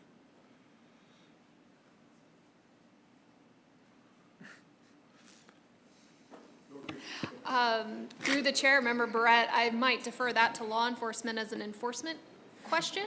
But if the city and borough of Juneau precludes archery in the city limits, then that would presumably include that conduct, yes. Member Mueller. Thank you, Mr. Chair. I would like to point out that there is a record copy number 18, that they made some changes to these proposals, 34 and 35. Thank you for that. Board members, more questions? Member Loring. Thank you. Can you give us, for staff, can you give us an idea what the landowner status is in this area? Is it mostly private property? Is there a lot of maybe state land that's undeveloped or borough land? What are we looking at as far as on this quarter-mile buffer in this closed area? What type of property ownership is it? Through the chair, Member Loring. Yeah, so I would say in that buffer, and I will go back to the map just to be more clear. So within that buffer, that is pretty much our most residential zones within Juneau. That's where most of our land ownership is, private land ownership, kind of suburbia, if you will. So a lot of that is private property and fairly small parcel sizes at that. Okay, and so in other areas, I know a hunter would have to get landowner permission to hunt. It'd probably be the same here. If we did pass this, they'd still have to get a landowner permission to be on that private property. Is that correct? Through the chair, Member Loring, yes, that would be correct, or on their own private property. And I know this has been in effect forever, at least before statehood. And, everybody knows about it. Everybody knows what to expect, one way or the other. But are there areas in there that aren't private property that are a little bit bigger that can be carved out to allow archery hunting? Or is that just too much of an ask? Director Scott. Yeah, through the chair, Member Loring. As Hannah mentioned, the road closure encompasses the high-density housing per se, for the Juneau area. Most of the parcels are pretty darn small. We don't have a lot of places left to build. There is a mix of city land. There is quite a bit of city land. There's also a little bit of Forest Service land too, as well, but it is predominantly smaller residential parcels or subdivisions, if you will. Member Brett. So for clarification, all those roads, some of them lie outside city limits?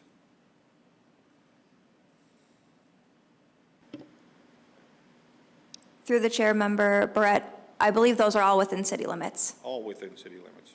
Yeah, and I should add that Peterson Creek, I believe, is at about mile 26. That's that northernmost area on the map. And so then this closure does not extend past that, and the end of the road, so out the road, is at about mile 42. Director Scott. Thank you, Mr. Chairman.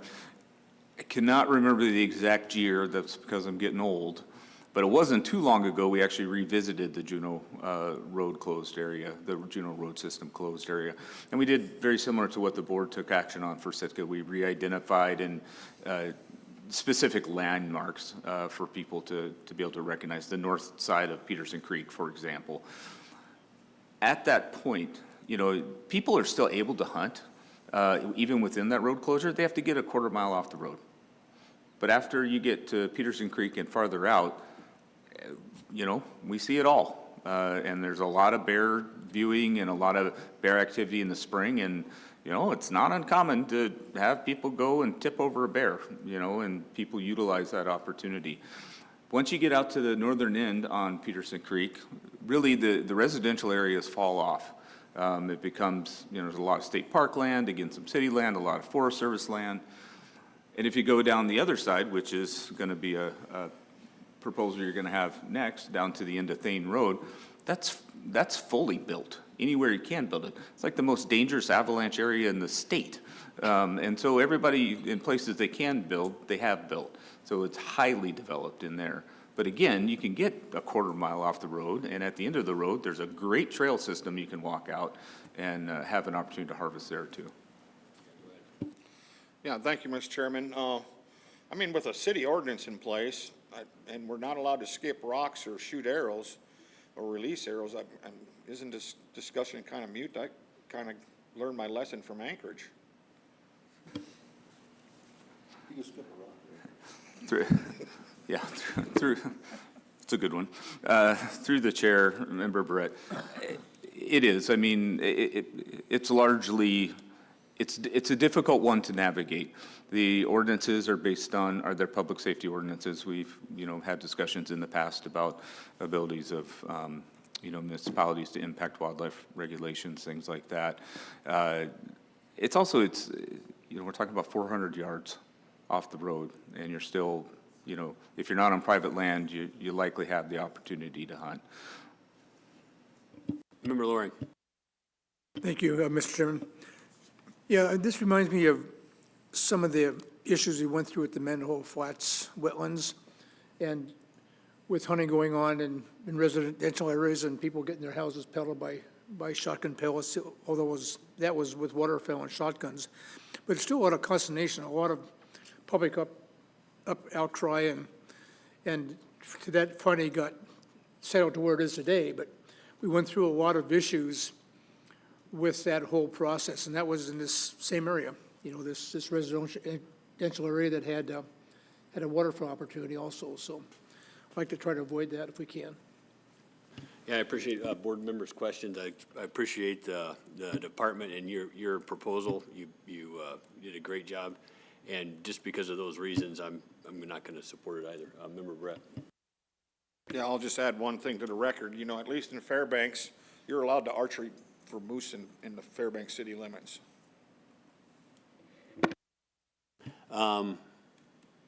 Member Mueller.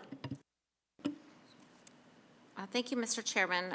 The proposal states that this resident couple had moved to Juneau a couple years ago. They were living on the Kenai, and on the Kenai, apparently, there's also a city limit moose hunt.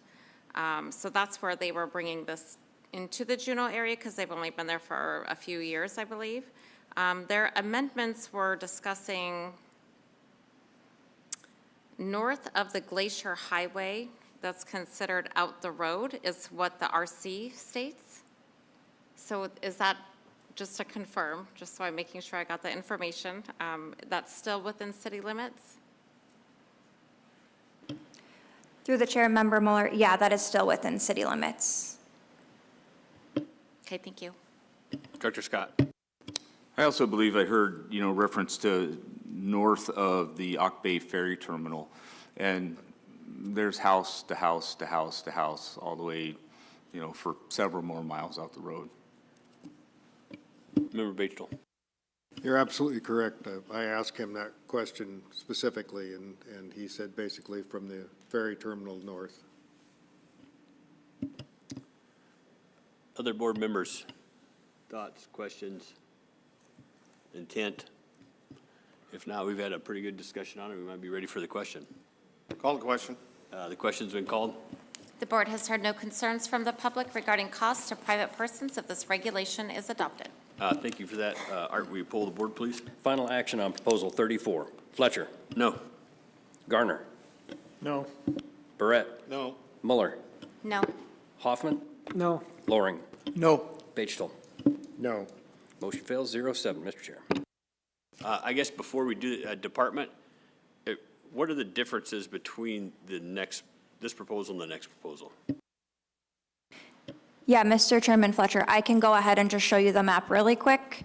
So the only difference is that the proposal 35 is asking for only the area highlighted in that yellow square, still has all the same concerns as proposal 34 did. Member Brett. Just, is that yellow area within city limits?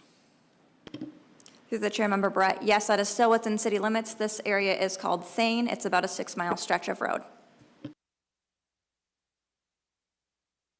Mr. Chair, I move to take no action on proposal 35 due to the action taken on 34. Second. It's been a motion to take no action. I'm going to look up and down the line for unanimous consent on that, and I'm seeing that, so we'll take no action. Mr. Chair, I move to adopt proposal 36, shift the ptarmigan season in Unit 1C Charlie to start August 15 instead of August what? 1? 1. Okay.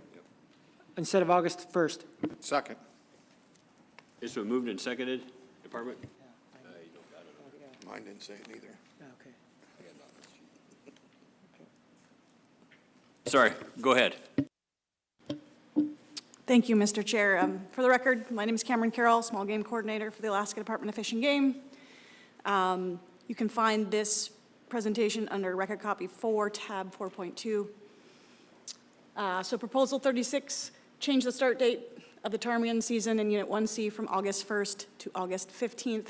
This is a public proposal. The department's neutral. This next slide just highlights the area of interest for this proposal, which is 1C, the area with Juneau and Gustavus as communities. Current regulations for units 1 through 5, including 1C, are season dates August 1st through May 15th, bag and possession limits of 20 per day, 40 in possession. The board earlier in this meeting did have a positive C&T finding for ptarmigan and grouse, but at this time there's no ANS that has been determined.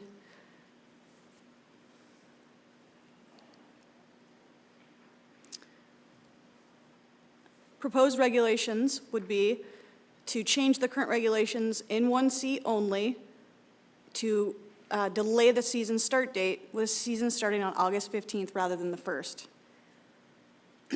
Subsistence wants to remind the board that to meet the board's statutory responsibility subsistence law, it should consider whether subsistence regulations continue to provide a reasonable opportunity for subsistence use if the proposal is adopted. Season dates for ptarmigan have remained the same since regulatory year 1968 and bag and possession limits since 1965. And as I mentioned in a previous slide, the start dates for the ptarmigan season in Unit 1C is August 1st, which is different from most units throughout the state that start on August 10th. There are a few exceptions, including the Eklutna Management Area where the start date is September 1st, and in Unit 13B where the start date is August 20th. And that is a recent change that the board did in March of 2025. So that is a recent change for Unit 13B.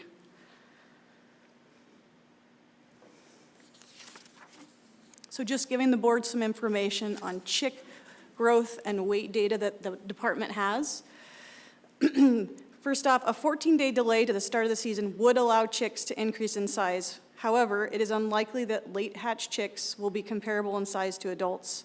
And even some earlier hatch chicks might not reach adult size by the date that the proponent suggests. There have been no research studies on ptarmigan that have occurred in Southeast Alaska. However, data on the date of hatch for willow ptarmigan in British Columbia suggest hatch dates from populations at approximately the same latitude may be similar to those in south central and interior Alaska, where hatch generally occurs between mid to late June. However, hens that lose nests early in the season may re-nest, and those nests may not hatch until early or mid-July. Observations during brood surveys conducted by Fish and Game staff and volunteers are that ptarmigan chicks are often approximately half the size of adults. These surveys are generally done at the end of July or early August. Data on chick weights from research conducted in South Central and Interior support these anecdotal observations. A 3-year study of willow ptarmigan in Unit 13E found average chick rates were approximately 70% of adults just prior to the start of the hunting season on August 10th. And a separate 2-year study found average weights of rock ptarmigan chicks captured just prior to the hunting season in Unit 25C were approximately 75% of adult weights.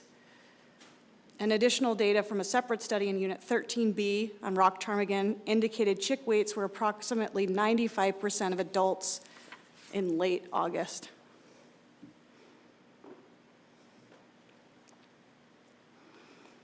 The department is neutral on this proposal as there's no conservation concern regarding ptarmigan in Unit 1C. The 14-day delay will allow chicks more time to increase in size. However, approximately 25 to 30% of them may not reach adult size until the end of August. Again, Proposal 36 is to change the start date of the ptarmigan season from August 1st to August 15th. This is a public proposal, and the department is neutral. Very good presentation. Thank you for that. Member Brett. Yeah, thank you, Mr. Chairman. Thank you, Cam. Did I hear you right? You were using some data from 25C? Through the chair, Member Brett, that is correct. Isn't that a little far north? That is pretty far north, but data from BC Columbia, which is a little bit closer in a latitude to southeast Alaska, indicates that hatch dates are similar to South Central and Interior Alaska, which is something I did mention at the beginning of my presentation. So, yeah, so it makes sense to sort of use that information. It might be slightly earlier, but it's probably around the same time. Member Loring. Thank you. What kind of pressure happens on the ptarmigan population down here in southeast in this area as far as hunting pressure goes? I know some of the areas that have reduced seasons in the interior is because there's a lot of either snow machine access or there's quite a bit of pressure like on Tangle Lakes or those places where the season's been reduced. What's happening down here as far as hunting pressure? Through the chair, Member Loring, I think that's a great question. Thanks for asking that. I would say generally from what I understand, it's limited hunting pressure. There are certainly some avid ptarmigan hunters. I know of at least one in the Juneau area who's a pretty avid ptarmigan hunter. But in terms of comparing harvest to areas like the interior and south central along the Denali Highway, I think pressure is quite reduced. There may be some localized pressure along popular hiking routes. Thank you. Just a follow-up question. So I know with a lot of bird species, I mean, all the way across the board, they have a lot of babies, but very few of them make it to adulthood. So are we taking away opportunity by shortening the season, even though they might be smaller? I mean, how many of those young are going to continue to live past that first 2 weeks? I know there's been studies with that, and what's your idea or your opinion on that? Through the chair, Member Loring. Yeah, so chick survival for grouse and ptarmigan is generally pretty low. And it tends to be lowest in the first couple of weeks post-hatch. So, in terms of the hunting season and what managers are looking for is we're hoping for good production, but we're also hoping that there's a lot of juveniles, and those are the ones that, likely won't make it through the year. But if we have a lot of them, then we have a lot of hunting opportunity, which gets to like compensatory mortality if we want to go down that road, but I don't know if we do. So these chicks are definitely going to be smaller until later in August. But if you just delay the season for 14 days, they're not really going to be adult, a lot of them won't be adult size, and you will be taking some opportunity away. Thank you. Have you had a chance to talk to some of these avid ptarmigan hunters, what their feelings are if they lost these first 2 weeks? I mean, do they care, or is it going to really affect their opportunity? Through the chair, Member Loring, I think you heard from a few, let's see, I think you actually heard from the Juneau AC, might have been the chair or the vice chair. I think they ended up not supporting the proposal, but I think it did have a pretty lengthy discussion and healthy discussion within their group. So in terms of, you know, the little that I know there, I think that there are some people that might be willing to give up some opportunity. Obviously, that proponent wants to see bigger birds, but some folks just want to get out and be able to hunt August 1st. Other questions from board members? Member Brett. Yeah, thank you. Thank you again, Cam. When it comes to the hatch, what portion of the hatch is what you would consider late? Through the chair, Member Barrett, thanks for that question. I would say it's a relatively small portion, but these hens, if they lose a nest early, they will likely re-nest. If they lose one late during incubation, they often do not. So in terms of breaking that down to the proportion for you, I don't think I can do that, but second nests or later nests are going to definitely be reduced compared to earlier nests. Okay, thank you. Other questions from board members? Vice Chair Hoffman. Yeah, thank you. Quick question. When does school start in Juneau? Is it September 1st?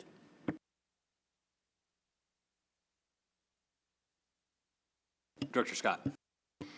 Through the chair, Member Hoffman, it's been a few years since I had kids starting school, but generally that third week of August, towards the tail end of August.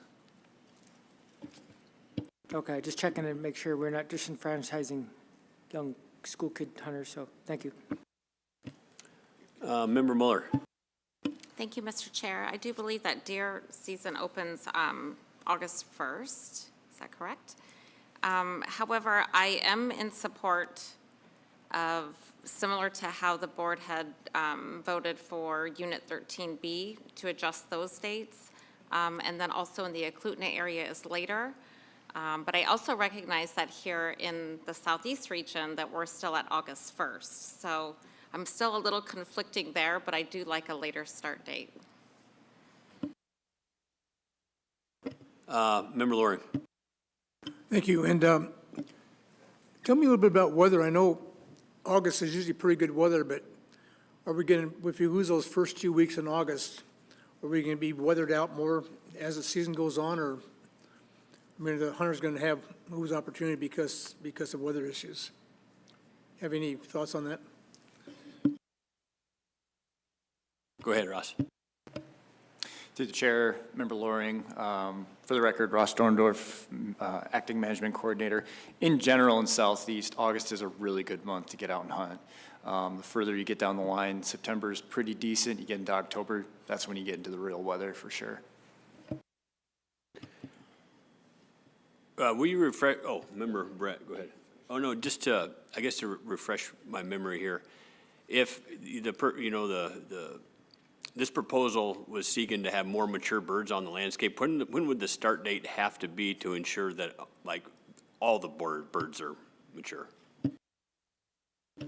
Yeah, Mr. Chair, I think the data that we have from Alaska, and they also have from, well, primarily Alaska in south central and interior, is you'd have to go to the end of August, possibly early September, before a lot of those birds are adult size.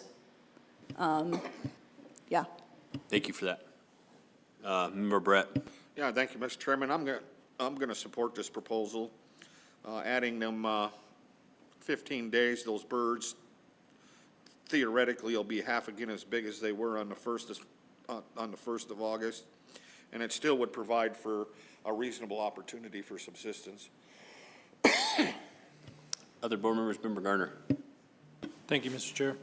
I think kind of inadvertently, the proposer may have, I'm thinking of this the other way, is that by having an early start date, the young birds, chicks, are easily identifiable and not taken. And by pushing it out to an August 15th, you now have juveniles that may be taken in mistake for adults because they are more proportionate in size.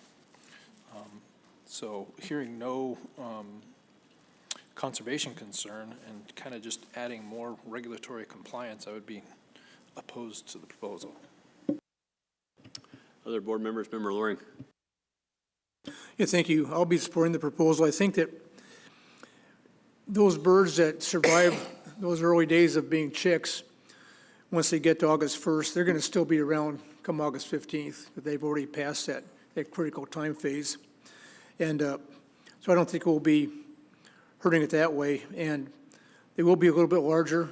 Same number of birds are going to be on the landscape on either the 1st or the 15th date. And it's, in the interior, we've moved to later dates, and those have been well received and been successful, so I'll be supporting it. Thank you. Vice Chair Hoffman. Yeah, thank you, Mr. Chair. I just I think we heard it in the beginning of your presentation. How long has this current harvest limit been in place? Through the chair, Member Hoffman, yeah, it's been in place for about 40 years. I think it was, need to look back at my notes here. Yeah, season dates have remained the same since 1968. Yeah, thank you for that. That's what I thought I heard. And since the department doesn't have a conservation concern and these have been in place for forever, I don't see, I wouldn't be in support of changing this. I just think we keep it simpler and leave it the way it is. Thanks for that. Other board members, thoughts, comments? Member Loring. Yeah, thank you on reconsideration, especially with information from Member Hoffman. I'll be changing my position and be opposing it. Thank you. Thanks. Kendra. So, Mr. Chair, I was just, while residents of Juneau are not federally qualified users, anyone else residing in that unit is, and the federal season will still remain the same, which currently both state and federal seasons are aligned. So federally qualified users would still be able to hunt on that August 1st date unless somebody puts in a proposal to change that come next year. Thanks for that. Director Scott. I have to redeem myself, Mr. Chairman. I went back and looked at the school calendar. So it's the middle of August, the last few months, or last few years, August 15th, August 16th, things like that. Start date for school. Other comments from board members, intent, and if not here, we might be ready for the question. Call the question. The question's been called. The board has heard no concern from the public regarding costs to private persons if this regulation is adopted. Thanks for that. Art, will you pull the board, please? Final action on proposal 36. Pagetold. No. Fletcher. No. Barrett. No. Loring. No. Hoffman. No. Muller. No. Garner. No. Motion fails 0-7, Mr. Chair. Thank you. And now I think we're going to take a 10-minute break here. We'll come back and we'll get into the next units.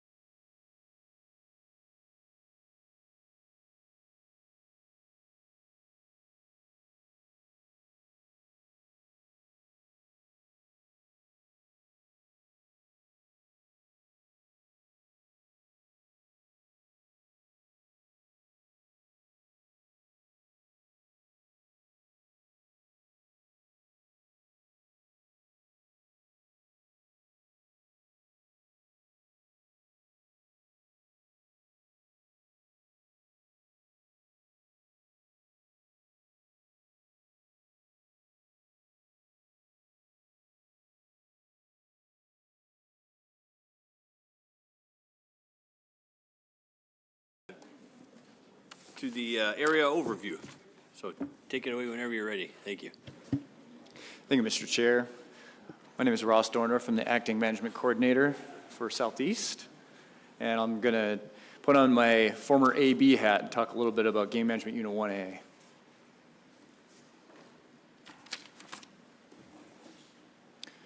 So Game Management Unit 1A is about 5,300 square miles, of which about 2,400 is the Misty Fjords National Monument. That's kind of mostly on the east side of the map that you're looking at right now. Some of the major communities include Ketchikan, Saxman, Metlakatla, Myerschuck, and Hyder. We have one advisory committee in Ketchikan, the Ketchikan AC. I think we had a member give some testimony here. That was great to see, Ben. For staffing, to my left, we have the assistant area biologist, Mark Williamson, and we have Megan Ahern as the Fish and Game Tech 4, and we had Tessa, who presented earlier. You saw her deer talk. And then we're currently hiring the program technician and the area biologist positions. Just for a frame of reference, this map depicts the Ketchikan non-subsistence area. So everything within the outline is considered non-subsistence. So remember that when we're talking about amount necessary for subsistence, it's everything outside of that polygon. For deer, we managed through a harvest ticket, and Unit 1A has been doing really well. Harvest is at an all-time high according to the records that we have, so it's doing great, and folks are really enjoying getting out and getting deer with the whole family. It's been mentioned by a few of the other area biologists that we have a camera trap effort that we're using to look at different trends in abundance. So it's been really fascinating looking at this information because we're getting trends, we're trying to assess trends in deer, but we're also getting things like fawn-buck doe ratios, timing of the rut, timing of antler drop, and other cool information that we can use to adjust our management if necessary. There's a positive customary and traditional finding use for Sitka black-tailed deer. And at the bottom, I'll just note that there are proposals that are specifically pertaining to the Ketchikan area as well. So in this graph, you can see we have harvest by resident versus non-resident. Resident is in the dark bars, non-resident is the open bars. You can barely see them, they're kind of at the bottom there. The hashed line is the intensive management harvest objective of 700. And then also the amount necessary for subsistence is 5 to 40 deer, again, outside that non-subsistence area. So we've been meeting this since about 2019 for the intensive management. For black bears, we also manage for them with a harvest ticket. That's for residents and non-residents. The most popular time to hunt is in the spring. Along the road systems and shorelines, I have a lot of great conversations with hunters that are just excited to come up to Alaska and have a chance at a black bear. There's also a positive customary and traditional finding. The amount necessary for subsistence is 5 to 10. And again, we have residents in the dark bar, non-residents in the open bar. Game Management Unit 1A doesn't get quite as much attention from non-residents as some of the other units do, especially Game Management Unit 2 for black bear, but we still have a decent amount of folks that come up for it, and residents certainly enjoy the opportunity. We had a decent amount of human-bear conflicts in the Ketchikan area, and we work really hard with Alaska Wildlife Troopers, Ketchikan Police Department, Ketchikan Indian Community, landfill managers, borough code managers. We all get together and we sit down and really hash out the issues. Where are these problem areas? And one advantage that we have is we record the information. Whenever we get a call, when it's wildlife related, we record what the situation was and where it happened. And with that information, we can make a heat map and determine where the hardest hit areas are in Ketchikan.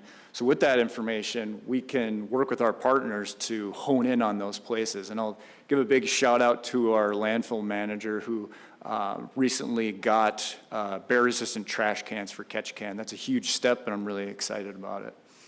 We also rent out hazing devices. electric fence, and those are great for the public to get a hold of. We can teach them how to use it, and they can implement it and reduce those conflicts and get some of those things for themselves as well. For brown bear, we manage through a registration permit. This is for all of Unit 1, and that is RB062 minus 1D and RB072. So that's the fall and the spring hunt, respectively. The estimated population is somewhere between 150 and 300. We heard some of those estimates at a previous talk that we've heard about. And there's a positive customary and traditional finding with an ANS of 2 to 3 bears. And again, we have resident in the dark bar and non-resident in the open bar. And again, you can see that ANS of 2 to 3 bears at the top. It's fairly variable. There are active guides within Game Management Unit 1A that are going after brown bears. And I think Mr. Bethune mentioned that there was a prospectus that went out through the Forest Service where the guides asked for more opportunity, and we have talked about that quite extensively with the Forest Service, hoping to see the results of that at some point. Mountain goats. We manage through 2 different types of permits. We have draw with the 3 draw hunts listed there, and the registration permit. One is for non-residents, that's RG001, and one is for residents, that's RG002. There's also a 2-goat bag limit. If you recall, just a few sessions ago, we got a 2-goat bag limit established. There's also a governor's permit as well for this area. Goats are introduced on Revilla, and they're doing extremely well. And it's incredible to see how they've taken off. In fact, this last year, we had one of the highest counts that we've had, specifically in a count zone that's right above town where the DG005 and DG006 are. We're able to allow for more opportunity with that as well. So that was really great to see. There's also world record class goats. I don't know if you followed it, but on the Cleveland Peninsula, that was recently opened, and there was a Pope and Young world record taken there, and then just a few years ago, there was I believe it was tied for second for Boone and Crockett as well. So the size of the goats is just tremendous. And there's also a positive customary and traditional finding. The amount necessary for subsistence is 5 to 10 goats. Again, we have residents in the dark bar, non-residents in the open bar. There's a pretty healthy amount of folks that come up that are guided as well. And harvest is stable. And like I said, on Revilla, in the hunt zone just above catch can, we were able to allow for more opportunity through the draw recently with our count that showed that there was quite a few more. Moose, we have a small, stable moose hunt, and there's a lot of permits that are issued, but there's very little harvest. It averages about 3 bulls. And it really just comes down to access. It's tough to access this area.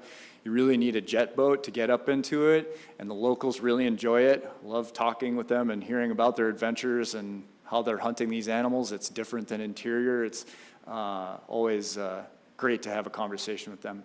And there's actually a negative customary and traditional use finding for moose in Unit 1A. Wolf population appears to be stable. Average harvest is right around 30. It's pretty stable. Every once in a while, we get a trapper that really puts some effort into it and gets a few more. I think just a few years ago, we had that occur, but it dropped back down to right around 30, which is kind of the norm for the trappers that are active in our unit. And there's a positive customary and traditional finding with an amount necessary for subsistence of 90% of the harvestable portion. Here's our wolf chronology slide that board members have no doubt seen before. Really coincides with the open trapping season. Folks that are out deer hunting or moose hunting every once in a while will get an opportunity to take a wolf, but the vast majority of harvest, you can see, coincides with that trapping season, which is November 1st through April 30th. Just kind of a summary of our fur bearers. Kind of like the rest of Alaska, the bread and butter is marten. We average 219 with a range of 128 to 316.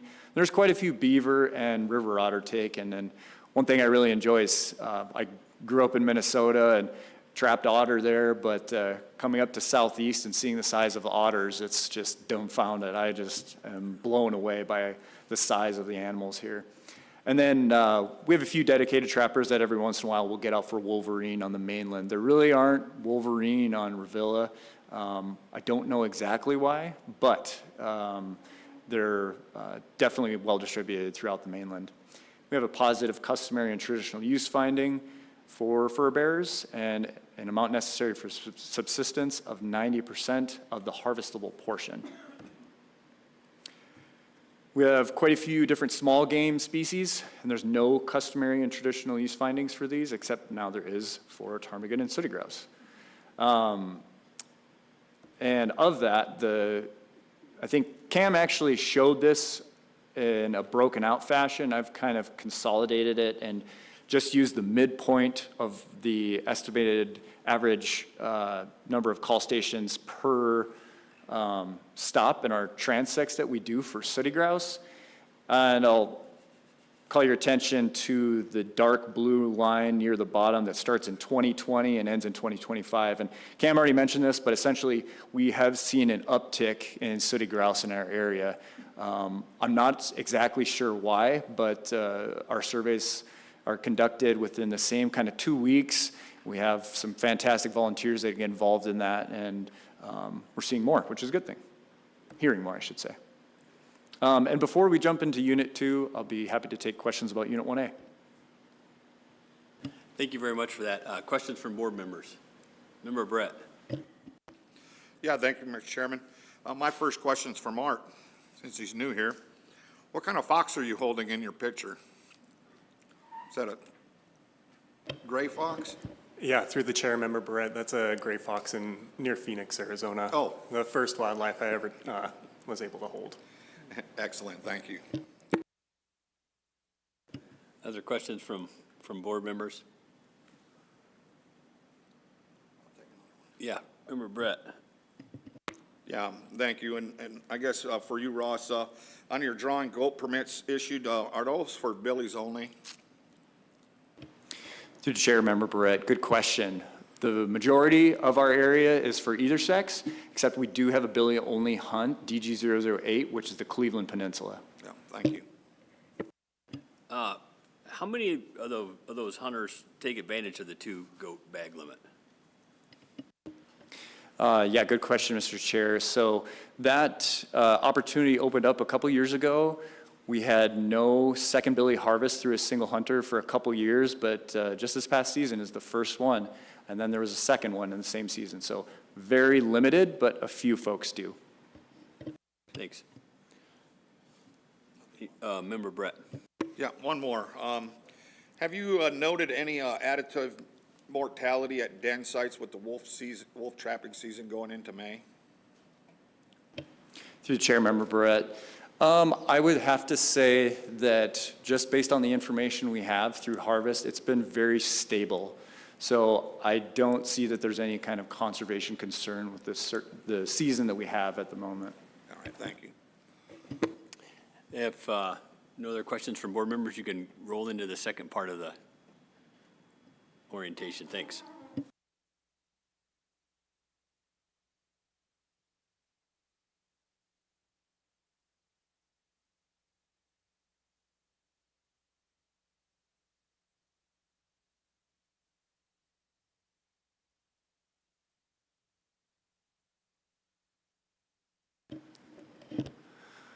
Good afternoon, Chairman Fletcher, board members, members of the public. My name's Mark Williamson. I'm the assistant area biologist for the Ketchikan office. I have primary management responsibility for Game Management Unit 2 under the direction and guidance of the area biologist. And I've been in my role for a little over a year now, and this is my first Southeast Board of Games cycle. It's been a wonderful experience, a great learning opportunity, so I appreciate the opportunity to speak to you today. Today I'm going to provide an area overview for Game Management Unit 2. Oh, perfect. This is Game Management Unit 2. It's Prince of Wales Island and surrounding islands in Southeast Alaska. These are maps that you might have come across in department publications or in the regulations booklet. Prince of Wales Island is the 4th largest island in the United States and has a mosaic of land ownership. 80% of Unit 2 is federal land managed by the Tongass National Forest. The unit's roughly 3,600 or so square miles, has 12 primary communities, and is home to about 3,500 year-round residents. Major sources of employment for those folks in Unit 2 include commercial fisheries, government positions, tourism, and the logging industry. As we learned about with Tessa's deer presentation, Prince of Wales Island is the most heavily logged area in Southeast Alaska. Logging of old-growth stands negatively impacts deer habitat. In the northern portion of Prince of Wales Island, old-growth forest, which is important deer habitat, has been reduced by about 46%, and old-growth deer habitat in the southern portion has been reduced by about 18%. This map here shows areas in Unit 2 that have been logged, represented in red. Green represents federal lands, and blue represents non-federal lands. Currently, both young and old-growth harvests take place on both state and federal lands.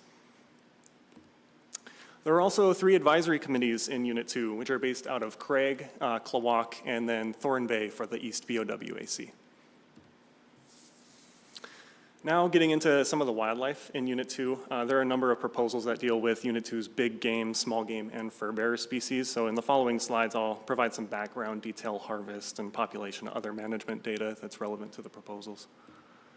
And we'll start by discussing Sitka black-tailed deer, which I'll refer to as deer. There are several methods that the department has used to monitor deer populations. Historically, the department's used deer pellet surveys, transects, and aerial alpine surveys. However, these methods were continued in Unit 2 specifically due to an incomplete understanding of how data from these surveys relate to the overall deer abundance.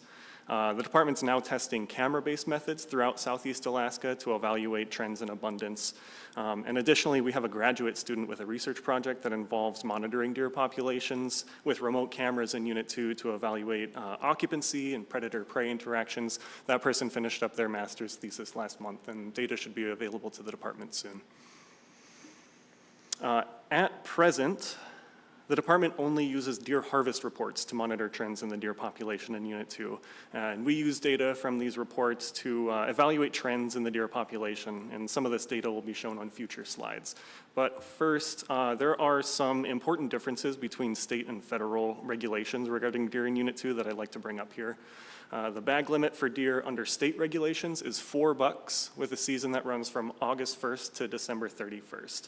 However, as we've heard before, federally qualified users can hunt under federal regulations when on federal land. And everyone who's a resident of Southeast Alaska outside of Juneau is currently considered federally qualified with respect to the take of deer. Federally qualified users have a bag limit of 5 deer, one of which may be a doe, with a season that runs from July 24th to January 31st. So they have extended season, larger bag limits. And there have been additional restrictions that have been placed on non-federally qualified hunters. Non-federally qualified hunters have a bag limit of 2 bucks when hunting on federal land in Unit 2, and those restrictions have been in place since 2018. Additionally, most federal land in Unit 2 is closed to non-federally qualified hunters from August 1st to August 15th. And these areas closed to non-federally qualified hunters are, during the first half of August, are represented here on this map. So the legend's a little small, I've blown it up on the right. Unit 2 is 80% federal land, and federal lands open to non-federally qualified hunters from August 1st to August 15th include only the outer islands and the eastern portion of South Prince of Wales Island. And that's represented in the hatch-marked areas here. These are the areas that are open in the first half of August. Federal lands on the rest of Prince of Wales Island are closed to non-federally qualified hunters until August 16th. Non-federal lands are represented in gray, and they're not subject to these closures. This figure shows reported Unit 2 deer harvest and the number of Unit 2 deer hunters over the last 10 regulatory years, with the number of hunters represented by the gray dashed line here. The intensive management harvest objective was set by the board in regulatory year 2000, or in the year 2000, and set at 2,700 deer. Reported Unit 2 deer harvest has remained below this objective since regulatory year 2017, although there were also fewer hunters during this time. There's a slight increase in deer harvest in regulatory year 2024, and although this is a positive sign, it's not enough data to tell whether deer harvest opportunity is increasing or improving. Similarly, this figure represents Unit 2 deer harvest between residents and non-residents, and there's a positive customary and traditional use finding for deer in Unit 2. The board established an amount necessary for subsistence of 1,500 to 1,600 deer, and that's represented by the blue box here. ANS was achieved each of the last 10 regulatory years except for regulatory year 2023. Non-resident harvest remains a small proportion of overall Unit 2 deer harvest. Now, the next species I'll discuss are Unit 2 wolves. This figure highlights our adaptive management strategy and represents the annual cycle of information gathering and management planning for wolves in Unit 2. This management strategy is central to the Unit 2 wolf management. There's a lot to unpack here, so I'm going to spend just a little bit of time on this slide to discuss each of these boxes, starting with the top and working clockwise. To begin, the process starts with collecting DNA samples, which the department gathers using hair boards and samples collected from harvested wolves. The department deploys about 770 hair boards across Prince of Wales Island each fall from late September to early December. Wolves roll on these boards, and barbed wires on these boards snag wolf fur that can be sent to the lab for DNA analysis to identify individual wolves.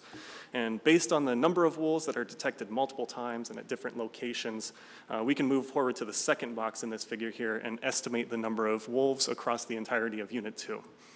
The next step is to determine the sustainable harvest range, and previous studies have suggested that perhaps about 30% of the Unit 2 wolf population can be sustainably harvested each year. Moving to the fourth box, the department has determined that harvest rates since 2019, when the new management strategy was put in place, have been about 2.4 wolves harvested per day of open trapping season. So with the population estimate and harvest rates, the number of days that the Unit 2 wolf trapping season should remain open can be determined. And for instance, in regulatory year 2021, wolf trapping season has been set at 31 days, resulted in harvests of between 62 and 74 wolves. And the population estimates during this time have also remained really stable. Once the appropriate trapping season length is determined, the next step in the process is to announce the Unit 2 trapping season length to the public and issue an emergency order to close both the hunting and trapping seasons. This emergency order is published and made available to the public prior to the start of the Unit 2 wolf trapping season. And then after the close of the season, the department monitors reported harvest to improve the harvest rate estimation and inform future management decisions. Now, this figure shows reported Unit 2 wolf harvest represented in black, and the department estimates for the Unit 2 wolf population represented in gray for the last 10 regulatory years, and I've included 95% confidence intervals here for the population estimates. The department implemented a new adaptive management strategy for Unit 2 wolves beginning in regulatory year 2019. The strategy set a fall population objective and manages wolf harvest by restricting the season length. The department set the season at 62 days in the first regulatory year implementing the plan, which resulted in an unsustainably high level of harvest for regulatory year 2019. But the department was able to estimate harvest rates based on the number of wolves that were harvested per day of open trapping season for that regulatory year and adjusted the season length accordingly. Since this adjustment, Unit 2 wolf harvest has been shown to be within a sustainable range and resulted in relatively stable population estimates from regulatory year 2021 to 2024. And this figure displays the average proportion of wolves that get harvested each month from over the last 10 regulatory years. Currently, the state hunting season opens September 1st and the state trapping season opens November 15th. Both seasons are closed simultaneously by emergency order. A very small proportion of wolves in Unit 2 are harvested by firearm under hunting regulations, and harvest tends to be much higher in November and December when the wolf trapping season is open. Lastly, there's a positive called customary and traditional use finding for fur bearers in Unit 2 with an amount necessary for subsistence of 90% of the harvestable portion of the population. Next, I'll discuss Unit 2 black bear management. To give a little bit of background on the bag limits season dates, Alaska residents have a bag limit of 2 bears by harvest ticket, but non-resident hunters have a bag limit of 1 bear. They have 2 permit options. For unguided hunts, non-residents must apply for a draw tag, and the fall draw tag's DL027, spring tag is DL028. For the upcoming regulatory year, the department will issue 60 permits for the fall hunt and 200 permits for the spring hunt. Non-resident hunters that are guided or hunting with a resident relative within the 2nd degree of kindred can harvest a black bear using a harvest ticket. And the non-resident draw tag is a popular DIY hunt opportunity and represents a considerable economic boost for local communities. The U.S. Forest Service issues permits to guides to hunt specific areas, as we've heard about. This figure shows Unit 2 black bear harvest by residency for the last 10 regulatory years. The board established a positive customary and traditional use finding, an amount necessary for subsistence of 15 to 20 bears in Unit 2. ANS for Unit 2 black bears was readily achieved each of the last 10 regulatory years. Spring black bear harvest by non-residents in regulatory year 2019 was much lower than in other years due to the closure of the hunt for the COVID-19 pandemic. Resident harvest has remained relatively stable for the last 10 regulatory years, but non-residents have increased their harvest during this time as the department has increased the number of draw permits available to non-residents.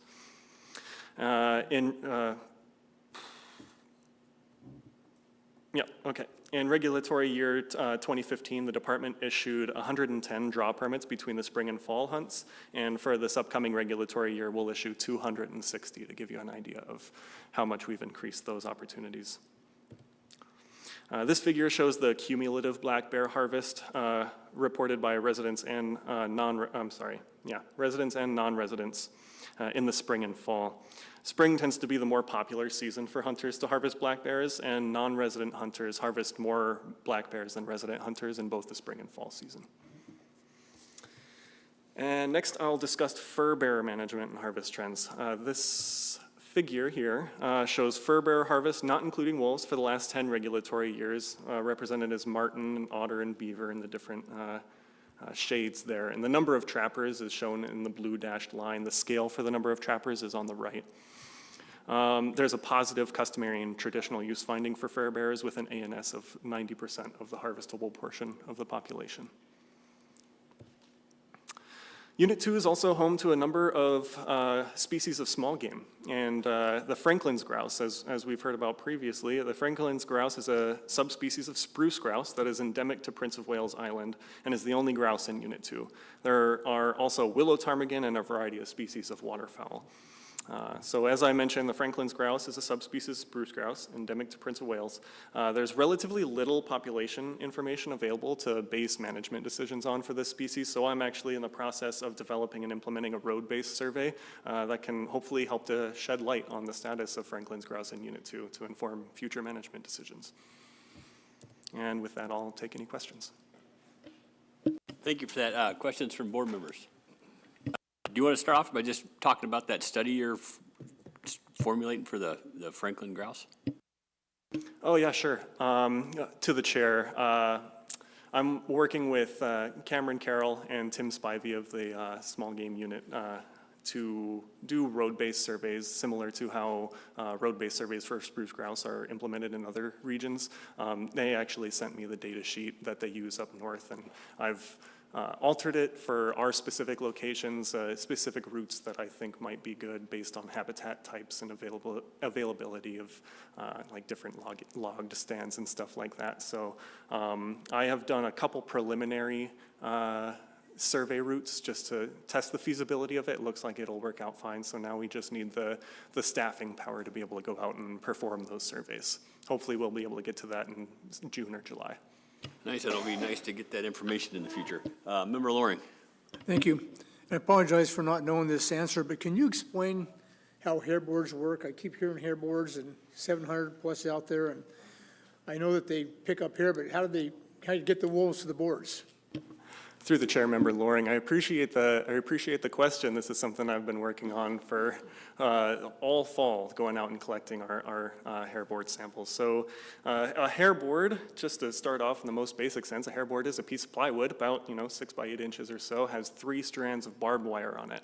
We'll lure up the hair board with a really smelly lure, mega musk or something similar, and we'll put those boards out. We have a bunch of nodes, over 100 nodes, and 5 boards per node. Well, they're strategically placed at least 2 miles apart from each other, so we get comprehensive coverage of as much of Unit 2 as we can. So wolves will roll on those boards. We'll go out and we'll collect the hair from them every week. We have a specific line that we run, and we collaborate with other members of the Forest Service, and a few other folks will help us on those hair board lines as well. But we'll go out there weekly, collect samples, and store them in desiccant bags so that the samples dry out and the DNA is preserved. And at the end of the season, we'll go through, add those all to our database, make sure everything's properly sorted, properly labeled, so that the lab can go through and they'll identify individuals. And so anyway, after the end of the season, we'll just send a bulk batch of samples down to the lab for DNA analysis. Thank you for that. Member Brett. Yeah, thank you, Mr. Chairman. And for the record, Magnum Musk doesn't work in the interior at all. In Unit 2, do you have an idea what's causing the deer decline? Through the chair, Member Barrett, I figured I would get that question. There's a lot of compounding factors that influence the deer population in Unit 2. I'll just go back to that slide really quick and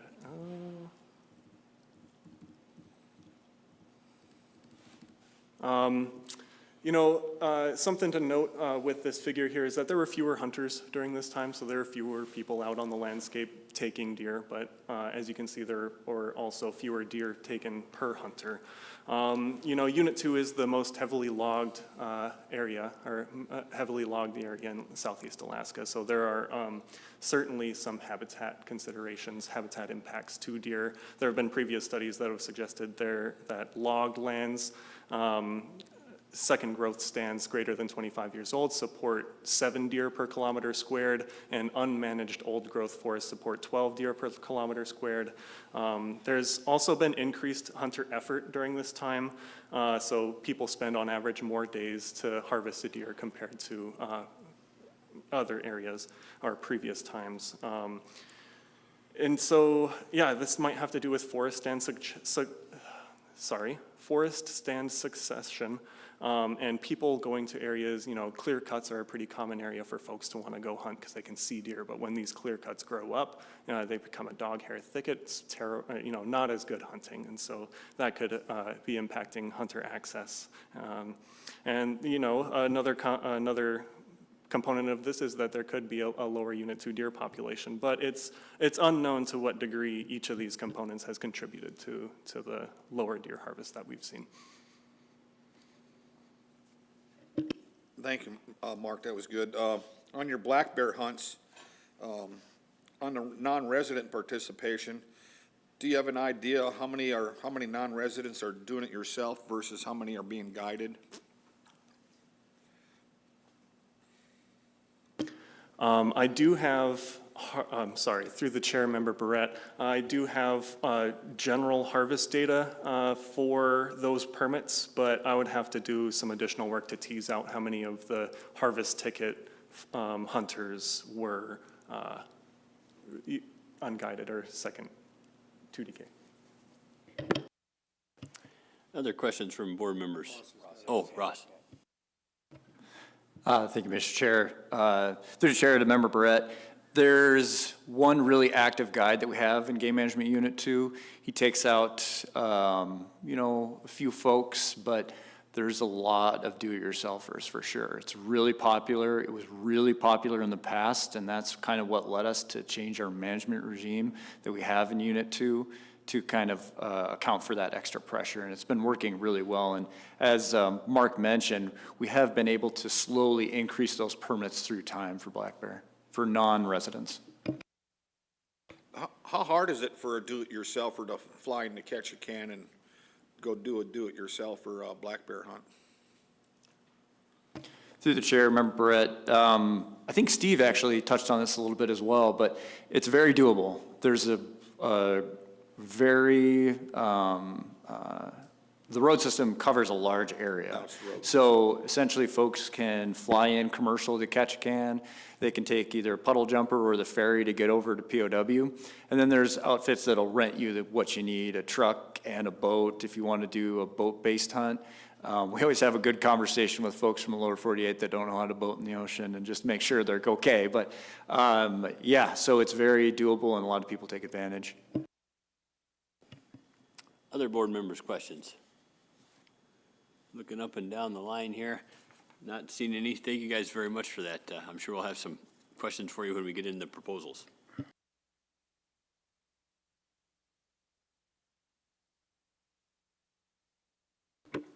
Mr. Chair, in regards to Proposal 37, which is to reduce the bag limit for deer in Unit 2 from $4 to $3, an RC 014 was submitted by the AC Chair to remove this proposal.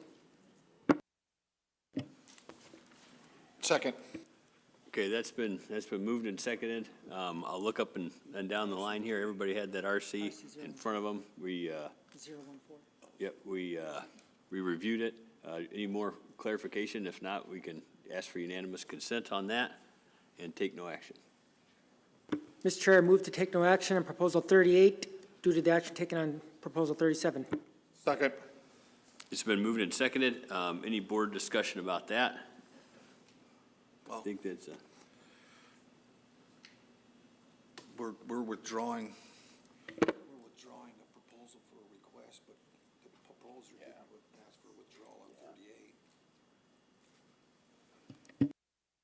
all right. We probably should take it up then. Yep.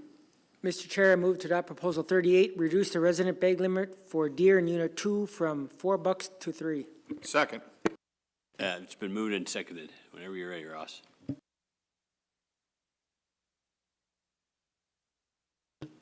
Thank you, Mr. Chair.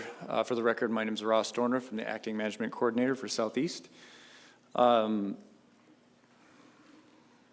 Proposal 38 would reduce the resident bag limit for deer in Game Management Unit 2 from $4 to $3. This is a Craig AC proposal that the department is opposed to. For a little bit of background, the intensive management population objective for deer is 71,000. And as Mark mentioned, the harvest objective is 2,700 deer. And also there's a positive customary and traditional finding with the amount necessary for subsistence of 1,500 to 1,600 deer.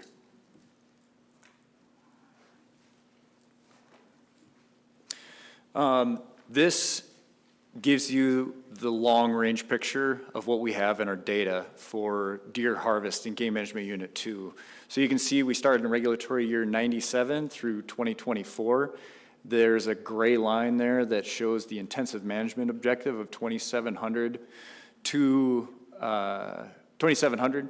And a couple things that I want to draw the board's attention to on this are that from regulatory year 97 to about 2004, you can kind of see harvest bouncing up and down a little bit there. And those rates of harvest are somewhat similar to what we're seeing from 2017 to 2024. Also, the intensive management objective was met from about 2005 to 2016. And that level of harvest had never been seen before. It just went up and up and up and up, along with the number of hunters. So there was a lot of interest and a lot of folks going to Game Management Unit 2 and harvesting deer during that time frame. And then in 2016, it stopped. It went down a bit, and you can see kind of that slow curve down. But I will point out that in 2024, there was a slight uptick. 1 year of data is not a trend, so I can't get too in the weeds on that. However, my conversations with hunters and AC members at the AC meetings have been encouraging. For the last 2 years, I'm hearing more and more about seeing more deer. and also seeing a lot of young bucks on the landscape. So hunters that hunt the same areas year after year that have had a good relationship for the past 7 years have told me encouraging things very recently. This shows that harvest broke down from resident to non-resident, resident in the black bar, and then non-resident in the open bar, and again from regulatory year 97 to 2024, and this shows the amount necessary for subsistence that Mark has already mentioned. This figure shows the average amount of days hunted per deer harvested. This is kind of our measurement that we use that incorporates the number of hunters, averages that out over harvest to give us a pretty good picture of overall how deer hunting is going. And I'll draw your attention again to 97 through about 2003, 2004 versus 2017 on forward to 2024. Those two portions of time are very similar. But again, like I had mentioned before, in terms of that harvest going up from about 2005 to 2015, the average time it took to harvest a deer dropped, meaning that their hunters were definitely taking less time to harvest a deer, somewhat representative of what the population was probably like at that time. And again, in 2024, there was kind of a slight drop, again, without drawing too deep a conclusion on that. But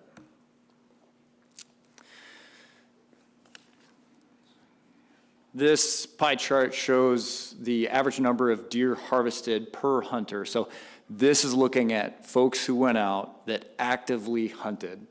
So you can see there's a portion that harvested none all the way up to 5 deer. I'll remind the board that that 5th deer is only through federal subsistence regulations. So state regulations is up to 4 bucks specifically. And the federal subsistence regulation allow for the harvest of up to 1 doe. So about 1/3 of hunters did not actually harvest a deer, just to kind of give you a sense of what that looks like. Some considerations on this proposal.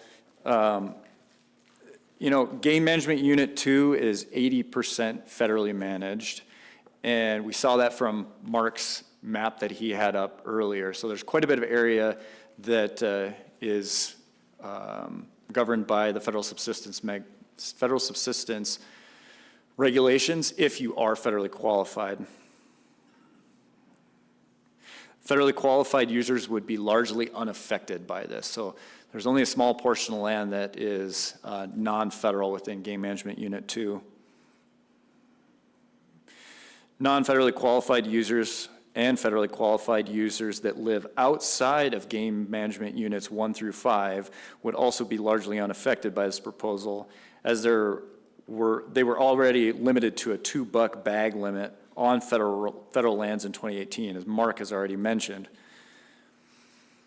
On average, about 8% of hunters harvested a 4th buck from regulatory year 97 to 2024. The harvest of that 4th buck accounts for less than 1% of overall harvest. And if adopted, this proposal, based on our average harvest that we've seen in the past of that 4th deer, would probably result in a very small reduction in the number of bucks harvested annually.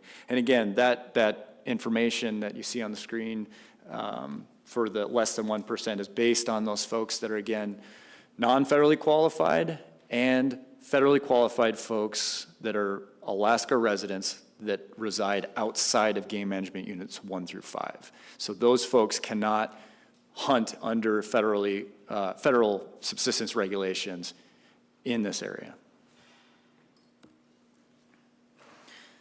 And again, the proposal would reduce the resident bag limit for deer in Game Management Unit 2 from 4 bucks to 3. This was submitted by the Craig Advisory Committee, and the department is opposed. And to meet the board's statutory responsibility to subsistence law, it should consider whether subsistence regulations continue to provide a reasonable opportunity for subsistence uses if the proposal is adopted. Hey, thanks for that. And then just kind of a procedure thing up here.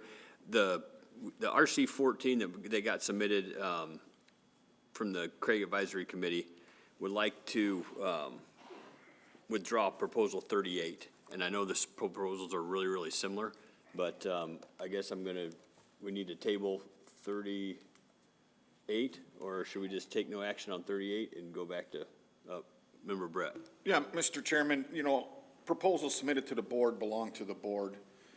So we generally do give deference when somebody or a committee wants to withdraw a proposal, but there's nothing that says that we have to. We have it on the table. We went through the review. We can take action on it and then do something with 37, which is the exact similar proposal. Department, are they the exact same proposals? To the chair, are you referring to 37 and 38? Yes, sir. They are slightly different, yeah. So 37 looks to reduce the bag limit for all users, and let me just verify that. 37 looks to reduce the bag limit from $4 to $3 for both residents and non-residents.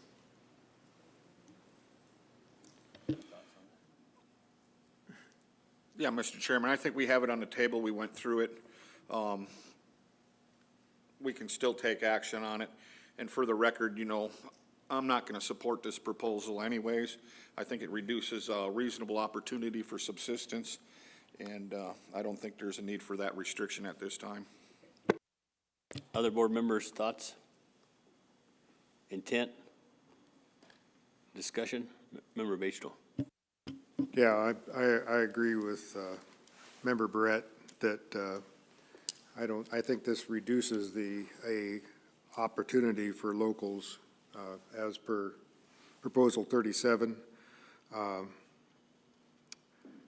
and the number of deer that can be taken by residents, and I can't support that.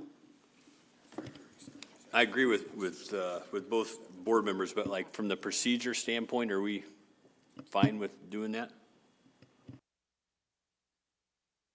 I think we are. Call the question. I guess the question has been called. I guess to build the work record just a little bit, I'm not going to support it. 8%, the harvested the fourth buck, and it's less than 1% of the total take, and I'm not going to support it. The question's been called. Member Mueller. Thank you, Mr. Chair. I just was going to agree with you that fourth deer was just at the 7.2%, so I agree. Thanks. And Member Mueller, will you read the cost statement? The board has heard no concerns from the public regarding costs to private persons if this regulation is adopted. Thank you for that. Will you pull the board, please? Art? Final action on proposal 38. Hoffman. No. Barrett. No. Loring. No. Fletcher. No. Garner. No. Batesville. No. Mueller. No. Motion fails, 0-7. Mr. Chair. And I apologize to the public as we go through these next couple proposals. Many of them are like really similar, so apologize if we are going to fumble over them. Mr. Chair, I move to reconsider proposal number 37. Second. It's been moved and seconded. Look up and down the aisle, and I can ask for unanimous consent on that, and I'm getting it.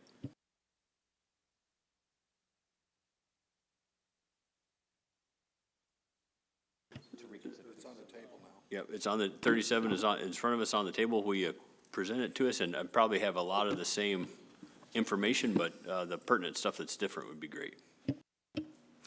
Certainly. Thank you, Mr. Chair. I'll just kind of go through the first couple slides and remind everyone of what we're looking at, but we've seen a lot of this information and I just presented it, so I'll just kind of go through slowly. Where it differs is that it's, again, for residents and non-residents, but essentially what we see is that this would result in a very small difference in overall harvest. And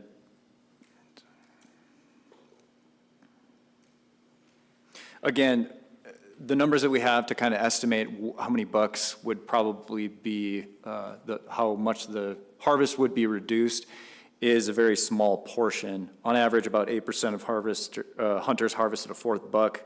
from regulatory year 97 to 2024. Harvest of a fourth buck accounts for less than 1% of overall harvest. And again, we're looking at those folks that are non-federally qualified, and then the ones that are federally qualified outside of game management units 1 through 5. So very similar to the last proposal. So we would estimate this would result in a very small portion of harvest not being harvested, essentially.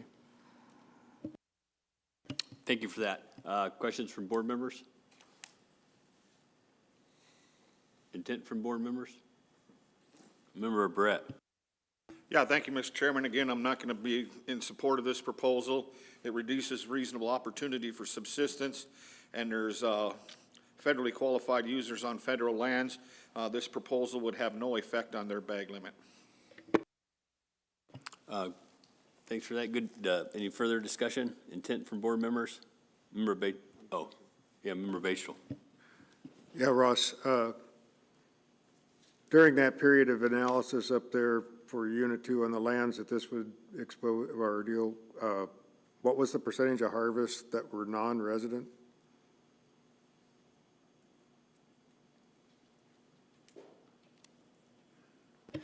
This kind of gives you, through the chair, Member Batchel, this kind of gives you an idea of how much non-resident harvest there is. It's very minimal overall.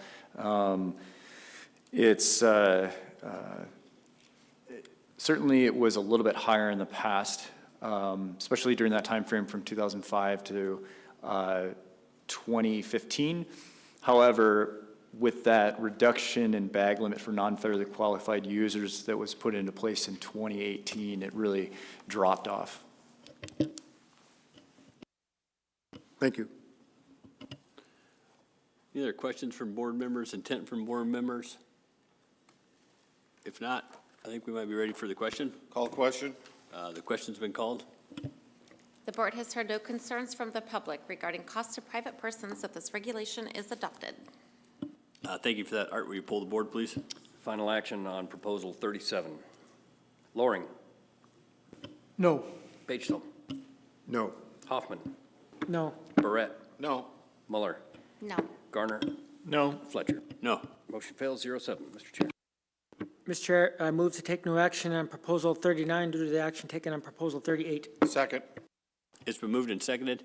Are board members comfortable with the fact we might take no action on this?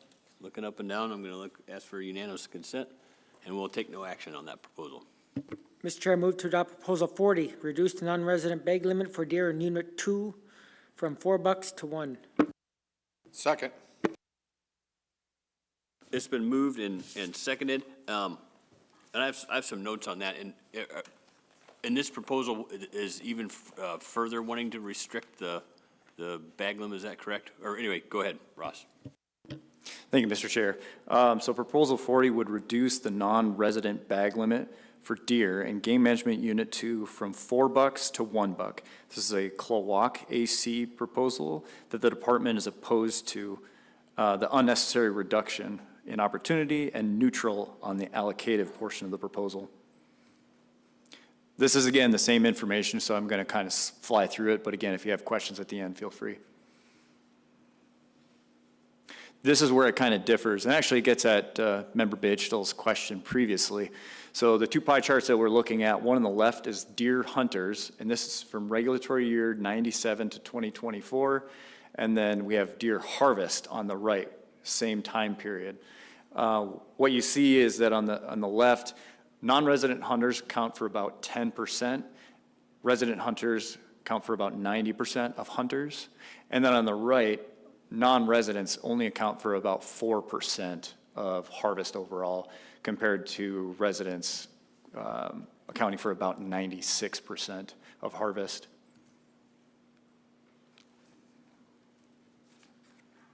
So on average, less than 1% of hunters harvested 2 or more bucks from regulatory year 97 to 24. The harvest of 2 or more bucks by non-resident accounts for less than 1% of overall harvest annually from regulatory year 97 to 2024. If adopted, this proposal could result in about an $18 reduction in harvest And it's, again, very, very minimal overall compared to the total harvest, which we just saw in the last slide, which was about 2,600 annually from 97 to 2024. Then, again, the effect of this proposal is to reduce the non-resident bag limit for deer and game management units 2 from $4 to $1. This was submitted by the Klawock AC. The department is opposed to the unnecessary reduction in the bag limit, but neutral on allocation. And also, if adopted, the board should consider whether regulations continue to provide a reasonable opportunity for subsistence uses of deer. Thank you for that. Questions from board members? Intent from board members? Everybody's saving up some questions. Member Loring. Yeah, thank you. For Kendra, the current federal limit on, in this area is what? So through the chair, Member Loring, so this is Unit 2. So this is still the 5 deer with no more than one, maybe a female. I will state that we do have, the Federal Subsistence Board will be taking up 6 proposals regarding deer in this unit, as well as a closure review. And there is also a request for reconsideration regarding Ketchikan. So there is a lot of potential for differences. I won't go into each of those unless you have any specific questions regarding them, but that's where we sit right now. Okay, thank you. Other questions from board members? Everybody thinking? Member Loring. Just some intent. I won't be supporting this. I can't see a reason to reduce the limit for non-residents from 4 to 1, based on information from the department, that it's not going to make that much of a difference in harvest. Very few non-residents take more than 1 deer already, or maybe up to 2. So, but they still have that opportunity. And earlier consideration by Director Scott that a lot of folks bring up their family, and you know, they still want to have that opportunity for family members and kids to continue to hunt. And I just want to keep that in place also. So I'll be opposing this proposal. Member Brett. Yeah, thank you, Mr. Chairman. I'm also opposed to this proposal. There's not a conservation concern that with the deer population, and it would be an unnecessary reduction at this time. And the current allocation does not affect the reasonable opportunity for subsistence. Thanks for that. Member Garner. Thank you, Mr. Chair. Yeah, given the low number of non-resident hunters and the low number of take displayed by the department, less than 1% of non-resident hunters harvest even more than 2 deer. So I would see this unnecessary and not moving the needle. So I'd be opposed to the proposal. Thanks for that. Any further discussion from board members? If not, we might be ready. Oh, Member Bachtel. I could support this if it was changing it from $4 to 2, which is pretty much what people come up and harvest now. I'm a little bit concerned with, because of the reasons limited or mentioned and stuff like that, with the people that come up and hunt up there, reducing it all the way down to 1. You want some discussion on that, or you're going to make an amendment? I wouldn't mind making an amendment to change that from $4 to 2. Is everybody pretty clear on? Second. Oh, sorry, moved and seconded. I think it's pretty crystal clear. Do you just want to restate that one more time for the record, Member Bachtel? Yeah, to change, propose a proposal forward to reduce the non-resident bag limit for deer in Unit 2 from $4 to 2. All right, we have an amendment in front of us. Any discussion on the amendment? If not, we might be ready for the question on the amendment. Call the question. The question's been called on the amendment. Art, will you pull the board? On the amendment to Proposal 40, Batesville, Yes. Fletcher, No. Barrett, No. Loring, No. Hoffman, Yes. Mueller, No. Garner. Yes. Motion fails, 3 in favor, 4 against, Mr. Chair. All right, we have the proposal ahead of us here, in front of us. Further discussion from board members? Do you have any idea of how many of the non-resident take of deer get left on the island to family members, not get taken off the island? To the chair, I'm not exactly sure. I think there's a fair amount of non-residents that do take the meat. There's also a contingency that is interested in the trophy value, so kind of going along with what Member Batesville just mentioned about a lot of non-residents do get 2 tags. They'll try to fill the first one to kind of get the check mark that they've taken a sickle black-tailed deer, and then look for a better one with the second. But I don't have a really good feel on how many do donate. I know that it does happen, and I know that it certainly happens more often with like black bear. Thank you for that. Discussion on the proposal in front of us from board members. Intent from board members. If not, we might be ready for the question. Call the question. The question's been called. The board has heard no concerns from the public regarding costs to private persons if the regulation is adopted. Thank you for that. Art, will you pull the board, please? Final action on Proposal 40, Mueller, No. Hoffman, No. Garner, No. Batesville, Yes. Loring, No. Fletcher, No. Barrett. No. Motion fails, 1 in favor, 6 against, Mr. Chair.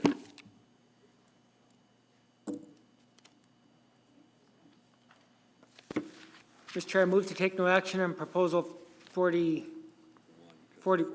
due to the action taken on Proposal 40. Second. That's been moved and seconded. I'm going to ask for unanimous consent on that, looking up and down the line. And I'm seeing that, so we'll take no action.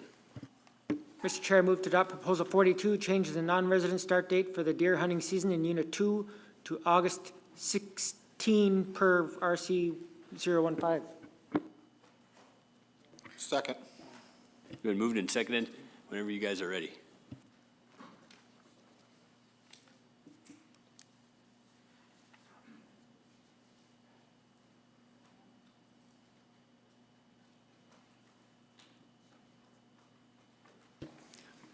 Good afternoon, members. For the record, this is Mark Williamson, Assistant Area Bio in the Ketchikan office. I suppose I should flip to the proposal, shouldn't I? Here we go. Okay. So Proposal 42 would modify the start date of the deer season in Game Management Unit 2 for non-residents. It would modify it from August 1st to August 15th. And you should note that there is a record copy, number 15, that was submitted by one of the Craig AC members to shift this date to August 16th to be in alignment with the federal season. The proposal was submitted by the Craig Fish and Game Advisory Committee, and the department is opposed to the unnecessary limitations to harvest opportunity presented by this proposal, but is neutral on the allocative portions. We've already seen this information, so I'll just go ahead and gloss right over it, but that's a reminder for you. And this is the difference between state seasons and federal seasons. And the most important thing to note here is that the additional non-federally qualified closures or restrictions in most federal land in Unit 2 from August 1st to August 15th. So as it stands, these hatch-marked areas are the only areas in Unit 2 that can be, the only federal land in Unit 2 that can be hunted by non-federally qualified hunters in the first 2 weeks of August. All of the other land, all of the other federal land in Unit 2 is closed to non-federally qualified hunters during the first 2 weeks of August. This information has been presented before, so I'll just go ahead and gloss right over it. And then this is Unit 2 deer harvest by residency with ANS, and that was achieved every year except for regulatory year 23. And this is hunter effort.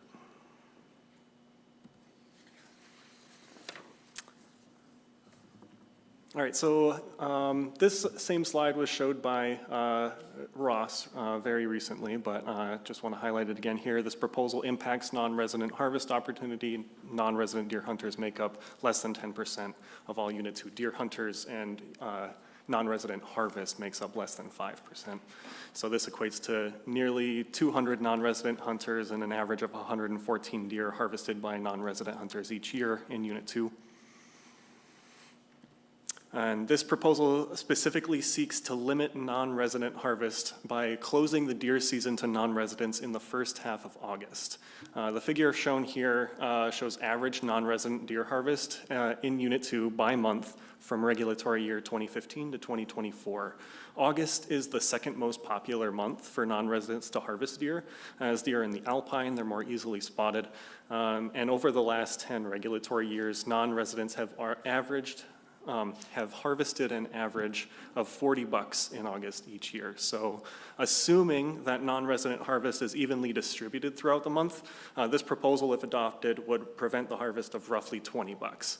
That's assuming that harvest is evenly distributed throughout the month of August. But as we know, there are I'm going to stick with my notes here. Non-resident deer harvest in August represents 1.8% of total Unit 2 deer harvest, and if the proposal were adopted, it would prevent the harvest of roughly 20 bucks if it were evenly distributed. However, considering current federal restrictions to non-residents in Unit 2, non-resident harvest is likely not evenly distributed throughout the month of August. Non-residents being non-federally qualified are restricted from hunting deer on most federal land on Prince of Wales Island until August 16th, leaving only the surrounding islands and eastern portion of South Prince of Wales Island open to non-residents for hunting from August 1st to August 15th. So this proposal would likely have pretty limited impact considering existing federal restrictions to non-federally qualified hunters. To sum up, Proposal 42 would modify the start date of the deer season in Game Management Unit 2 for non-residents from August 1st to August 15th. And again, there's that record copy, RC 15, to change that to August 16th. Proposal was submitted by Craig Fish and Game Advisory Committee. The department is opposed to the unnecessary limitations to harvest opportunity presented by the proposal, but is neutral on the allocative portions. If adopted, the board should consider whether regulations continue to provide a reasonable opportunity for subsistence uses of deer. Thank you very much for that. Questions from board members? Member Brett. Yeah, thank you. I'm just unclear here. Maybe it's because it's getting late in the day. But under state regulations in Unit 2, deer season for both resident and non-resident starts 1 August.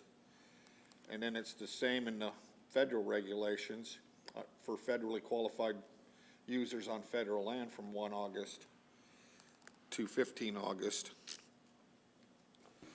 What are we trying to? Through the chair, Member Barrett, you're completely correct about that. In state regulations, start date is August 1st. For federally qualified hunters, start date of August 1st. But for non-federally qualified hunters, they have limitations to the areas that they can go to in the first 2 weeks of August. And so that's that map that I showed. And I believe in the italicized text underneath the bag limits for deer, that's where that restriction should be listed.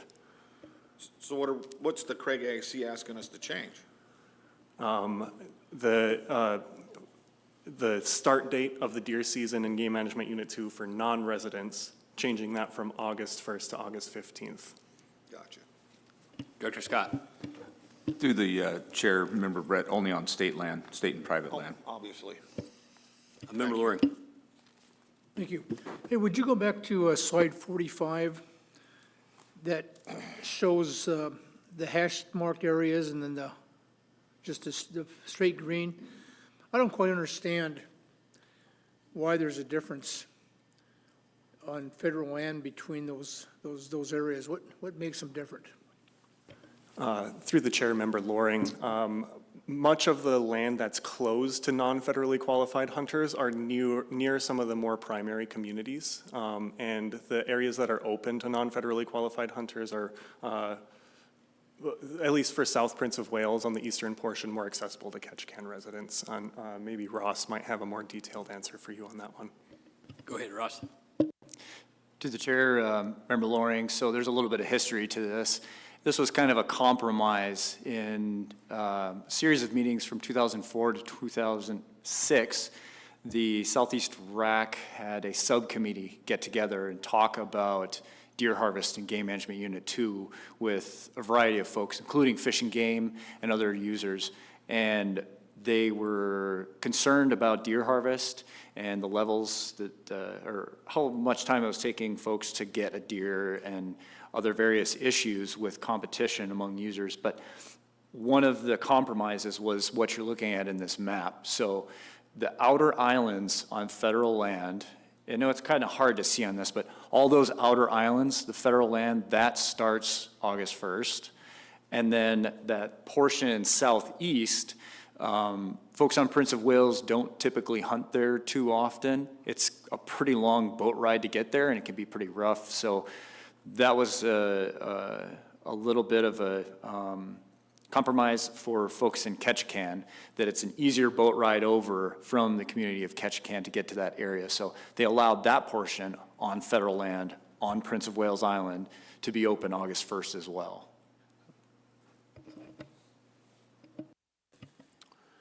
Any other questions from board members? If we were to switch these dates and move it back a little bit, and you mentioned in August, most of these deer hunters are hunting the Alpine, is that correct? To the chair, that tends to be the more popular areas for hunters to go hunting in August is in the Alpine, yes. So if we shifted these dates, do you believe that some of those hunters would just choose not to come because of overcrowding, or, I mean, or would there, is there a reason, is the August 1 to 15 better than August 15 to the end of the month? To the chair, considering its existing federal regulations, I would imagine that there aren't, there's more limited numbers of non-residents coming to hunt in the first 2 weeks of August already. But I don't have those exact numbers on me. When we collect those deer harvest reports, we only take details down to the month. Yeah, anything, Ross? To the chair. So with the existing regulation as it is on the federal subsistence side of things, it already limits folks on federal land, which is 80% of the area, minus those exceptions that we talked about.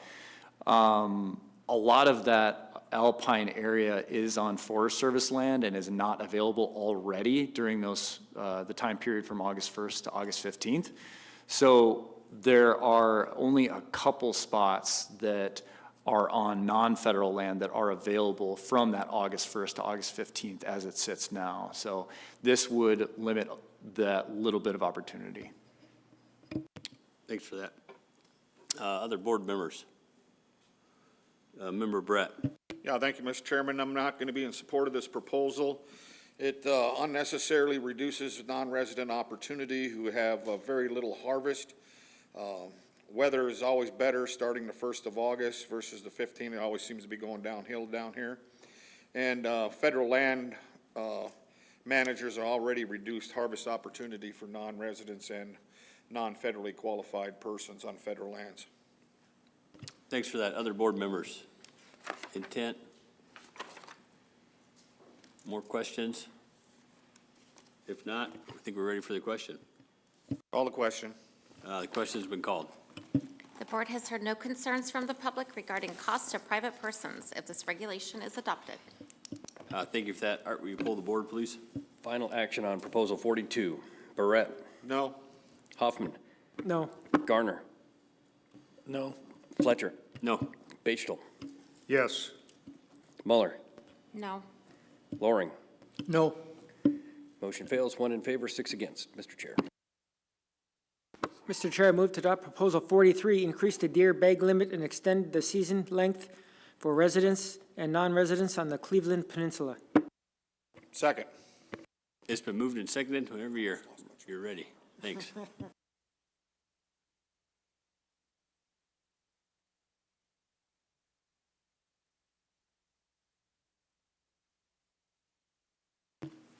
All right, thank you, Mr. Chair. So for Proposal 43, it would increase the season length and bag limit for deer on a portion of the Cleveland Peninsula in Game Management Unit 1A. This is a department proposal that the department supports. So this map depicts the area that we're talking about. It's not the entire Cleveland Peninsula, as the split between Game Management Unit 1A and 1B falls kind of right down the spine there of the mountain range that goes through the Cleveland all the way up to near Myers Chuck. Myers Chuck is situated within Game Management Unit 1A. It's a smaller community. It's got about maybe 20 year-round residents in it. And then some background on how we got to this situation where the Cleveland is slightly different than the rest of Game Management Unit 1A. At the 2008 Board of Game meeting, there was a concern for how long it was taking folks to harvest a deer in Game Management Unit 1A. The harvest was fairly low, so the board lowered the deer bag limit on a portion of the Cleveland and that we're talking about. And then during the 2010 meeting, the board shortened the Game Management Unit 1A deer season from ending December 31st to ending November 30th. And again, that was for all of Game Management Unit 1A. And then in 2023, the board lengthened the deer season in Game Management Unit 1A to August 1st to December 31st, except for that portion of the Cleveland Peninsula. And the Cleveland does accumulate a little bit more snow, and in the past when we had more severe winters, it did kind of accumulate there, and it was a little bit more of an issue, which is kind of a general issue throughout the mainland. The further towards the mainland you get, the more snow you get. But this area is in particular fairly popular with residents. It's a pretty short boat ride for folks from Ketchikan to get over there. There's a positive C&T finding for deer in Game Management Unit 1A outside of the Ketchikan non-subsistence area, and the amount necessary for subsistence is 5 to 40 deer. And just for reference, the non-subsistence area map is on the right side of your screen.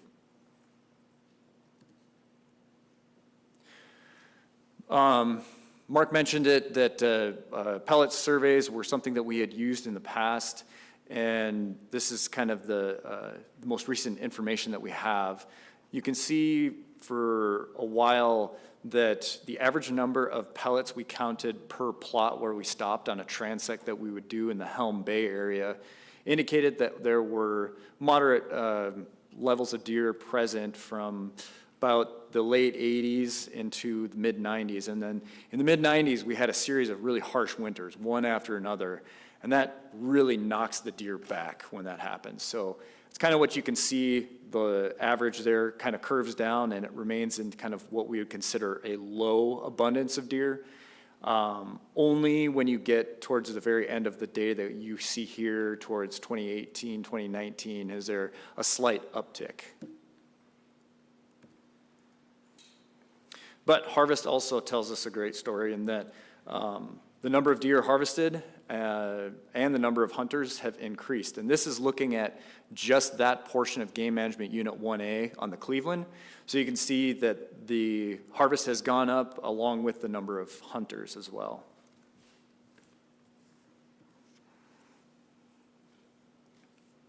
This is harvest information for all of Game Management Unit 1A.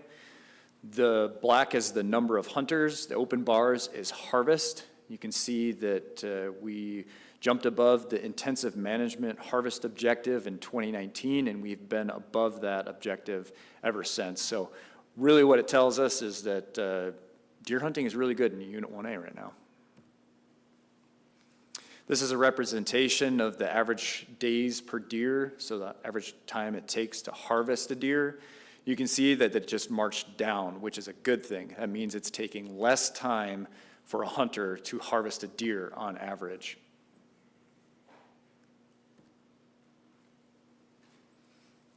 So looking at the average days per deer for the Cleveland Peninsula specifically within Game Management Unit 1A, regulatory year 2015, it was about 5.8.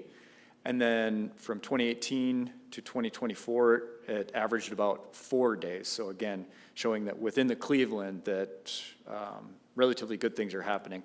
I will note that there's not a ton of hunters that went over there in the past. So that data is a little rough, but it gives you a sense that it is taking less time to harvest a deer. And then also just to touch on the other portion of this proposal, which is to bring back that December month. And you can see that the average harvest in December for Game Management Unit 1A, since we opened that back up for that month, outside of the Cleveland, averaged about 24 deer. So it's relatively low. And in accessing the Cleveland Peninsula, you do need a boat to get to. So typically, we don't see as many hunters getting over there as we would compared to Wrangell Island or Gravina, where you have road access.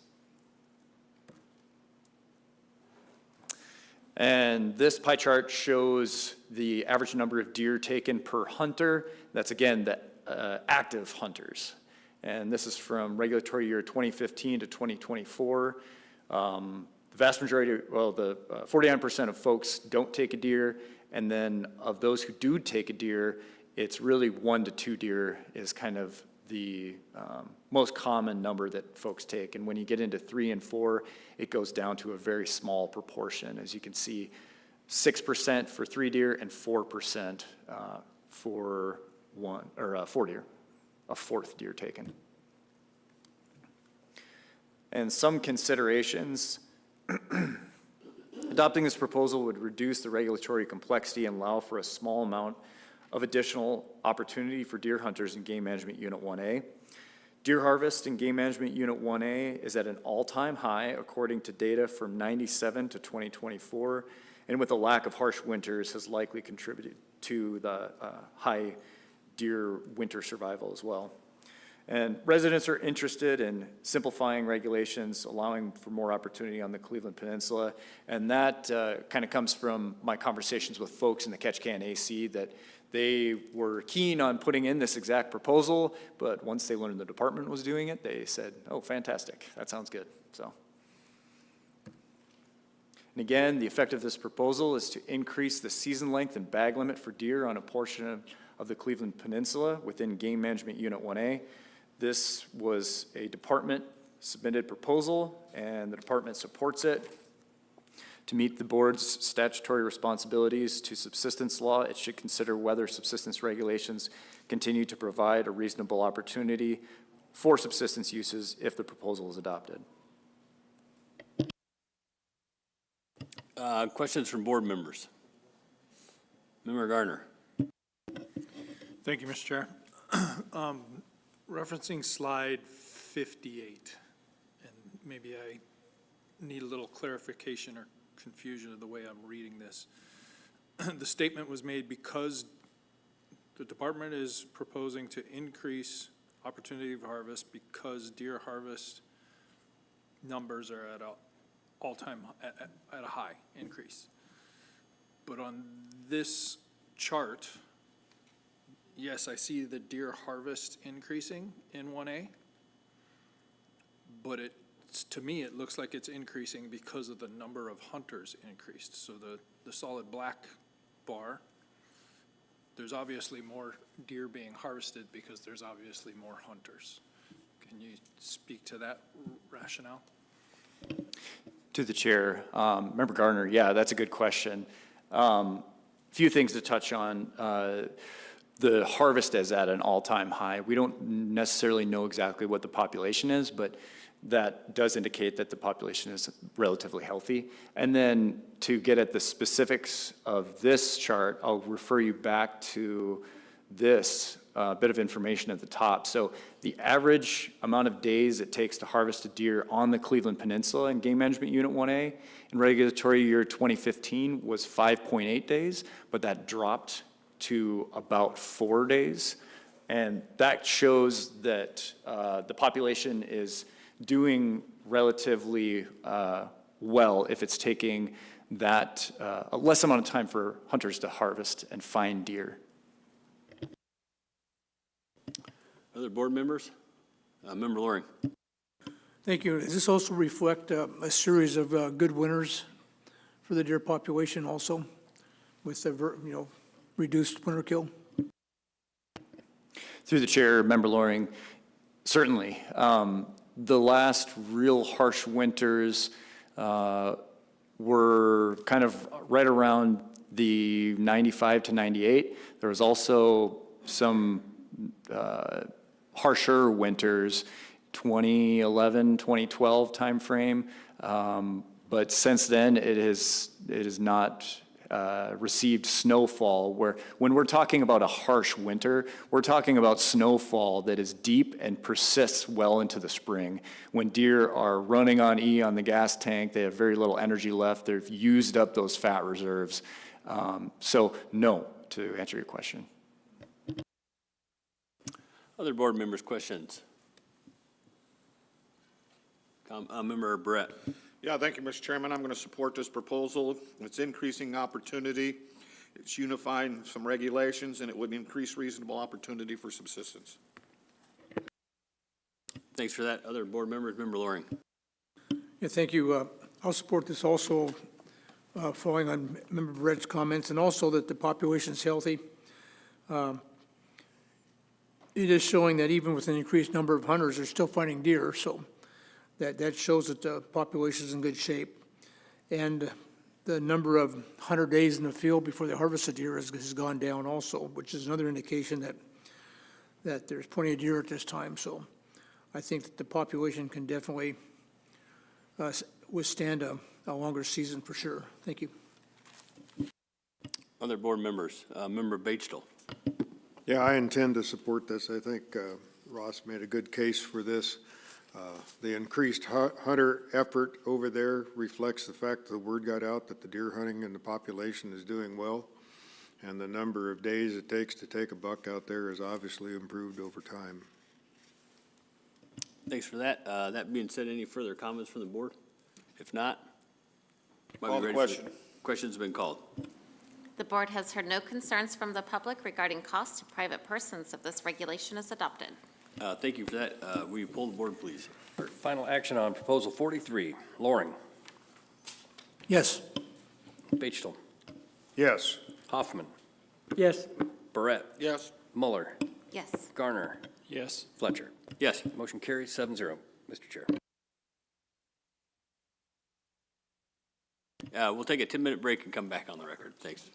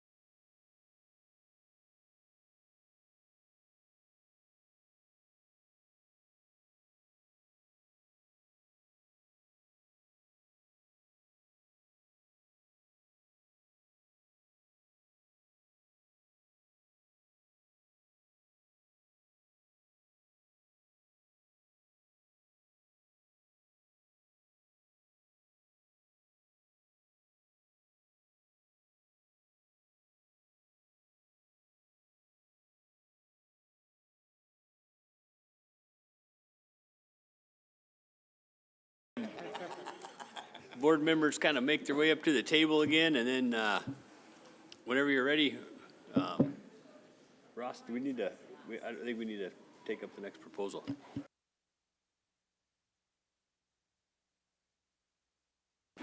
Mr. Chair, I move to adopt Proposal 44, limit the non-resident permit allocation for the Unit 1A Alpha Goat Drawing Hunt DG005 to up to 20% of the available permits. Second.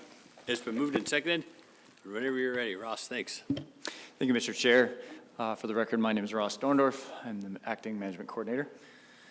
Proposal 44 would limit non-resident permit allocation for DG005 to up to 20% of the available permits. This is a public proposal that the department is neutral on.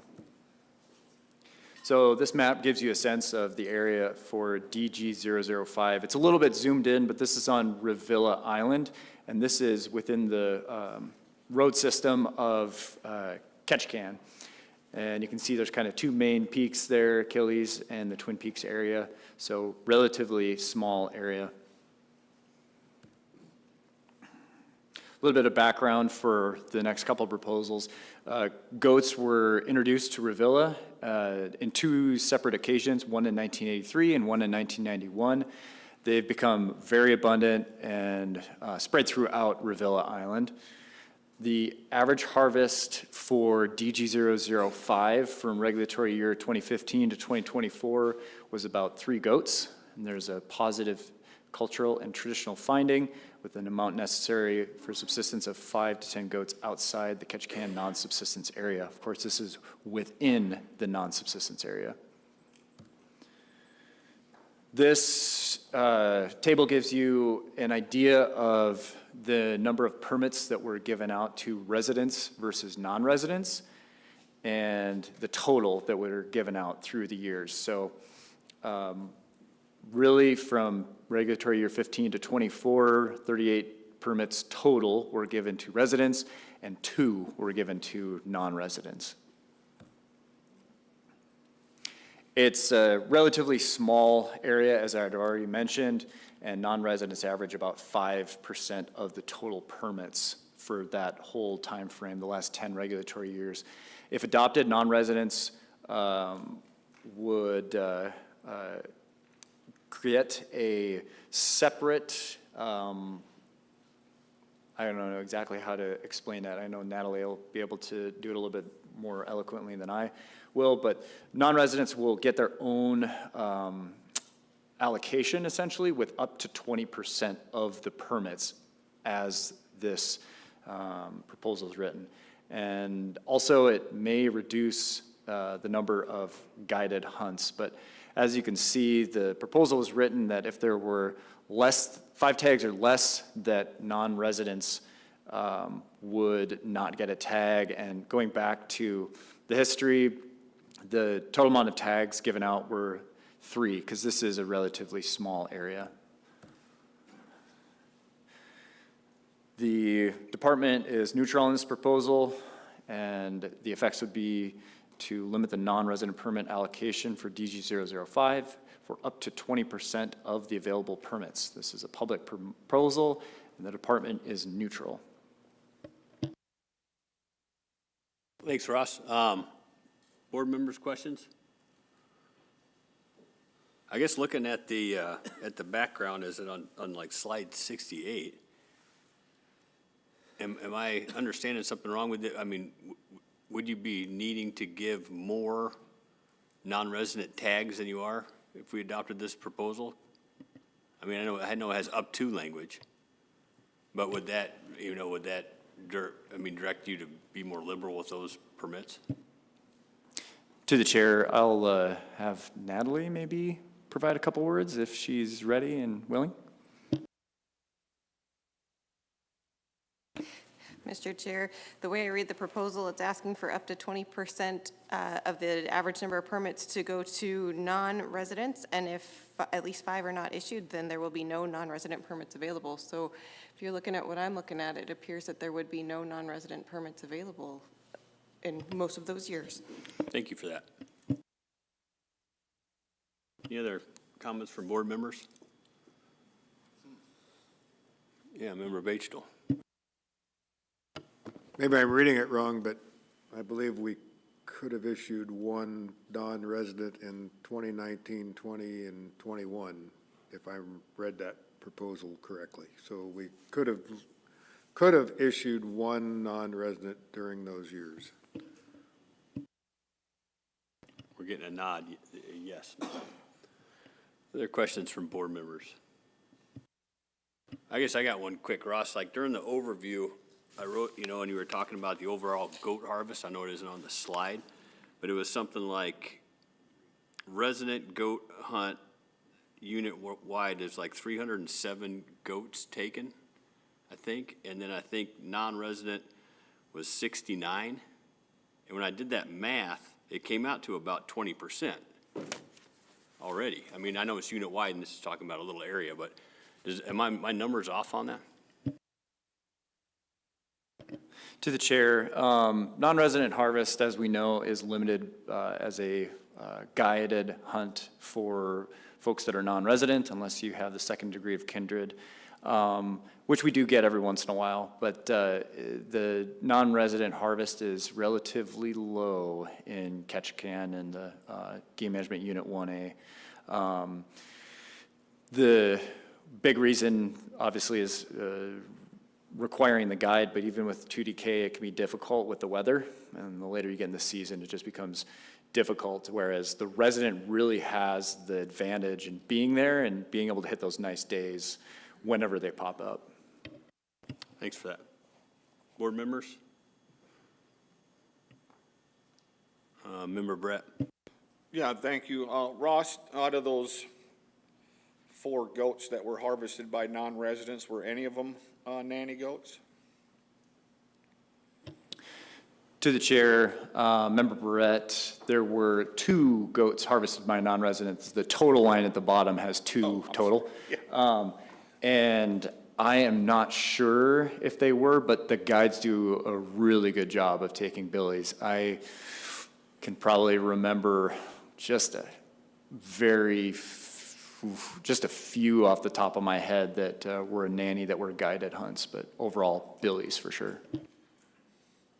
Yeah, I'm always concerned about that nanny take with a guided hunt. To me, that's, you know, non-residents aren't really doing a meat hunt up here for goats. And that nanny goat seems to be more important to resident hunters than it would be to non-resident hunters. I guess since I'm not super familiar with this area, is this area like home to several large family groups, or is this single billies hanging by themselves? What's the population look like? To the chair, so this area is surveyed as a part of a larger area because it's so small. So it's included in our, what we call our Deer Mountain hunt zone, which very similar to what Steve had on his map for goat management. He manages by those hunt zones, those smaller areas. All of Unit 1A we have broken out into those. And when we surveyed this area in conjunction with the whole hunt zone, we found over 300 goats in the whole area. So there's a pretty good population. In this one in particular, there's a fair amount of billies, certainly, and then there are some nanny groups with kids that are up, kind of on that, typically what you see is those groups will be up high. So we get a couple of those kind of milling around, whereas the billies will be up high to down low, if that makes sense. It does, thank you. Member Brett. Yeah, thank you, Mr. Chairman. Ross, is there a formula that we use now to determine how many permits go to residents and how many go to non-residents? Through the chair, Member Barrett, there is just a random draw, so we don't have any kind of allocation between the 2 groups for these hunts. Member Loring. Thank you. Ross, go back to slide 67. And say the average harvest is 3 goats, and that's per year for of all the permits that were issued? Through the chair, Member Loring, that is the average for that 10-year span, and the tags have varied from 5 to 3. So, yeah, that makes sense commensurate with the amount of tags we're giving out. So there's a pretty good chance, harvest is pretty high, then the number of permittees that actually kill goats is fairly high, 75% or plus. Through the chair, Member Loring, yes. Folks that get this tag have a pretty high success rate. Usually there's, through the years, just a handful that don't, but sometimes they're holding out for a specific billy that they're looking for, but yeah, this area has some very nice billies. And just for reference, in the past, we've had 3-year-olds harvested with horns that are over 10 inches, so it's very impressive. Member Loring. Thank you. And do you know, this is, the guides in here, are they all covered by their Forest Service concessions? And do you know what kind of numbers that they give, or how does that relate to this specific drawing permit hunt? Through the chair, Member Loring, correct. Yep, this is Forest Service land overwhelmingly, and the guide, there's a few guides in Game Management Unit 1A, and a few have allocated hunts to them for goats that can cover this area. So just kind of a game of chance if that non-resident can draw the tag. It's really difficult. It's like less than 1% chance of drawing. So it is difficult, but there are a few guides that operate. Any other questions from board members? Member Mueller. Thank you, Mr. Chairman. So just to confirm, I have the supplement up for the draw permits. So it looked like 749 people applied and 3 permits were issued. So that 749 is a mix of resident and non-residents. Through the chair, Member Mueller, correct. And actually, if I can get to it in my notes here, I believe that Natalie provided us with some nice tables that talk about the number of actual people, because the number that you're looking at is the number of applications put in, and for a single species, you can put up to 6 applications in for a species. But overall, there's a lot of folks that put in for it. I guess is the story. Yes, thank you. Member Brett. Yeah, thank you, Mr. Chairman. So, you know, you had 3 years out of 10 that you, underneath this proposal, that you could have issued a permit. Are you anticipating the population to grow, that, you know, you'd be able to submit more permits, or how do you justify what you put out for permits? Through the chair, Member Batesville, that's a great question. So it's typically, like you saw, it's been a maximum of 5, and then it was lowered to 3, and that 3 is kind of related to how small the area is, really. That's what it comes down to, and that crowding could be an issue. There had been some complaints and things like that in the past, but it seems like this is a good level. In terms of the population, I don't see it increasing. It's doing very well. It's doing very well, but it's not increasing? Through the chair, Member Barrett, based on our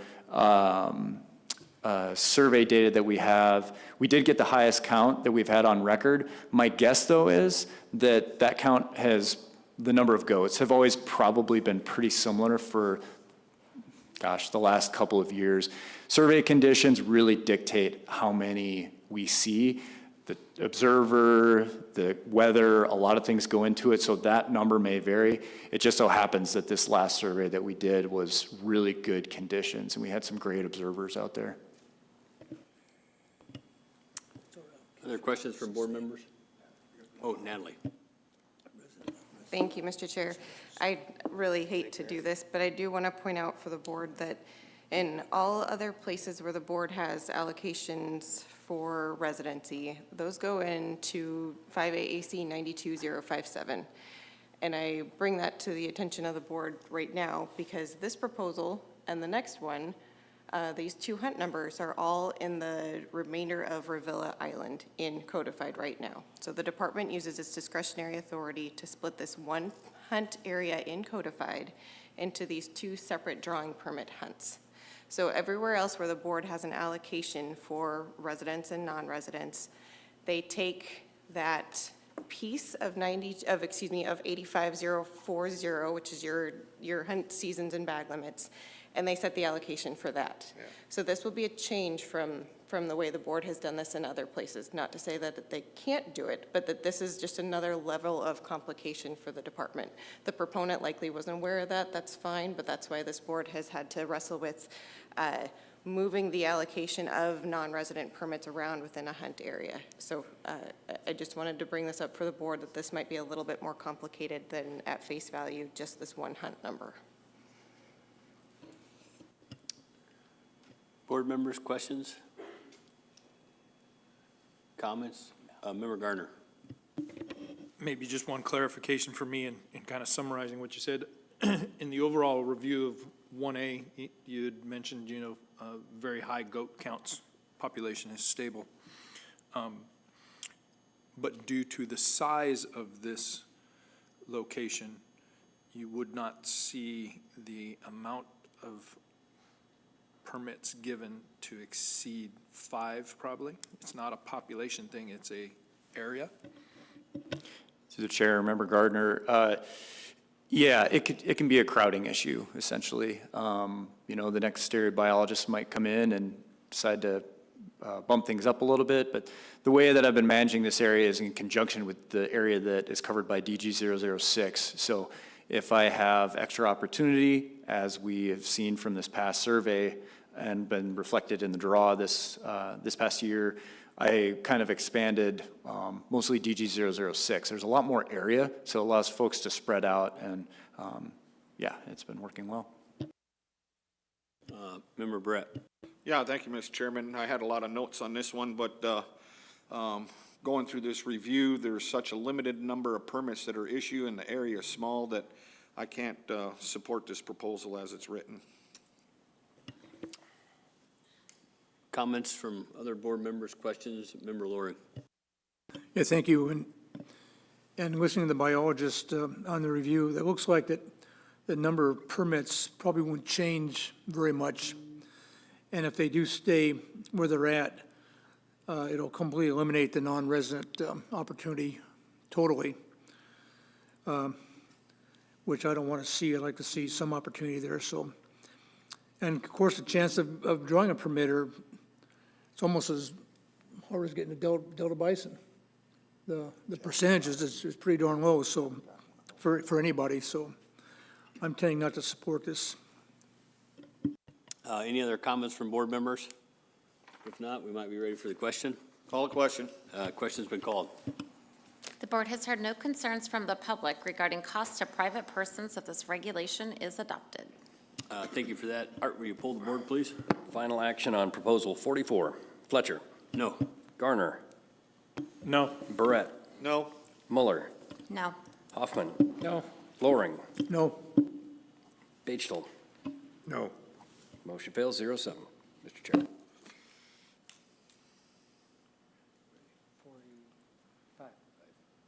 Mr. Chair, I move to adopt proposal 45, limit the non-resident permit allocation for the Unit 1A Alpha Goat Drawing Hunt DG 006 to up to 20% of the available permits. Second.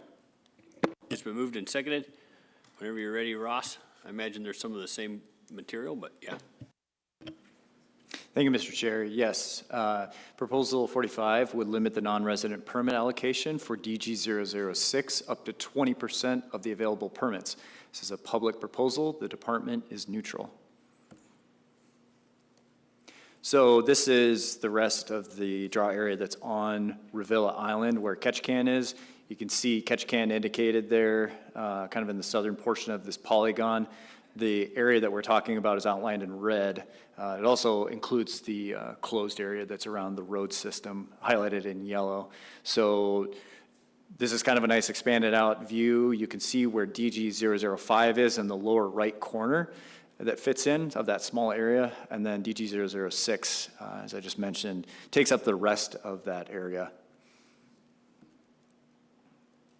So again, pretty similar information. Goats are abundant, doing very well. The average harvest for DG006 is 13 goats each year. And here's the table breakdown that we were just seeing for DG005, but this is DG006, of course. So from regulatory year 2015 to 2024, there was a total of 190 permits given out to residents, and then non-residents received 16. So definitely a few more. I think folks in general like having the option of a little bit bigger area, so that might account for that little bit of a difference. Non-residents averaged 8% of permits from regulatory year 2015 to 2024, with a maximum of 15% in 2022. If adopted, a non-resident only draw hunt would be created with 20% of the permits, and it may increase the number of guided hunts, or at least the opportunity for those. And again, the effect of the proposal is to limit the non-resident permit allocation for DG006 up to 20% of the available permits. This is a public proposal, and the department is neutral. Thank you for that discussion from board members. I see everybody's got their calculators out. Discussion from board members? Comments from board members? So I guess I'll just start off with it. You said it's a much larger area. I assume the answer is going to be pretty much the same as the cutoff area. Numerous different family groups in here, bachelor billies in here. Where's the majority? Is there a focus on the majority of the effort in this much larger area? Is it like, a certain drainage, or is it a certain mountain, or is it pretty widely dispersed? To the chair, yeah. There's a lot of goats, for sure. They're densely packed into this area, and there's large groups of nannies and kids mixed with young billies. I recall a situation where we were surveying and came up over a ridge line, and there were around 40 to 50 goats in one group. So they're pretty packed in, and most goats, they're in the higher country in general. The northern part of this area is a little bit lower elevation, so there's not many goats there, but the places that some hunters have found them have surprised me over the years. Some are in lower elevation places, but the majority of the hunting effort definitely takes place in the more obvious higher elevation areas. Over the last 10 years, has the harvest majority been billies? To the chair, I would say yes, absolutely. I think the quiz that was required did a great job for hunters being able to see those images and practice up before they go into the field looking for a billy. So yeah, it was definitely slated towards billies by quite a bit, yeah. Thanks. Member Loring. Thank you. Why is the success rate down significantly from the prior area we just looked at? Seems like we're down more in the 50% success rate if we're averaging 13 goats per year, and at least from 2019 through 2024, we're up in the the mid-20s, the higher 20s as far as number of permits issued. Through the chair, Member Loring, good observation. So of the people that get a permit, not all people actually actively hunt. Things come up, family emergencies, weather happens. 2021 was a great example of weather. The goat harvest was down across Game Management Unit 1A just because of the weather. It was so nasty out. So when those things come up, what you're actually looking at in terms of success rate is more along the lines of 60 to 70%. So folks do pretty darn good. And there's some years where it's closer to 80%. If we get really nice weather, people get out and get after it for sure. Yeah, Member Loring.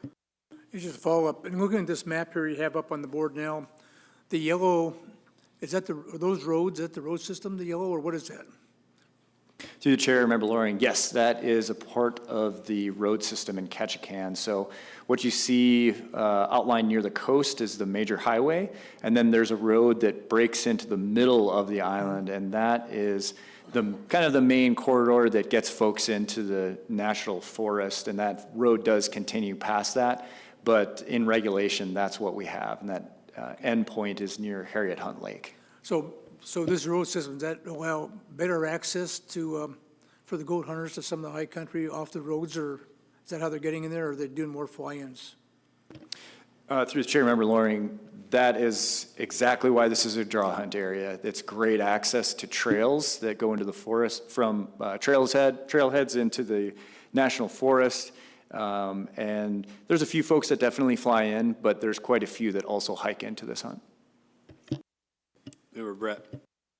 Yeah, thank you, Mr. Chairman. So if my math tutor friend steered me in the right direction at up to 20%, so if we used the 20%, this would increase the number of permits going to non-residents. Would that be true? Through the chair, Member Barrett, that is correct, based on the numbers that we have before us. And since it's up to language, how would you use that up to language in deciding how many permits you would issue, or what percentage of permits would go to non-residents? Through the chair, Member Barrett, so I believe, and Natalie, catch me if I'm wrong on this, but that would mean that 20% of the tags would go to non-residents. So that's pretty key. Director Scott. Thank you, Mr. Chairman. Through the chair, Member Barrett. With the up to 20% language, we'd be looking for some guidance from the board if this proposal is adopted. Other board members, Member Gardner. Thank you, Mr. Chair. Yeah, I look at this proposal and believe that it was actually prepared with what I'm seeing as an incorrect assumption. Keying in on the word limit the non-resident permits. If this was to be adopted, it actually wouldn't limit the permits, being that permits are allocated in the 2025 permit range. It would actually increase non-resident permits. So I would not be in support of the proposal, as I think it was incorrectly assumed to decrease non-resident tags. Member Loring. Thank you. I wonder if Member Mueller has at her fingertips the number of applicants or the number of tickets that were bought for this particular hunt, and what the percentage of success was. Through the chair, Member Loring, I do, and we have the DG 006. Number of permits were 28, number of hunters were 22. 6 males were taken, 4 females were taken. I looked at your 2021 when, hold on, let me readjust it here. Yeah, I want the drawing hunt supplement numbers Oh, okay, I got for that. number of people that actually applied, or Yes, I got it. So DG 006, 3,352 applied for DG 006, and number of permits available were 23. thank you. Ross. To the chair, I just wanted to also add that in response to my comments previously, that we did up the total number of permits for DG 006 this last year. So it would be a little bit higher percentage success, but with thousands, it's negligible, but just wanted to at least highlight that. Thanks for that. Other discussion from Member Bachtel. Yeah, for a point of clarification, Ross, I think I heard you say that, so if people put in 6 times, they show up in that 3,000 applicants 6 times, is that correct? Through the chair, Member Bachtel, correct, yeah. So the total number of applications represents the up to 6 that people can put in. So Someone could put in 1, someone could put in 6 for a single species, especially within a single hunt, which is what usually folks do to up their chances of potentially drawing that hunt. Thank you. Questions from board members? Intent from board members? Member Brett. Yeah, thank you, Mr. Chairman. I don't know who the author was or have any reason to know him, but this up to 20% would actually increase the non-resident opportunity to draw permits. And I think Member Gardner hit it on the head. I think the author was trying to limit the amount of permits going to non-residents. More discussion from board members? Intent from board members? If not, I think we're ready for the question. Call the question. Question's been called.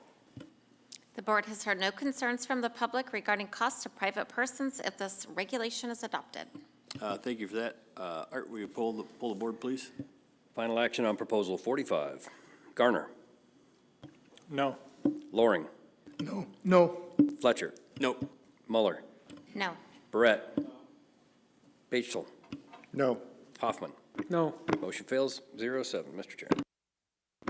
Mr. Chair, I move to adopt Proposal 46, limit the non-resident permit allocation for Unit 1A Alpha goat drawing hunt in DG 008 to up to 20% of the available permits.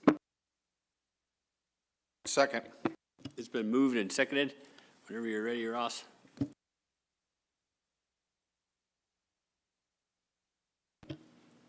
Thank you, Mr. Chair. So Proposal 46 would limit non-resident permit allocation for DG 008 up to 20% of the available permits. This is a public proposal that the department is neutral on. So this shows, kind of orienting a little bit, just a second ago, we were just east of here on Revilla Island. Beam Canal separates out from the Revilla from DG 008, which is the Cleveland Peninsula.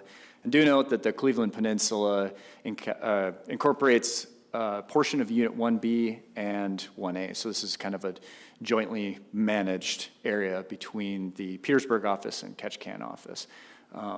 This area has quite a bit of history in terms of its goat management. It was closed for a very long time due to conservation concern, and it recently reopened in 2019. So the reason for that is it's fairly isolated. This peninsula is connected to the mainland, of course, but its isolation is what separates it out from some other areas in Southeast Alaska, in that the goats move down and they rarely move back and forth. So we've done a number of different studies that have shown that they're less and less the further south you go, and they really stick it out on certain knobs within the area outlined in red here. So there's a couple places, and one particular place that I'll point to is right by Spacious Bay. Just directly west of there, it is very flat. It's like a 15-mile from mountain to mountain area where not a lot of goats move through. It's just not goat habitat. If it were like a spine through there, you might have a little bit of more movement of goats from the north to the south, but we just don't really see that. So what we're talking about is kind of a population that is isolated to this peninsula. However, we have done a study that was, I believe, a graduate student looked at the horn growth of the goats in DG 008 and compared it to the goats from the rest of Southeast Alaska, and found that their horn growth is much higher than the rest of Southeast. And, you know, when hunters ask me why, all I tell them is, you know, there's something in the water there, I think. So that's why when this did reopen, we opened it up to a couple tags, but really with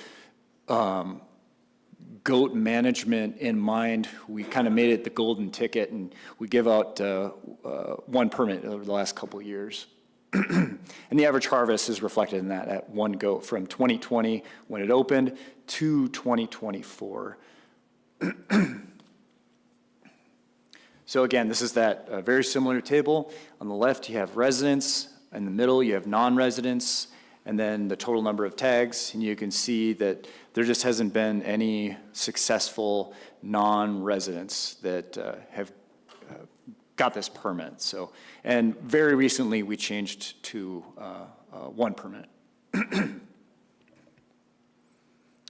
Kind of summarize that point that non-residents receive 0 permits. And then if adopted, non-residents would likely not receive a permit because I don't foresee the goat population booming in this area again. And to go back to just a little bit of history, the population did drop down, or not, the minimum count where we do an aerial survey, the number we were seeing drop down right until about 2002, and then the hunt was closed for quite a bit of time, and there was an inflection point where the number of goats we saw did increase after that. But really, they've kind of got to a peak, and it's kind of been flatlined in terms of the numbers we've seen, which has been about 30-ish goats. Those are the highest minimum counts that we've got. And this could potentially result in a reduced opportunity for guides. So again, the effect of the proposal is to limit non-resident permit allocation for DG 008 up to 20% of the available permits. This was a public proposal, and the department is neutral. I know nobody's ever pulled them, but could hypothetically a second-degree kindred receive one of these permits? To the chair, yes. Member Brett. Yeah, thank you, Mr. Chairman. I'm not willing to support this proposal. If my math tutor was correct, technically on paper, you could almost give half, at 20% or up to 20% would potentially give half of the permits to non-residents, Member Mueller. if I rounded up. Go ahead, Ross. To the chair, one thing that I did want to mention too is that when the board decided to open this back up, they did open it to a billy-only hunt too. So that really helps in the fact that, as I had mentioned, this is kind of a small isolated population. When we focus that harvest on billies, it certainly helps with maintaining a hunt there. Thanks for that, Member Mueller. Thank you, Mr. Chair. Ross, I was actually going to commend you on that because I just looked it up. The other ones are for either sex, but this is for billies, so I did recognize that. I also intend not to support this proposal. And that's just primarily because of the percentages and how low the numbers are there. Member Batesville. Yeah, with the wording of this up to, that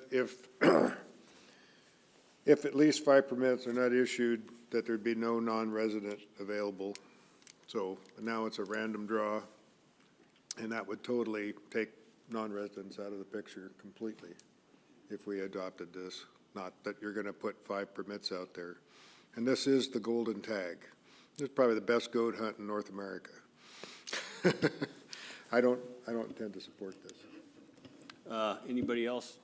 Any other board members? If not, I think we're ready for the question. Call the question. Question's been called. The board has heard no concern from the public regarding costs to private persons if this regulation is adopted. Thank you for that. Art, will you pull the board, please? Final action on proposal 46. Batesville. No. Fletcher. No. Barrett. Loring. No. Hoffman. No. Mueller. No. Garner. No. Motion fails 0-7, Mr. Chair. Mr. Chair, I move to adopt Proposal 47, eliminate the Unit 2 meat salvage requirements for resident black bear hunting in May. Second. It's been moved and seconded. Whenever you guys are ready.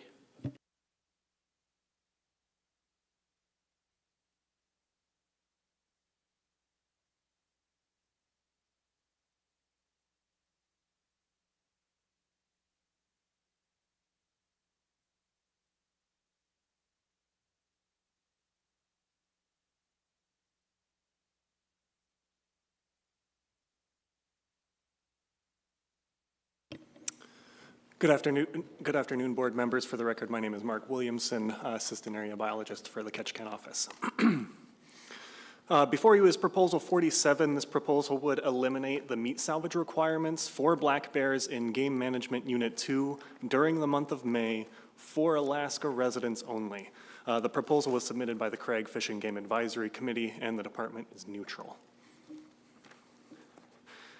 To provide some background, the board implemented statewide meat salvage requirements for black bears starting in regulatory year 1996. The board heard testimony from hunters stating that they regularly salvaged black bear meat during spring, but the palatability of black bear meat started to degrade after May. So the board subsequently acted to implement black bear meat salvage requirements in spring that excluded the month of June.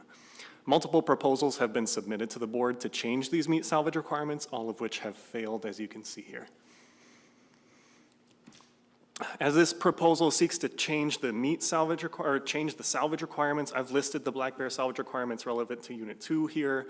As Unit 2 is a unit in which sealing is required, salvage of the skull, hide, and meat and edible meat are mandatory from January 1st to May 31st. However, from June 1st to December 31st, either the skull and hide or the skull and meat are required to be salvaged.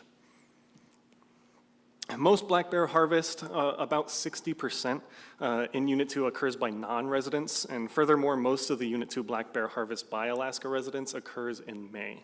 The current regulation does not appear to cause people to avoid harvesting during this time of year when meat salvage is required. The figure shows resident black bear harvest by month, where black bars represent average Unit 2 black bear harvest by residents that occur within a given month. The figure highlights that most black bear harvest by Alaska residents occurs during May when meat salvage is required. Furthermore, relatively few resident Unit 2 black bear hunters actually take advantage of existing opportunity to harvest more than one bear. Residents have a bag limit of 2 bears in Unit 2, but roughly 7.5% of resident Unit 2 black bear hunters have taken 2 bears between regulatory years 2015 to 2024. Furthermore, 60% of the bears harvested by hunters who harvest 2 bears 60% of those bears were harvested during months requiring meat salvage. And with most resident black bear harvest occurring in May, 60% of 2 bear harvest occurring within the months that require meat salvage, and a positive customary and traditional use finding, meat from black bears may represent an important food resource for the residents of Unit 2. I also surveyed about a dozen or so Unit 2 black bear hunters by phone to gather local opinions. And when I say Unit 2 black bear hunters, I mean Alaska residents who hunted black bear in Unit 2, not necessarily residents of Unit 2. So I surveyed about a dozen people. Most of the hunters that I surveyed stated that if adopted, the proposal would not result in their harvesting any additional black bears and would not result in a change to the dates that these hunters would expect to go hunting. And these hunters expressed sentiments related to the value of black bear meat as a food resource and concern about the potential waste of meat. However, there were also some folks that I surveyed who said that they would increase the number of bears that they would harvest, or they would change their preferred hunting dates. But these hunters were a minority. Yeah, these hunters can express concerns about reducing black bear predations on deer. Overall, if the proposal were adopted, increase in harvest is likely to be minimal based on the results of the surveys that I conducted. So again, before you is Proposal 47, which would eliminate the meat salvage requirement for black bears in Game Management Unit 2 during the month of May for Alaska residents only. The department's neutral on the proposal as it's not anticipated to result in a biological concern. The proponents of the proposal mentioned concerns about black bear predation on deer fawns, and it's not known by the department what degree black bear predation on deer fawns actually influences the deer population or opportunities for deer harvest. And there's no indication that eliminating the requirement for meat salvage of black bears in Unit 2 in May for Alaska residents would increase the harvest of black bears or reduce predation on deer fawns. Yeah, that's all I've got for that. I'll take any questions.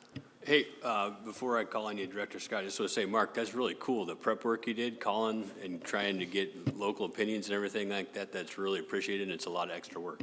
Director Scott. Thank you, Mr. Chairman. I just wanted to point out that, you know, the department certainly believes we have more opportunity to harvest black bears. The resident harvest is very low. There is not an intensive management program on Prince of Wales for any species, and so this is solely based on the information we're providing you as available opportunity. Member Batesville. Yeah, Mark, thank you for that. Wasn't there a history with meat salvage in May tied to bear baiting and the justification for bear baiting? Through the chair, Member Batesville, you're exactly correct, yes. Do you have any numbers on how many bait stations there are in Unit 2 and they're split between residents and non-resident? Through the chair, Member Batesville, I believe I do have information on the number of bears that were harvested at a bait station. I'm not sure if I have that between residents and non-residents, but I'd have to look that up in my binder here. Okay, thank you. Member Loring. Thank you. Thanks for bringing it up, Member Batesville. I do have a lot of additional information on that use of bear meat by bear baiters. And back in the 80s, when bear baiting was just about thrown out the window by initiative and the board looked at it, the department in their foresight actually had a section on their ceiling form whether or not the bear meat was salvaged. And a large percentage, I think 80 or 85% of the hunters said they salvaged the bear meat. And that was one of the main reasons that the board kept bear baiting in place in Alaska. And because of that food resource, that food security that it provided. So the use of bear meat in baiting season, which usually happens in May and in June sometimes too, but was widely used. And I think it'd be in our best interest to keep the meat salvage requirement in this unit also. Thank you. I'm going to pull a John Wood. Oh, go ahead. To the chair, I was able to collect the number of people who used a bait station. I don't have differences between residents and non-residents, but over the last 5 regulatory years, it has been between 6 and 13 bears harvested at a bait station. Ross? To the chair, I'll just add that it's mainly residents that I recall going out on bait stations that I've interacted with sealed bears, so. It's my opinion this is a very valuable food source. I've eaten these bears, and right now I'm a no vote unless I'm convinced otherwise. Member Brett. Yeah, thank you, Mr. Chairman. Question for Division of Subsistence.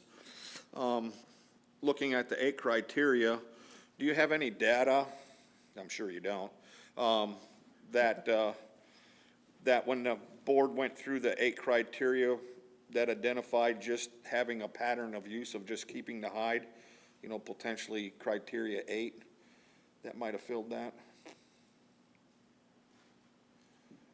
To the chair, Member Brett, let me consult with staff while we continue with deliberations. That's a tall order. I'll take a look. Thank you, Mr. Chair. Thank you.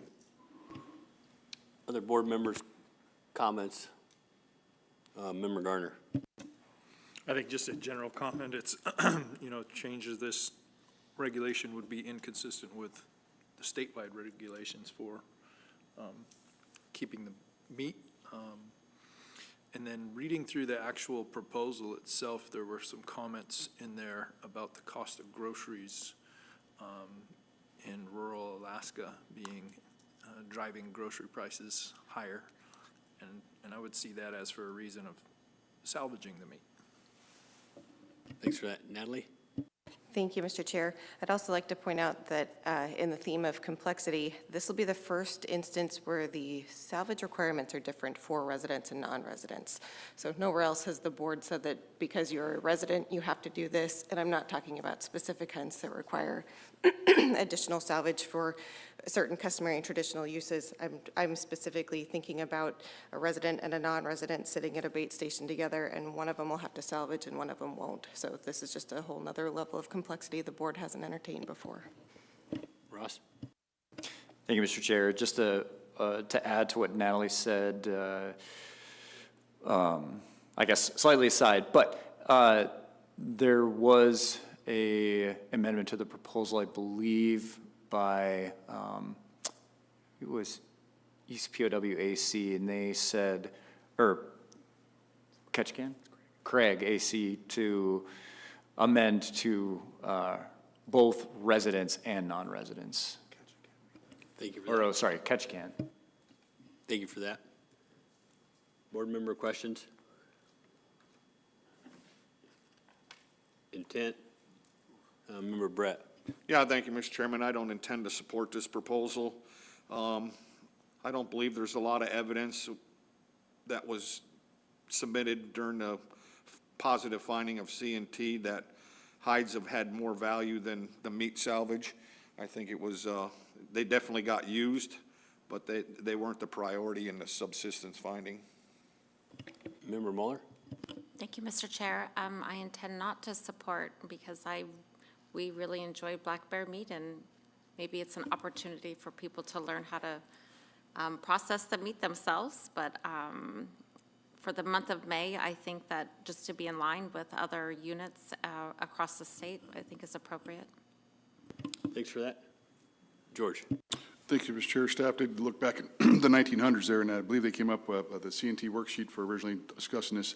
Talks about the use of bear meat and hide. Thank you, Mr. Chair. Thanks. Member Batesville? Yeah, I'm a little bit conflicted. The ACs in the area of Unit 2 were split on this, and I myself take bears for meat. I really like the bear meat and the fat and the stuff that comes off of that.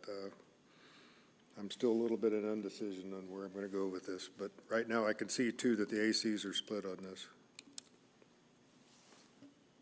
Nice. Any other further discussion from board members? Questions? Comments? If not, we might be ready for the question. Call the question. Question's been called. The board has heard no concerns from the public regarding costs to private persons if this regulation is adopted. Thank you for that. Would you pull the board, please? Final action on Proposal 47. Mueller? No. Hoffman? No. Garner? No. Batesville? No. Loring? No. Fletcher? No. Barrett? No. Motion fails, 0-7. Mr. Chair. Mr. Chair, I move to adopt Proposal 48, increase the Unit 2 wolf population objective. Second. It's been moved and seconded.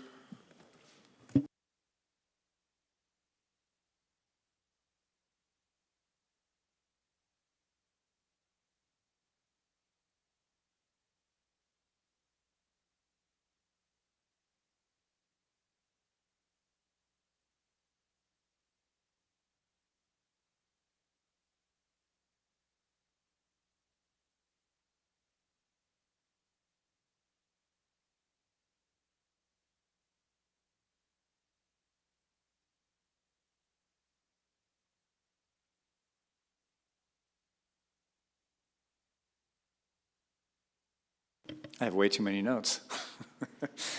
Thank you, Mr. Chair. Proposal 48 would change the population objective range for wolves in Game Management Unit 2 from 150 to 200 wolves to 200 to 300 wolves.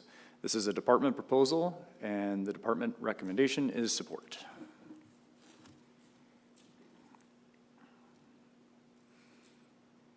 So, a little bit of background. Fish and Game presented a new management strategy to the board and asked the board to determine a population objective for Game Management Unit 2 wolves. The Board of Game voted to establish an objective of 150 to 200 wolves during their 2019 meeting. The Board of Game and Fish and Game both agreed that the objective would be revisited in the future when more data were available.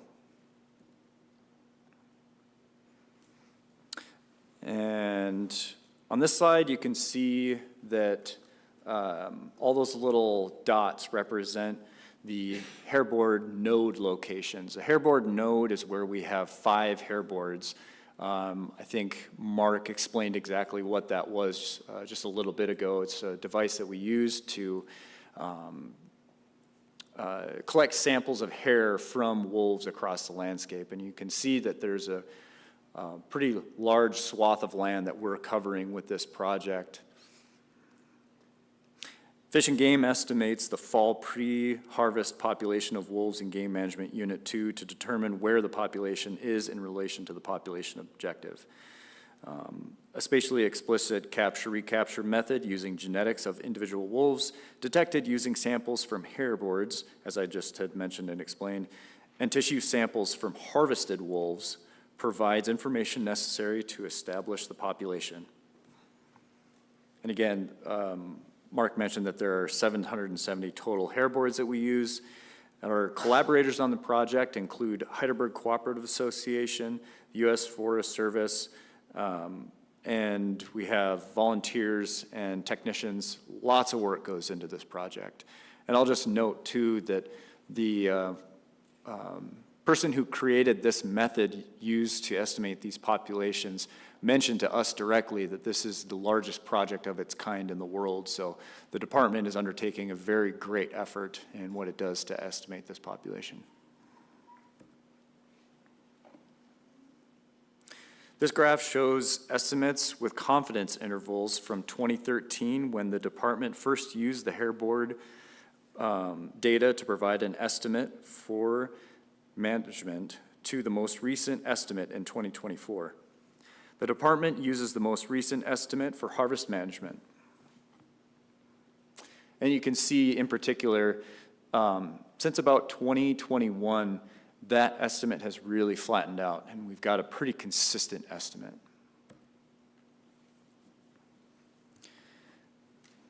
The hunting and trapping seasons were closed by emergency order from 2013 to 2018 when the quota was reached. So that's where you can see that big vertical line that breaks. Previous to that, we had a quota system that we used. And then after that, the department changed to a season length based strategy from 2019 to present. And you can also see in this graph, you can see the black bars are harvest, gray bars are our estimates, as you have seen in the previous table. Mark did a pretty good job explaining how our adaptive management strategy works and each of the different pieces that goes into it. And I'll just mention just a few things to add to what he mentioned, in that the population estimate itself, once we get all that data back, it takes about 8 to 10 months to complete, and then it takes time after that to then take that completed data, the completed results of that data, to analyze it too before the season. And the sustainable harvest range is based on population estimates and the literature, which we rely on for the decision in the season length itself. And Mark had also mentioned that there was the effort that trappers put in, we can't necessarily directly measure because we don't know how many folks go out and are not successful because we seal wolves. So we're getting information from sealed wolves, but we also get an average catch rate. And that average catch rate also helps us in the decision to the decision of the season length. When we announce that season length, we announce it ahead of the season. And this is an advantage over the quota system, where during the quota system, when we're using that method, we would issue an emergency order when we were reaching that quota. So you can imagine as a trapper that being somewhat difficult to deal with in that you would have a certain amount of time to get out into the field and actually collect up your traps to be in line with the emergency closure. The advantage of the system that we use now is that we have that closure ahead of time, so it gives trappers the opportunity to plan ahead before they go afield. And then for sealing requirements, the department has required that folks that harvest wolves will call the department in catch can within 7 days of take, and they'll seal the animal within 15 days of take. So that gives us some pretty tight-knit information on what's going on in the field and is very helpful for management. And again, this is an iterative process that we can use to adapt the management with what we're seeing in terms of the data that we're receiving, what we're seeing on the ground, and going back to harvest and the, I'll just go back to it real quick. Harvest and the estimate have been really stable in the last few years, kind of showing that this method is working pretty well. And this table gives you an idea of what harvest has been in relation to the season length. Season length is in days. So since 2021, we have offered 31 days, and harvest has fluctuated from 62 to 74 for up till in regulatory year 2024.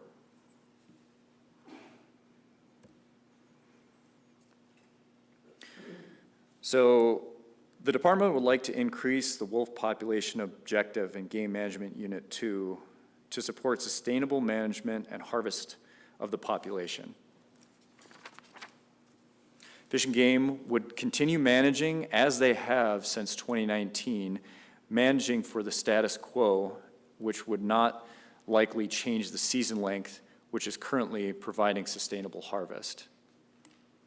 Population objective of 200 to 300 wolves is consistent with population estimates from the past decade, and this management approach will allow Fish and Game more time to evaluate population estimation biases, implement new methods, which we are currently working on now, and allow for a more thorough assessment of the genetic status of the population.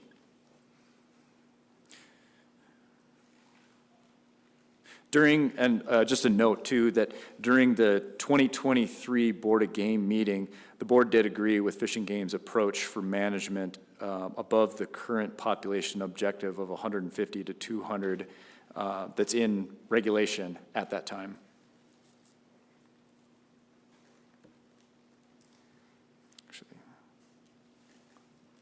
Actually, I have a few more notes here.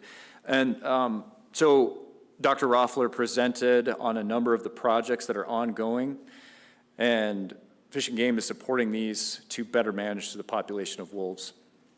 This proposal aims to align regulations with management. So that's the key kind of takeaway is we've been managing at this level since about 2019, and we would like to just align regulations with how we've been managing.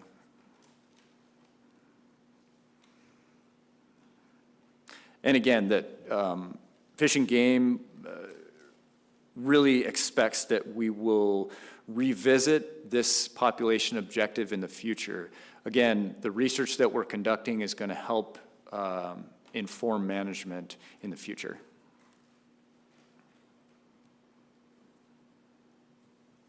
So Proposal 48 would change the population objective range for wolves in Game Management Unit 2 from 150 to 200 to 300 wolves. This is a department proposal that the department supports. Thank you for that. Questions from board members? Member Batesdale. Yeah, Ross, thank you for that. By changing this population objective from 150 to 200 to 200 to 300, and keeping the same harvest day period, the length of days, 31 days, would you expect the allowable harvest to change? So we're in that 65, 75 range, somewhere in there? To the chair, Member Batesdale, The amount of allowable harvest really depends on our population estimate. So that's one of the factors that we use to determine the season length. And in determining the season length, if the population were to grow, we would certainly have the ability through our adaptive management strategy to adjust that season length and allow for more opportunity, what's commensurate with what we deem sustainable based on the literature and based on our harvest history. Other questions from board members? Comments? Member Garner. Thank you, Mr. Chair. Is the 31 days established off the 150 to 200, or is that established off the 200 to 300? Through the chair, Member Garner, so that 31 days represents what we have found to be a sustainable level of harvest given that season length. And that is based off of our catch rates. So again, we don't know exactly how many folks are going to go out and trap, but through our management, we have learned what that catch rate is, and we've really honed in on what that is and the potential results of increasing or decreasing that season length. Vice Chair Hoffman. Yeah, thank you, Mr. Chair. To the department, going over my notes here, and a lot of the proponents that are opposed to this have used a rationale that by the department raising the population objective that we're going to essentially end up with a lot more wolves, which would then in effect take a lot more deer, but that's not the case, right? It's things are going to remain basically the same. We just made the numbers match to what we're already doing. To the chair, Member Hoffman, excellent question and observation. Exactly. So we have been managing this way since 2019, so slightly above the population objective in regulation. So what we're asking is just to have the regulations meet up with where we've been managing. So that's where we kind of get at the objective that we're asking. Director Scott. Thank you, Mr. Chairman. I wanted to circle back around to Member Gardner's question, and maybe it was answered, but just another way to think about it. Over the years, we've learned that hunters take about 2.4 wolves per day. And then we use that compared to the population estimate that we have, and that's how we determine the season length. And we using the sideboards of roughly 30% of a harvest, which has been established as essentially keeping a population in check. Member Mueller. Thank you, Mr. Chair. I figured I would actually go back to the wolf research tab. If we increase population, is there going to be more of a chance for the inbreeding that we referred to at the beginning of the meeting? Through the chair, Member Mueller, again, just kind of related back to the question that I just answered for Member Gardner, we're trying to keep the population kind of right where we have been since 2019. And in terms of inbreeding, we're certainly aware that there's a high level of inbreeding. However, what we would be looking to see if it pops up in the population would be something called inbreeding depression. Inbreeding depression results from a lot of really very closely related wolves mating over and over and over again. And then you can start to see issues where males are not reproducing, they're sterile, or there's birth defects, or a lower reproductive rate, things like that. We have not seen any of those things in the population to this point, so that's a good thing. Okay, thank you. Member Garner. Thank you, Mr. Chair. A lot of information to absorb. Can you remind me again the stability of the deer population in Unit 2? Certainly, through the chair, Member Garner. If you remember back to the graph that we had that showed harvest, the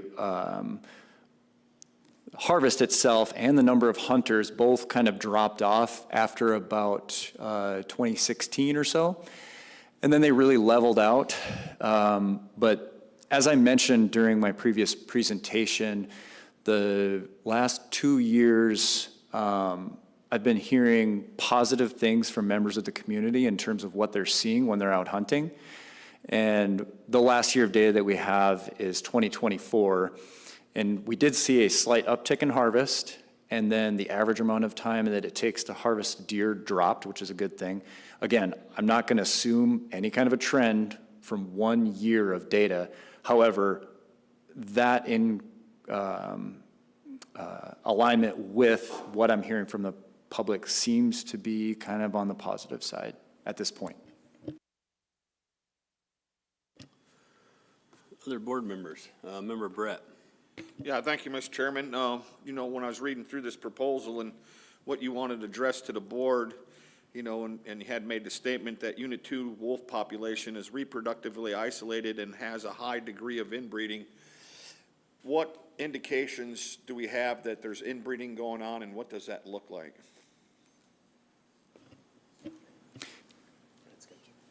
Director Scott. Through the chair, Member Barrett, I think Ross did a really good job of explaining, you know, what that means and where the real concern is, you know, individual pair mating over and over and over.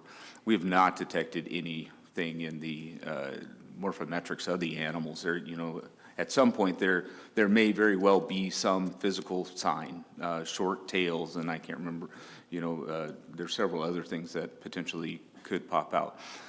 You know, it's no secret, these wolves are an island population, and while we haven't detected a lot of movement between other wolf packs and populations, there is some, right? I believe Gretchen or Dr. Roffler pointed out that we have had, it may have even been recently, that we had at least a male come over and you know, produce pups. So it's something we can't ignore, but it's not something that we see as a problem right now. And I think it's appropriate that we are paying attention, and it's, you know, certainly one of the things that Dr. Roffler is looking at. You know, who knows? If we get to a place where it really becomes an issue, you know, we will explore ways to address it. I guess the one other thing I wanted to add, and this may or may not murky the waters a little bit, and this is very simplistic. You know, our current population objective is 150 to 200 wolves. And if you just look at 2024, the objective, and then the harvest, and subtract 74 from 245. So our harvest objective is prior to the hunting and trapping seasons. But if you subtract those two numbers, you know, we're right there. But we are looking at a fall estimate.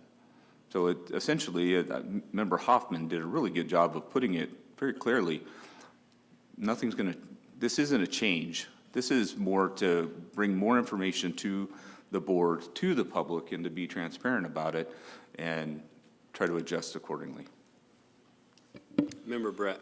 Yeah, thank you. Thank you, Director. And I heard Ross very clearly what inbreeding depression is. But the step before inbreeding depression is you know, that you guys made the statement that there's a high degree of inbreeding.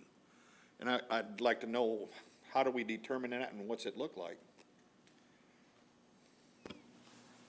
Through the chair and Member Barrett, and I probably rely on Ross and Anthony both on this. You know, again, because we're doing a lot of genetic work, we're finding a lot of relationships between the wolves.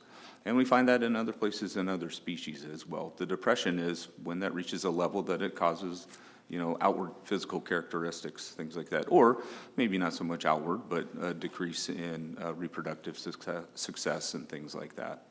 Again, not something we've seen yet. Anything to add, Ross or Anthony, on that? Through the board, Member Barrett, yeah, I think Ryan kind of hit it on the head, but you know, there was a study that was recently published in 2025. They measured through the genetics and found that they were very highly inbred. And honestly, we live in southeast on islands, and having some level of inbreeding is to be expected of quite a few critters. It's not outlandish at all. But what Dr. Roffler is trying to do with her work is to figure out just a lot of things in terms of the management options that we have and potentials of those different management scenarios, and to figure out how they would play out. And there's some instances of animals such as the Channel Island fox, which is an isolated population. They had been, again, through genetics, found to have inbreeding, but they're still around and they're doing well. And they're some negative traits that could have led to something like inbreeding depression were purged by the population. So say there was a fox that had an issue with its hips or something like that, which is one typical sign. Maybe it died, and then those genetics were not passed on to the next generation. The population's still very inbred, but it's there. And those are the type of things that we're trying to figure out whether or not we're at that point, what the index is that we can measure to look at what's called genetic load, which is kind of a proxy for inbreeding depression if it were to occur. So we just want to see kind of where it's at, and we're getting there with the research that we've been conducting. Yeah, and I did a pretty good thorough study of Isle Royal wolves where there was an absolute isolation there. And, you know, and how that peaked with 50 wolves and all the events that eventually made it crash, which is nothing similar to what, you know, it's similar to what we're talking about, but it's not similar to any kind of geographic area, because, you know, the island's huge compared to the little Isle Royal Island that 50 wolves lived on. And, you know, and talking about genetics, you know, you had, I call them genetic, mutants, you know, like cross fox. You know, that's a mutant gene in the red fox. Is that a sign of inbreeding? Or is that just a mutant gene for, you know, the color of the hair? Or a silver fox, you know, which is still a red fox?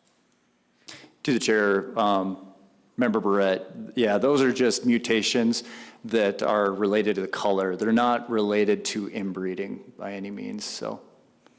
Okay, thank you. Well, sorry, Anthony. Mr. Chairman, just to add some context to it, as we've said, this is not a surprise. It's an isolated island population.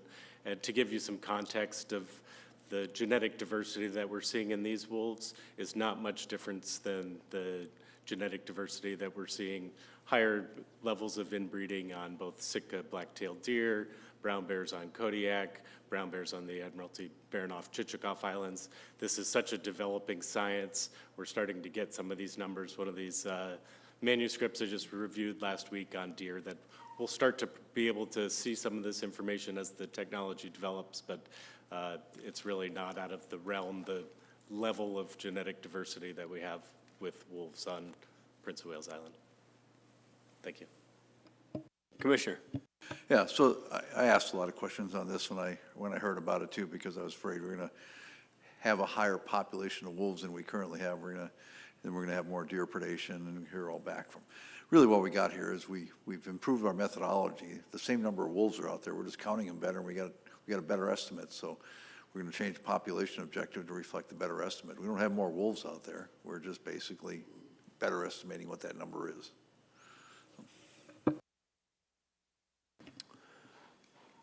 Other questions, comments from board members? I don't know, you know, it's approaching a quarter. Oh, go ahead, Member Brett.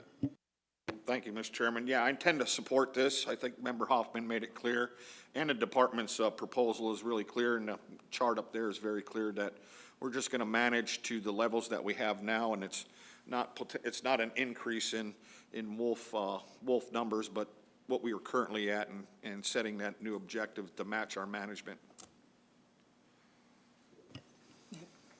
Oh, Vice Chair Hoffman. Thank you. Just a quick question. I hate to belabor this, but since it was a topic of the board here about this inbreeding stuff, it's an island, and I don't think nothing's changed in 10,000 years. I mean, I imagine it's the same level, or is there any reason for it to spike all of a sudden? Through the chair, Member Hoffman, great question. So folks had asked us at AC meetings as well, this question of why are we seeing this now? And a big part of it is we measured it and we found out, but there's been a couple different publications that have looked into this over a long span of time.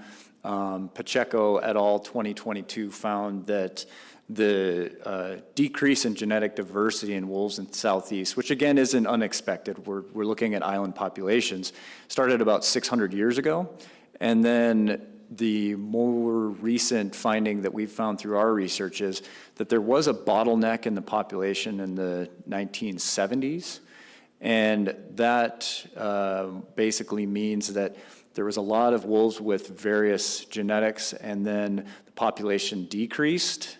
And then from there, it was able to increase again. But what you have with that is there's less diversity in the genetics of the wolves after that bottleneck. So that's what we're seeing now, and that's what we're trying to learn more about in terms of its effect. But in terms of what we're looking at today, we don't have a management trigger that's connected to genetics at this point. What we're looking at is we control that season length to control trapper effort to maintain that sustainable harvest. Commissioner. Yeah, so we started using genetic techniques to do population estimates, and genetic techniques are kind of new for that. Now we have genetic samples, and we're able to look at these kinds of questions. On the other side of the coin, if we find that this becomes an issue, we have lots of genetic stocks that we can use to diversify this down here if it becomes necessary. So it's just a finding that we found because we have new scientific techniques to find it, but we haven't gotten to the point where it needs to be addressed yet. Member Brett. Yeah, thank you, Mr. Chairman. I don't know if I asked this before or not, but is there a difference in between canines and ungulates that potentially inbreeding depression would happen quicker in a wolf population like this versus a wood bison population that started with 11 animals? Through the chair, Member Barrett, good question, and it's very variable. It depends on a lot of different things. Genetics is kind of a game of chance too. It depends on the scenario in which the population that you're talking about is at, and then also things like the way they breed. So, with bison, you might be looking at something like a bull that breeds many females versus wolves. We have breeders that only very few females breed. So it depends on a lot of different things, and I can't answer as to whether or not that would differ between species like that, because there's so many variables that play into whether or not a population is A, inbred, and then B, if there's any chances or realized inbreeding depression. I only mentioned wood bison because I know they came from 11 animals, and there's roughly 3,000 to 8,000 of them now from the start of 11. Other board members, Member Garner, do you have anything? Nope. Anything? Any further questions? Call the question. For the question. Question's been called.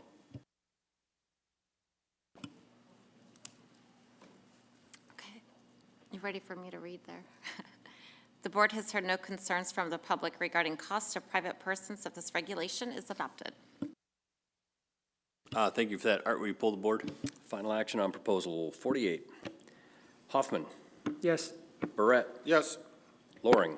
Yes. Fletcher. Yes. Garner. Yes. Bagel. No. Muller. Yes. Motion carries 6 in favor, 1 against. Mr. Chair. Thank you for that. And this time, I really appreciate everybody's hard work and sticking through it, but we'll break till tomorrow morning. 8:30. 8:30. Thank you.